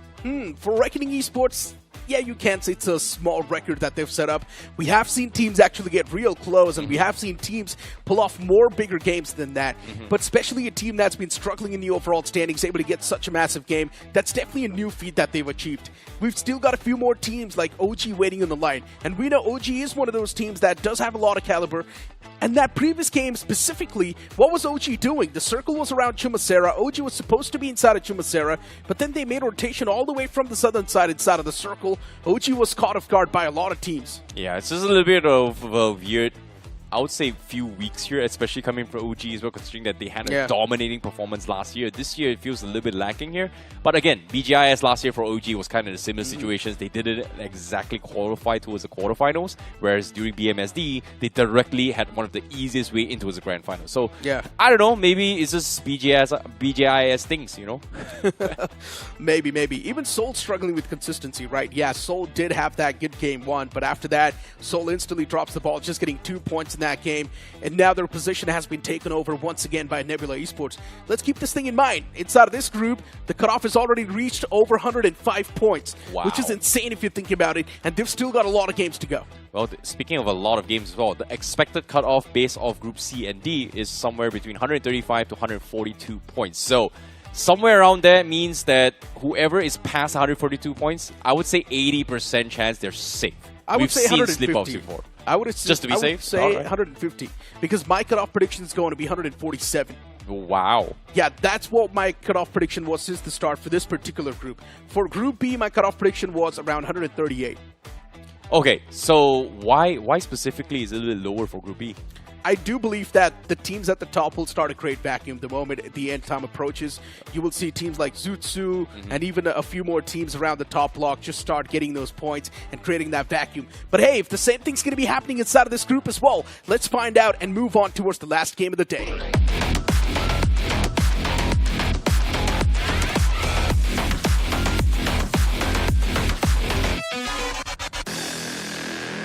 One final game here for Week 4, Day 2 on its way. This is going to be Group A inside the map of Miramar. And after this match is done, we will officially be left with last 6 games here for Group A to stand a chance to fight for the top 8. Don't worry, top 8, bottom 8, regardless of wherever their position is, they are not going to be eliminated just at a lower round. It's going to be between round 4 or quarterfinals for each and every single team from this group here, 16 teams in total. And to kick things off here for one final game today, the flight path is going to be starting things off from the southwest corner of the map and then traversing all the way towards the north side of Torre Ahumada. So it's a pretty northwestern shift of a flight path. Teams heading to Puerto Paraiso, Pala is going to have a very, very difficult time. And OG, they will once again go towards Chumacera, but no contentions so far. God's Rain dropping all the way towards Prison Island. That's really interesting. A little bit far away from the rest of the action, which is nice, I would say. TrueRippers as well dropping down south too. It's not really that often you will see TrueRippers drop around this spot, but it makes a lot of sense since the plane flat path. It's a little bit far away from LSR. Stretching towards that spot's going to be really tough, and TrueRippers also do not want to deal with Victor Sumus. It's interesting to see them actually not go for that route, but they could have just looted up somewhere in Cruz de Vel and get a couple of vehicles and then hit towards El Hazar. So maybe TrueRippers might go towards their hometown. But again, TrueRippers does alternate between this and Al Azhar, right? But I'm just a little bit surprised that God's Raid had decided to drop here. They might actually run into contention with TrueRippers right off the get-go. I mean, for God's Rain, it makes a lot of sense. They'd like to head on towards Impala and Puerto Paraiso. Okay, makes sense. So the plane flat path, it's completely tilted towards this side. That's why God's Rain did not really want to go there and just adapt on the fly. They've got their hands on the basic loot, got their hands on the vehicles as well.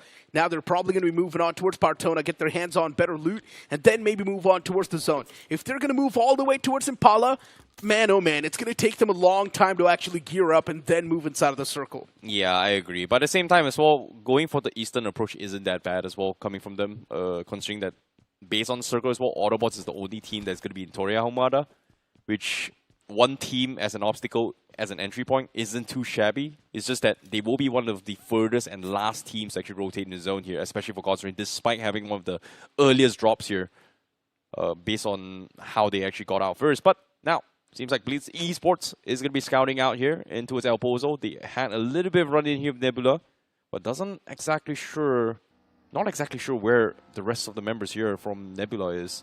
So Blitz, this is going to be a long, drawn-out fight. If they take too long, they're going to be caught up in a very, very awkward situation later on, especially towards mid-game. Indeed. But 8-bit, look at this. Seems like they are going to be heading to Los Leones, and I don't think there's going to be any kind of contention so far. Los Leones has been, shied away by all this team somehow, but looks like Victorious Summers Venom is going to be in trouble. Yeah, it's all by himself. No teammates around the man. And for K9 Esports, it's going to be an easy piece of candy. Wrapped up and devoured. K9 Esports, that one free elimination point's going to make him feel real good. Confidence is now going to be oozing out. For Victor Sumus losing out on that player, it also means not having enough men to defend down El Zahar in the future. And K9 Esports, they just want to chase down maybe the boys of VS. I think K9 is in a situation where right now they're already safe. Whatever they do at this stage of the game, they're pretty much going to qualify top 8 into the quarterfinals. They can just spoil the games for anyone at this point.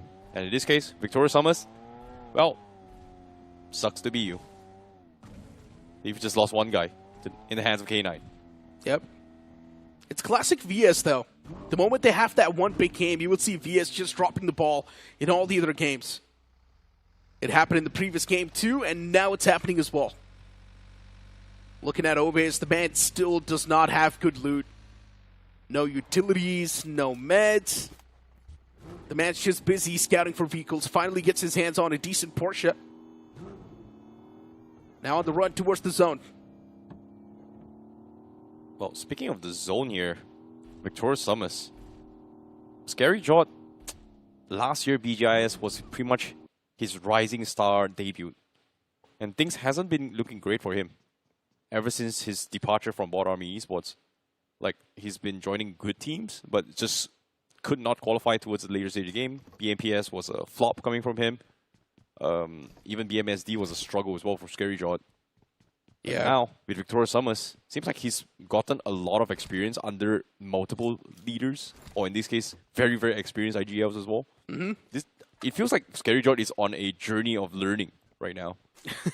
He's just learning with every single IGL. Yeah, but the problem is that while learning, he's not able to make a lot of progress, if that makes sense. Yeah. In tournaments, the man's not able to go that far. Even if he does, he's always at the bottom of the board. And Showdown's a prime example of that. Vasista Esports, the man was with in Showdown, and Vasista Esports was dead last. A little bit unfortunate, isn't he? Yeah. He learned under Hector, he learned under Waze now. He's just gobbling up a lot of information. Hopefully he's going to be able to put it to good use when it matters the most. Because as of yet, they're pretty much bottom 3. Yeah, before he was with Henry from AX. Yeah, he's learned a lot, huh? Yeah, it's been a massive learning curve, and he's just constantly learning. There's got to be some time when you just start to implement stuff. It's so sad of a story, because he was a star when Born Army Esports was there. Yeah, he was. And then when the departure happened, his teammates actually won BMPS. Ex-teammates, I'm sorry. I know, right? I'm pretty sure Scary must be thinking that, man, I should have just stayed in that roster. Maybe it would have been a little bit different. But hey, the past. Now you got to focus on the future and the present. Sometimes in life, we're just so focused on the 1% that's sitting at the top. We do not realize the life and struggles of an actual esports player that's grinding their way through. And this is the beauty of what BGIS is all about. We give an equal opportunity to each and every single player across India to stand a chance to be the star. You either make it or you breaks. Yeah. But the opportunities, they come back every year. So yeah, there's always hope. One year has a lot of opportunities. And you can always just keep on looking forward to them. Oh, that's pretty much the opportunities for teams at the top, I would say. Even third-party tournaments, right? There are a lot of open for all third-party tournaments. Fair. But speaking of which, TrueRippers, seems like they have made their move. And they are going to be traversing from the left side. And they might run into a Hero Stream Godlike here. Manya's going to be scouting ahead all by himself. A little bit far off here. It seems like Godlike, they are going for a 1-1-1-1 split right from the get-go in Circle 1.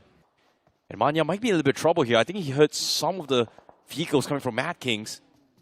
And may consider just hunkering down. Or maybe backing out as soon as he can. Yeah, Godlike's going to mess up again. It's not even a question. The position they've got, it's too early to execute that spot. You're going to be surrounded by a lot of teams the moment they start to close in. And if the zone's not going to be on top of you, then Godlike, we already know. Breaching inside of the circles, that's probably one of your worst nightmares. What a cover fire coming from Ninja Boy as well. Omega, he knows he's in trouble. He's getting flanked off. K9 was able to communicate really, really well. Now Omega is going to try and bait Higgboson in towards a death trap. And guess what? They do lose 2 right from the get-go, and the rest of K9 are coming here to provide assistance. As Omega continues to buy a little bit more time, Snowjot going to be cooking up nade from the sides. But Omega is running out in the open. He's trying to bait something. But the wraparound comes in. Knight with the save from the flank. Gets some Snowjot, and just like that, it comes down to a 4v1. And just like that, they get completely engulfed. What a clean sweep it is. K9 Esports, probably one of the most cleanest executions we've seen from them so far. Crazy stuff. Higgboson, that too one of the table toppers, now just getting fiddled with and toyed with. And Higgboson was not even able to stand a chance. K9 Esports had him wrapped from all the different angles. That was really well played. That has to be one of the fastest response time, right? Like, the response of the rest of the teammates from Omega was just phenomenal coming from K9. They're just working as one unit. Meanwhile, the Great Migration comes in. Every single team's going to be running their zone. And on the side as well, we do see Soul having a little bit of run in as well with TrueRippers. The previous game, Soul messed up. The first game was fantastic. Still, you would like to say the momentum is with them. They've still got the win in the sails. Godlike now moving into close proximity of Rapid Chaos Esports. Utilities were tossed out. But Godlike is one of those teams that's not going to push up yet. They would still play on the back end. And that's what the main concern's been. Manya in the back lines, Jonathan, S-Power right next to each other. S-Power constantly trying to find some knocks, but he's also getting shot at from the back lines. The man's getting chipped up real low. Utility's still with him. Manya, Jonathan, S-Power right in that same shack. And I'm not a big fan of this. Oh, through OG. The man's trying to execute a pretty evil plan. And if this nade, it's going to find the right connection. Godlike, they will be dismantled. Through, the man's cooking up a nade. It's not going to be inside of the shack and actually around it. And that's why Godlike, there's no casualty yet. Jonathan and S-Power still right next to each other. And I'm not sure where the remaining players of Godlike are. The circle, it's panning out in quite a weird terrain. It's moving up north constantly. And Godlike, I'm not a big fan of this team play either. But Reckoning Esports from the back, even they're applying a lot of pressure now. Yeah, you can see Jonathan is a little bit afraid from getting shot from the back as well. That's why he's proned up. As Power pushing up forward all by himself. He's looking trying to secure the knock. Or maybe even a re-knock here as Roof will be able to get picked up. And while all this commotion is going on as well, Reckoning Esports chimes in to kind of look above. Maybe Rapid Chaos Esports might tumble here. It seems like Reckoning Esports, they're just a little bit hesitant to go in for the push here. The rest of Hero Extreme Godlike is going to be grouping up to try and go in for the flank. But from the far horizon, we do see Soul, or in this case, maybe even Reckoning Esports apparently, going to be wrapping around here and try and pincer them as well. This is going to be a four-way showdown. As Hero Extreme Godlike, they did scout this out, and they are going to back out from this fight. Yeah, this trifecta is getting a little bit weird. Godlike falling back, I guess that was probably one of the best decisions they can make. AX as well now falling apart. K9 Esports is just funneling in elimination points. What is this aggression we're seeing from them? Outside of the circle, setting a field trap against the players of AX. Devotee now the only person, and even he steers away.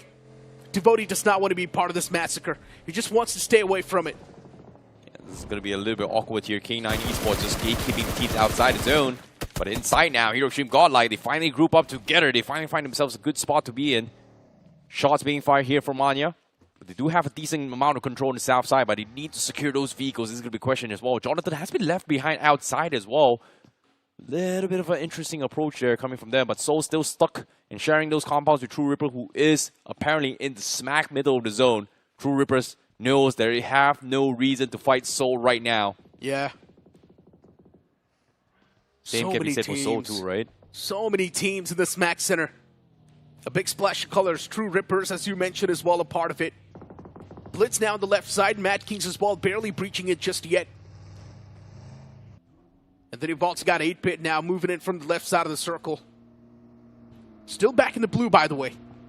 K9 Esports, even they've found that breaching point, and K9 Esports is literally ready with a mop. 7 eliminations already secured, and K9's not going to be shying away from any of the fights. They know they're already dominating the overall standings. There's nothing to be scared of. Yeah, I like the confidence coming from K9. They're just, you know, popping off. They're just trying their very, very best as well. And speaking of the best here, one of my favorite skins currently on display, and also the other models as well. It is going to be the official collaboration with the Porsche, with 4 models in total. And of course, they have at least a total of 8 variations out of 4 models for you to choose from. Beautiful. Amazing. I would want to get my hands onto it, but I'm just unlucky. K9 Esports, the high ground they've got, it's going to give them a lot of value soon in the future. Nebula is around that proximity, and now speaking of 8-Bit, yeah, the Blues still on the move. They're tanking a lot of damage, constantly patting themselves up, but I'm pretty sure they were ready for this. They probably did stack up on extra meds, and yes, they did. Now, speaking of meds here, 8-Bit, they're going to be running into the OG coming from the northwest corner. Skip's going to be checking around this vicinity here, trying to scout out people, but seems like there's nobody around. OG is also going to be driving away as well, as WizGod is going to try and push inside the zone, a little bit too far off with Aru. Seems like 8-bit, they will make it safely as well, as they're going to be hugging the edges on the west side of the La Cabrera northern mountains. From 8-bit, it should be fine, but the next circle shifts comes in. OG has already pushed in towards the quarter side. But inside the zone, seems like the shifts up north, with Victorious Summers having perfect control of the northern region right now. Even Nebula is doing pretty good, but Autobotz Esports is going to be a potential threat. K9 Esports too, if they really want, they can make life hell for Nebula. But I don't know if they really want to do it. Reckoning Esports too now, just driving around. Adi from Nebula Esports is there up close and personal, but he's not doing anything yet. Autobotz Esports' players in the back lines too. K9 Esports, the way they have spread themselves out, it really does showcase his dominance. They're ready to assert it as well. And now Nebula, they want to find themselves a solid compound to play with. But OG, they've already got their hands onto it. All the 4 men of Nebula Esports now assembling around that compound, but 8-bit from the far fray, taking those shots against Nebula. Where do you go? Oh my goodness, Nebula, they just don't know where they're getting shot at as well. Pressures from both fronts, from the sides and the front. OG cannot push out yet. But Nebula, seems like Adi, he's going to try and reposition from a different angle to cover fire. But the rest of his teammates is pretty much stuck with OG. And OG, a little bit afraid to push forward as well. There's too much open ground to work with. No reason to fight. And this is going to be a tricky spot to be in here, because the supply crate has been looted from K9 Esports. I'm curious whether or not if they are going to be picking up an AWM to try and mess things up for all the players in this game. Helmets and also vests may be shot off, which later on we are going to be keeping in check here. But for now, as you can see on the finish feed, Omega gets the first down on Devotee. Aryan down to one last player, as Aryan himself has to try and save Devotee on the sides. Okay. Seems like Omega, he got the knock. Does he want to go for the push? Is going to be a question here. I think he wants to. Zone is still moving in. Is it worth it? It's all the way down this wall. Guess not. Seems like Aryan, he's going to try and pick Devotee up, and they are going to skedaddle out of there. Yeah, pretty much easy. Rapid Chaos Esports against God's Reign, and Rapid Chaos Esports, they're actually ending up winning the fight as well. 2 men knocked out from God's Reign, and now they're just down to a 2-man squad. What just happened to God's Reign? How did they just lose the fight like that? Now Neo tossing out the utilities, one of the men from the side of Rapid Chaos Esports. Throov did not even have HP, and he still wins that fight against Neo. Oh, feels bad for Neo. If Molotovs had a quick draw magazine, maybe he could have swapped it out a little bit quicker. Got punished for instead. And now Delta, last player left, coming in from God's Reign. Rapid Chaos Esports knows exactly what to do with this. Argent going to be picked up, and they have to go in for the flush. But at the same time, they're barely at the edge of the zone here. So they know there is not going to be potential third parties coming in. It's better to push in tandem, and that's what they're doing. Rapid Chaos Esports, this is asserting dominance against God's Reign.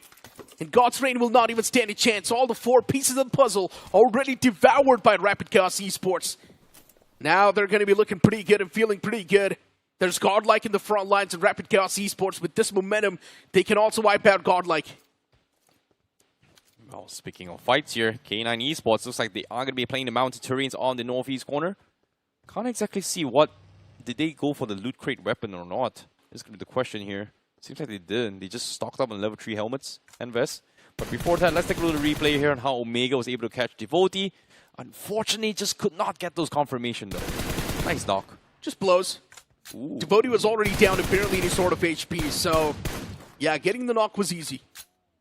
K9 Esports from the top, raining down death and destruction. It's Ninja John. It's Ninja Boy who's got him pinned. Knight falls down from K9. Constant problems once again inflicted. And Ninja Boy from the top, since the man's raining down death. Anyways, for Reckoning Esports, it's getting real tough. The warehouse, it's way too open. Tough to play around it. Nebula Esports still around the same area. For OG, they have done a fantastic job in holding this spot down. Yeah, but they can't really push Nebula as well. Nebula is still pinned by 8-bit, who's coming in from the west side. And now Victorious Summons is going to be coming in from the north side. They're completely pinned. Nebula, they need to find a way to regroup with Adi, but I think they've just lost all their vehicles. And 3 of the players from Nebula is pretty much stuck out there in the open. They don't really have a lot of options as well. If they push OG, they get sprayed from everybody else. And if they don't do anything, they're going to get stuck eventually. And as soon as I say this, they already lost Phoenix. Carry Jot from Victorious Sumus is able to get a confirmation. And even Nomi will fall as well from Athenki. That is just unlucky of Nebula. They're just pinned. Yeah, I mentioned this too a while ago for Nebula. It's not a good position at all. Before, they had the high ground to play with, but even Autobotz Esports was going to push in from the back. So Nebula, they were stuck in troubled waters. K9 Esports, the only possible threat's going to be AX and Reckoning Esports. The moment they wipe them out, no one's going to be able to stop them. They have the high ground. They have the best possible spot inside of the game. They've got a lot of intel to play with. And let's not forget, they have been on fire in this game. Blitz Esports, however, they will be in almost near the center of the zone right now. It is going to be divided into 3 sections here of the zone, but for that, let's take a little replay here between God's Reign versus Rapid Chaos Esports. Drew is able to push down with 1 HP, taking out Neo, and just completely demolishing God's Reign's assault here. Very, very good, consistent stuff here coming from Rapid Chaos Esports. They are 4 men alive. But the question here is, can they push inside the zone? Because now they're going to be taking shots onto his K9 Esports, who's been peppering shots from the east side. As K9, they do have the high ground, but eventually they have to get down, as the circle may force them out in the open. But before that, I think K9 is going to try to make lives miserable for every single team that does not have high ground advantage. Autobotz Esports, they're on the opposite fray. Look at Blitz tapping away against the players of 8-Bit. The fact that 8-Bit is still in the game is insane. The rotation we saw them pull off, they breached in pretty late inside of the circle. They were taking a lot of damage from the blue, but now the back's still against the wall. The next zone shift, that's going to be important. There's a big chance it might just shift right on top of Adi. He can be the center of focus, but you never know. It's going to be a tricky spot to be in as the zone shifts. Oh, it does actually shift onto his Adi as well. Now Kratos, he's the last player left from Nebula, aside from Adi, who's inside the zone, outside right now. And he needs to find a way to get in, and I'm pretty sure he does not have vehicles. He was completely sprayed down by Victorious Sumus and OG, and even 8-Bit as well. Now he's got a little bit of a space to work with, considering that 8-Bit has gotten down from the west side, but Victorious Sumus got him completely marked, especially for Kratos. There's nothing much Adi can do. And even then, if K9 decides to slam on Adi, he is going to go down. Omega is coming down from the mountains from the east side here from K9 Esports. TrueRippers and Soul does have a decent amount of compound from the south side. Blitz as well. Those 3 teams are going to be the biggest nuisance for every single one in this game right now in this phase of the zone. Oh, K9 Esports finally now up close and personal against Reckoning. But look at Reckoning Esports, just better. The firefights, the man in the front, Levi, also doing a lot of damage. K9 Esports being handed out a reality check, and that's the big man taken down. K9 now with a 3-man squad. They need to find a way to shut down Reckoning Esports. Slug taking a fight against Autobotz Esports. He's collecting those elimination points. Slug from the top now looking to toss that nade. If it's going to be on the point, Autobotz Esports, their life will be hell. But that's not the case yet. Oh boy. Autobots, they are looking for those regroups here. Lobster getting taken out. That's going to be unsavable here, at least for Autobots. Reckoning Esports, the initial engagement was K9. Only finding out Omega was good. But the rest of K9, they are very aware of what they're about to do. Meanwhile, Reckoning Esports, they set their sights on towards Rapid Chaos Esports here. They found 1 knock. And now looking for the second here, as the rest of Rapid Chaos Esports is going to try and push into the zone. And they might run into its Soul here, who's having a decent amount of compound. But it seems like they dodged a bullet against Soul, runs into TrueRippers instead. And now they're going to be peppered between 2 fronts here, as TrueRippers chimes in alongside Reckoning Esports. And just like that, Rapid Chaos Esports, they get completely shut down. Too many teams focusing on them and firing on top of them. Rapid Chaos Esports could not withstand all of that damage. TrueRippers still around the block, now actually in the best possible position. And 8-Bit, look at them. Juicy and Sarang right next to each other. Blitz, even they have got them pinned. Blitz actually taking those shots now. It's going to cost the players of 8-Bit a lot of HP, and also a few players getting knocked out. Blitz, the fact that they're still alive with all the men standing, that's insane. Chandan was the only person that was knocked out, but now Godlike, even they're dropping down a number. What a defense coming from Blitz. But at the same time, OG, they pushed out. It seems like they hurt 8-Bit, having a little bit of commotion here as they try and abandon ship from the west side, as they try and chime in onto 8-Bit instead. 8-Bit, they're pinned between Godlike and Blitz Esports. and Mino can't really pick out as well, because as soon as he does, Soul and TrueRippers is taking shots on him from the east side. But fortunately for them, they are able to regroup here. Blitz still defending against this assault. The nades clipped onto its 8-bit. And everybody's coming in, but Skips, he is going to get taken out. And he actually Molotoved by himself, I think? No, he actually Molotov Soref inside. Yeah, but the fight's not done yet for Blitz. They still need to deal with the players of Godlike. With a 3-man squad, Godlike can still be a threat. They have been struggling throughout. They really have been struggling throughout. But all it takes is that one moment to bring your confidence back, and Godlike is still looking for it. Oh no. Manya, he's going to press up the matters. He's going to try to press on the charge. They have to push in. They have to push in right now. The zone is closing in, and Godlike, they don't really have a lot of time. Yeah, they don't. The Vault's got the utilities to back this push up as well. So Blitz, the defense needs to be on point. All they need to do is just hold down the fort. Jonathan taking a lot of damage from that well-placed nade from Blitz. And Chutlan is going to be the casualty from the back lines. It's OG as well, somehow supporting Godlike unknowingly. And now for Blitz, they've got 3 more men standing. The fight's taken down to a proper 3v3. Manya's position's compromised. And Manya, he needs to win the fight no matter what. All the players from the side of Blitz now trapped behind this little cardboard box. That Molotov is placed to perfection. Manya's already taken a lot of damage, and he gets knocked out. Now a second Molotov here from Soref to buy even more time, and even then, Hero Extreme Godlike, they're falling like flies. And just like that, Hero Extreme Godlike, they get completely wiped as Blitz was able to hold out. And just like that, they get eliminated, and now the sound of retreat begins as the circle closes in. But OG made the move to try and push in. They find K9 Esports. Knight gets the first opener, and even a second one as well, as OG loses 2 right from the get-go. What a defense coming from K9 Esports. Yeah, OG, the fact that they're losing this fight, it's crazy. Another man from OG's taken down real low. It's also Reckoning Esports taking those shots, and OG's done.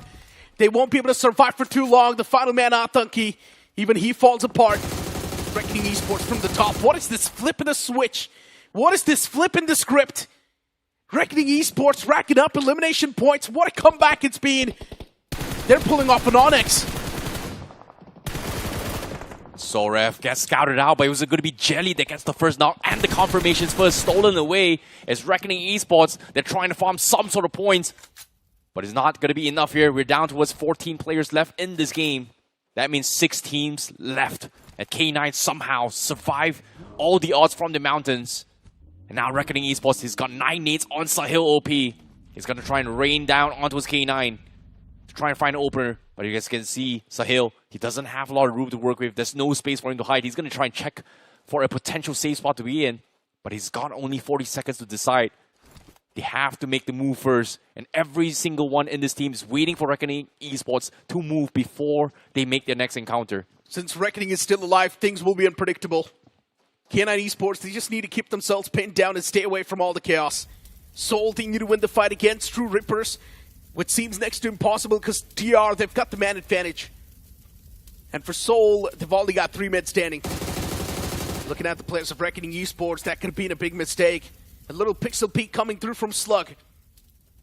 Dishing out a lot of damage against Reckoning Esports. 13 frags distributed so far from K9. That's insane. And now they're still looking for more. Seems like the 2 teams are going to be making the move right now. It's going to be Reckoning and Soul. Knight finds another frag again. Reckoning Esports crumbling, leaving only Levi left. Slug going to be lobbing nades here, trying to get those confirmations. And that is it for Reckoning Esports, as TrueRippers was able to find the finish. But Soul, as they push in, TrueRippers has got them pinned outside as well. Nades are coming in. That's going to be a massive knock from Jelly to find 2. Knuckle, last man standing for Soul. And he's going to try and get 1 point out of it as the circle is about to close in. He doesn't have a lot of space to work with. He does have an off angle. He sees Chandan from afar. Did he get the confirmation? No, he did not. He will go out. While K9 Esports Knight with 8 finishes in the bag. One of the MVPs in this game potentially. 15 finishes on the block accumulated by K9. This seems like a nuclear performance on the way. Unstoppable freaks. And they're still going. Nebula, even they survive in the top 3. Consistency's there from them, but no eliminations gathered yet. Kratos the only man. TrueRippers now slowly and steadily bunny hopping their way towards K9 Esports. But look at K9. They're just unstoppable. They're beasts on a different level. The AOG is going to get the fresh magazine. Knight and his boy Slug, both of them, they've already dismantled the lobby. At K9 Esports, if they keep on going this route, oh my god, there will be a major vacuum in the overall standing soon. But look at Kratos. No. He spots out one of the men from the side of K9 Esports. There's a big chance the game can be spoiled. Take that shot, take that shot. It's a freebie. Line it up. 3 shots to the head is all good, but Kratos is going to try and play full placement. He doesn't want to do it. And just like that, Knight is going to be having a free pass, but with the zone coming in, no, he's looking for the second player. Knight doesn't know he's there. It seems like Kratos was spotted out by Hydro instead. What a save from Hydro from TrueRippers. Knight looks like he might look for another point here for K9 Esports to clutch the chicken dinner. Yeah, and Hydro, the man's barely surviving.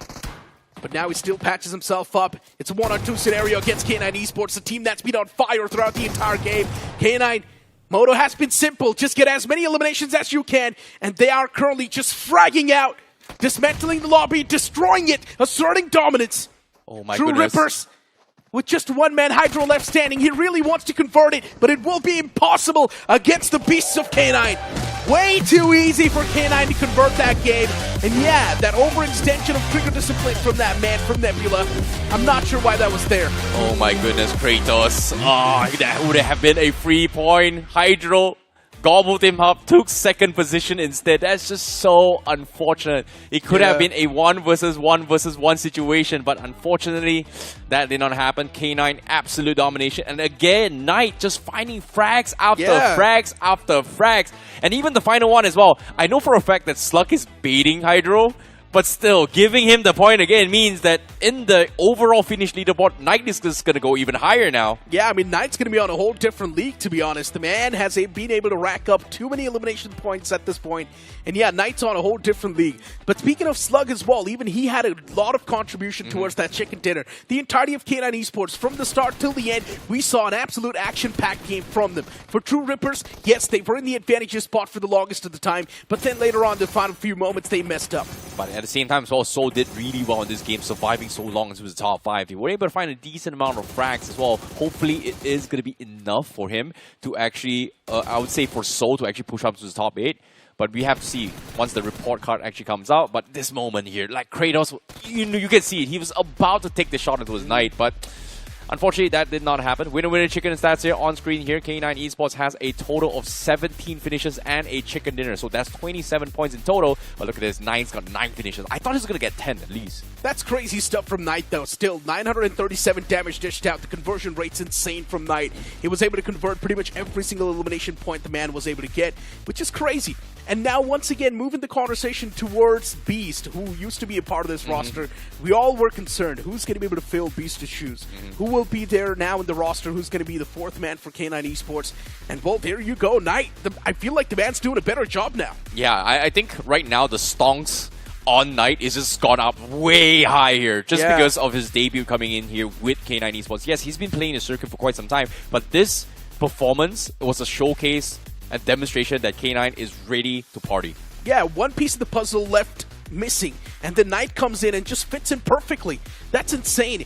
Ninja Boy, Knight, and Slug. Now, this is going to be the deadly trio everyone's going to remember for the future. We've got the MVP of that previous game. 9 finishes racked up, and the damage number of 937. The conversion rate's pretty good. Every single man he knocked out, he was able to finish him. So you're saying Omega has been left out? He's no longer part of the trio, huh? For me, it's about the trio, man, because I've been following that trio for such a long time. Then Beast left. It's a whole emotional arc that happened. But now this man is able to just fit in that trio perfectly. Well, for all things considered here, whether or not it is going to be them, we are guaranteed going to see the K9 into his quarterfinals, 100% sure. But with this point standing here, let's take a look at what's the other team so far. TrueRippers with 16 points in total. Blitz also with 11 points. So I would say they did pretty okay, but 8 points from that game. I don't think it's going to be enough for them to push themselves up into the top 8. Reckoning Esports did pretty okay as well with 8 points in the back. Nebula Esports with 5 points here. Just because, based on positions here, no finish points whatsoever. They will retain the number 8 spot here with 110 points, while Soul is only 1 point behind Nebula Esports. It's way too close around the 8 spot now. Autobotz Esports, even they're not too far away, by the way. Even Rapid Chaos Esports, they can fall back as well. OG with 97 points, Reckoning Esports with 95 points. Reckoning Esports as well, they've been on a tear. And we're also seeing a lot of efforts being put from 8-bit too. We cannot count it out as well. For Godlike, it's a whole different story. They always just keep on messing things up. And once again, they have messed up all the good points they got. Yeah, it's a little bit unfortunate here, but the chase will continue tomorrow as well, as they will have their remaining 6 matches in this next 2 days to decide the fates of where each and every single team is going to be in here. 8 teams towards the quarterfinals, 8 teams towards the round 4 stages, where elimination is on the line. So this is going to be a risky time here for fans inside Group E, for all the teams that you are going to be supporting for. And I don't know what to say. OG, Seoul, AX, international representations in the bottom half? Really? Yeah, especially OG, TR. I mean, TR's doing really good, right? Yeah. We expected that from TR, and they're doing fantastically well. But I guess OG and AX has to be the biggest surprises. With so much experience, still not able to bring proper performance on the board. It's really concerning. What exactly is going wrong? I'm sure they are trying to bring new things on the table, but clearly one thing is possible. What they're doing is wrong. Yeah, I think it all comes out of adaptation as well. It's not really over yet here. There's still 6 more games here. This 6 games is going to be a life-changing experience for each of these teams as well, whether or not they go to quarterfinals or not. But one thing for certain, Knight has proven his point. Knight has made a statement so far as being one of the stars coming in, and he deserves to be in a Tier 1 team. The man's going to be on a whole different league, especially when it comes to the top 5 players, when we're going to see that flash up tomorrow as well. But ladies and gentlemen, with that being said, that's going to be it from me, Necro, and IC. Tomorrow we'll see you guys with 3 more games from both these groups. It will be really exciting. We'll see you guys tomorrow.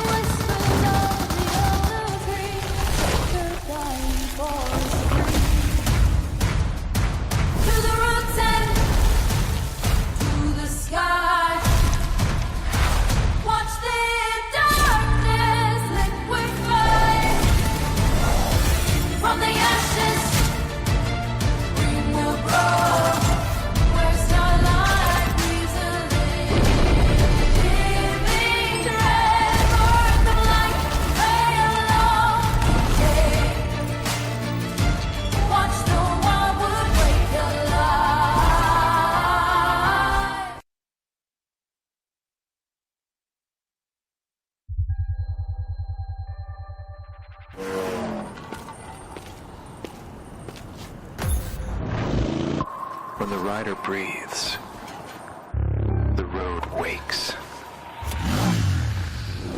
Enemies ahead. I'm going in. A lone survivor stands, and everything waits. The map unfolds.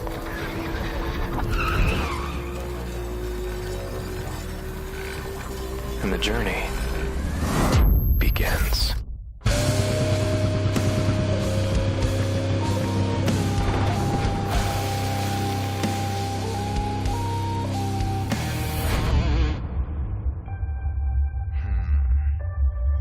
As the rider breathes, the path bows.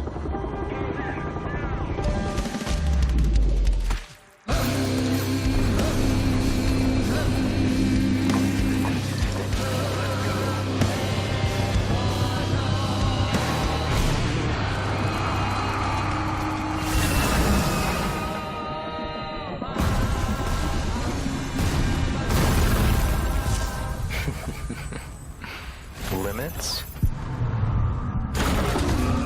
They're just marks in the dust. Because in the battlegrounds, there are no limits.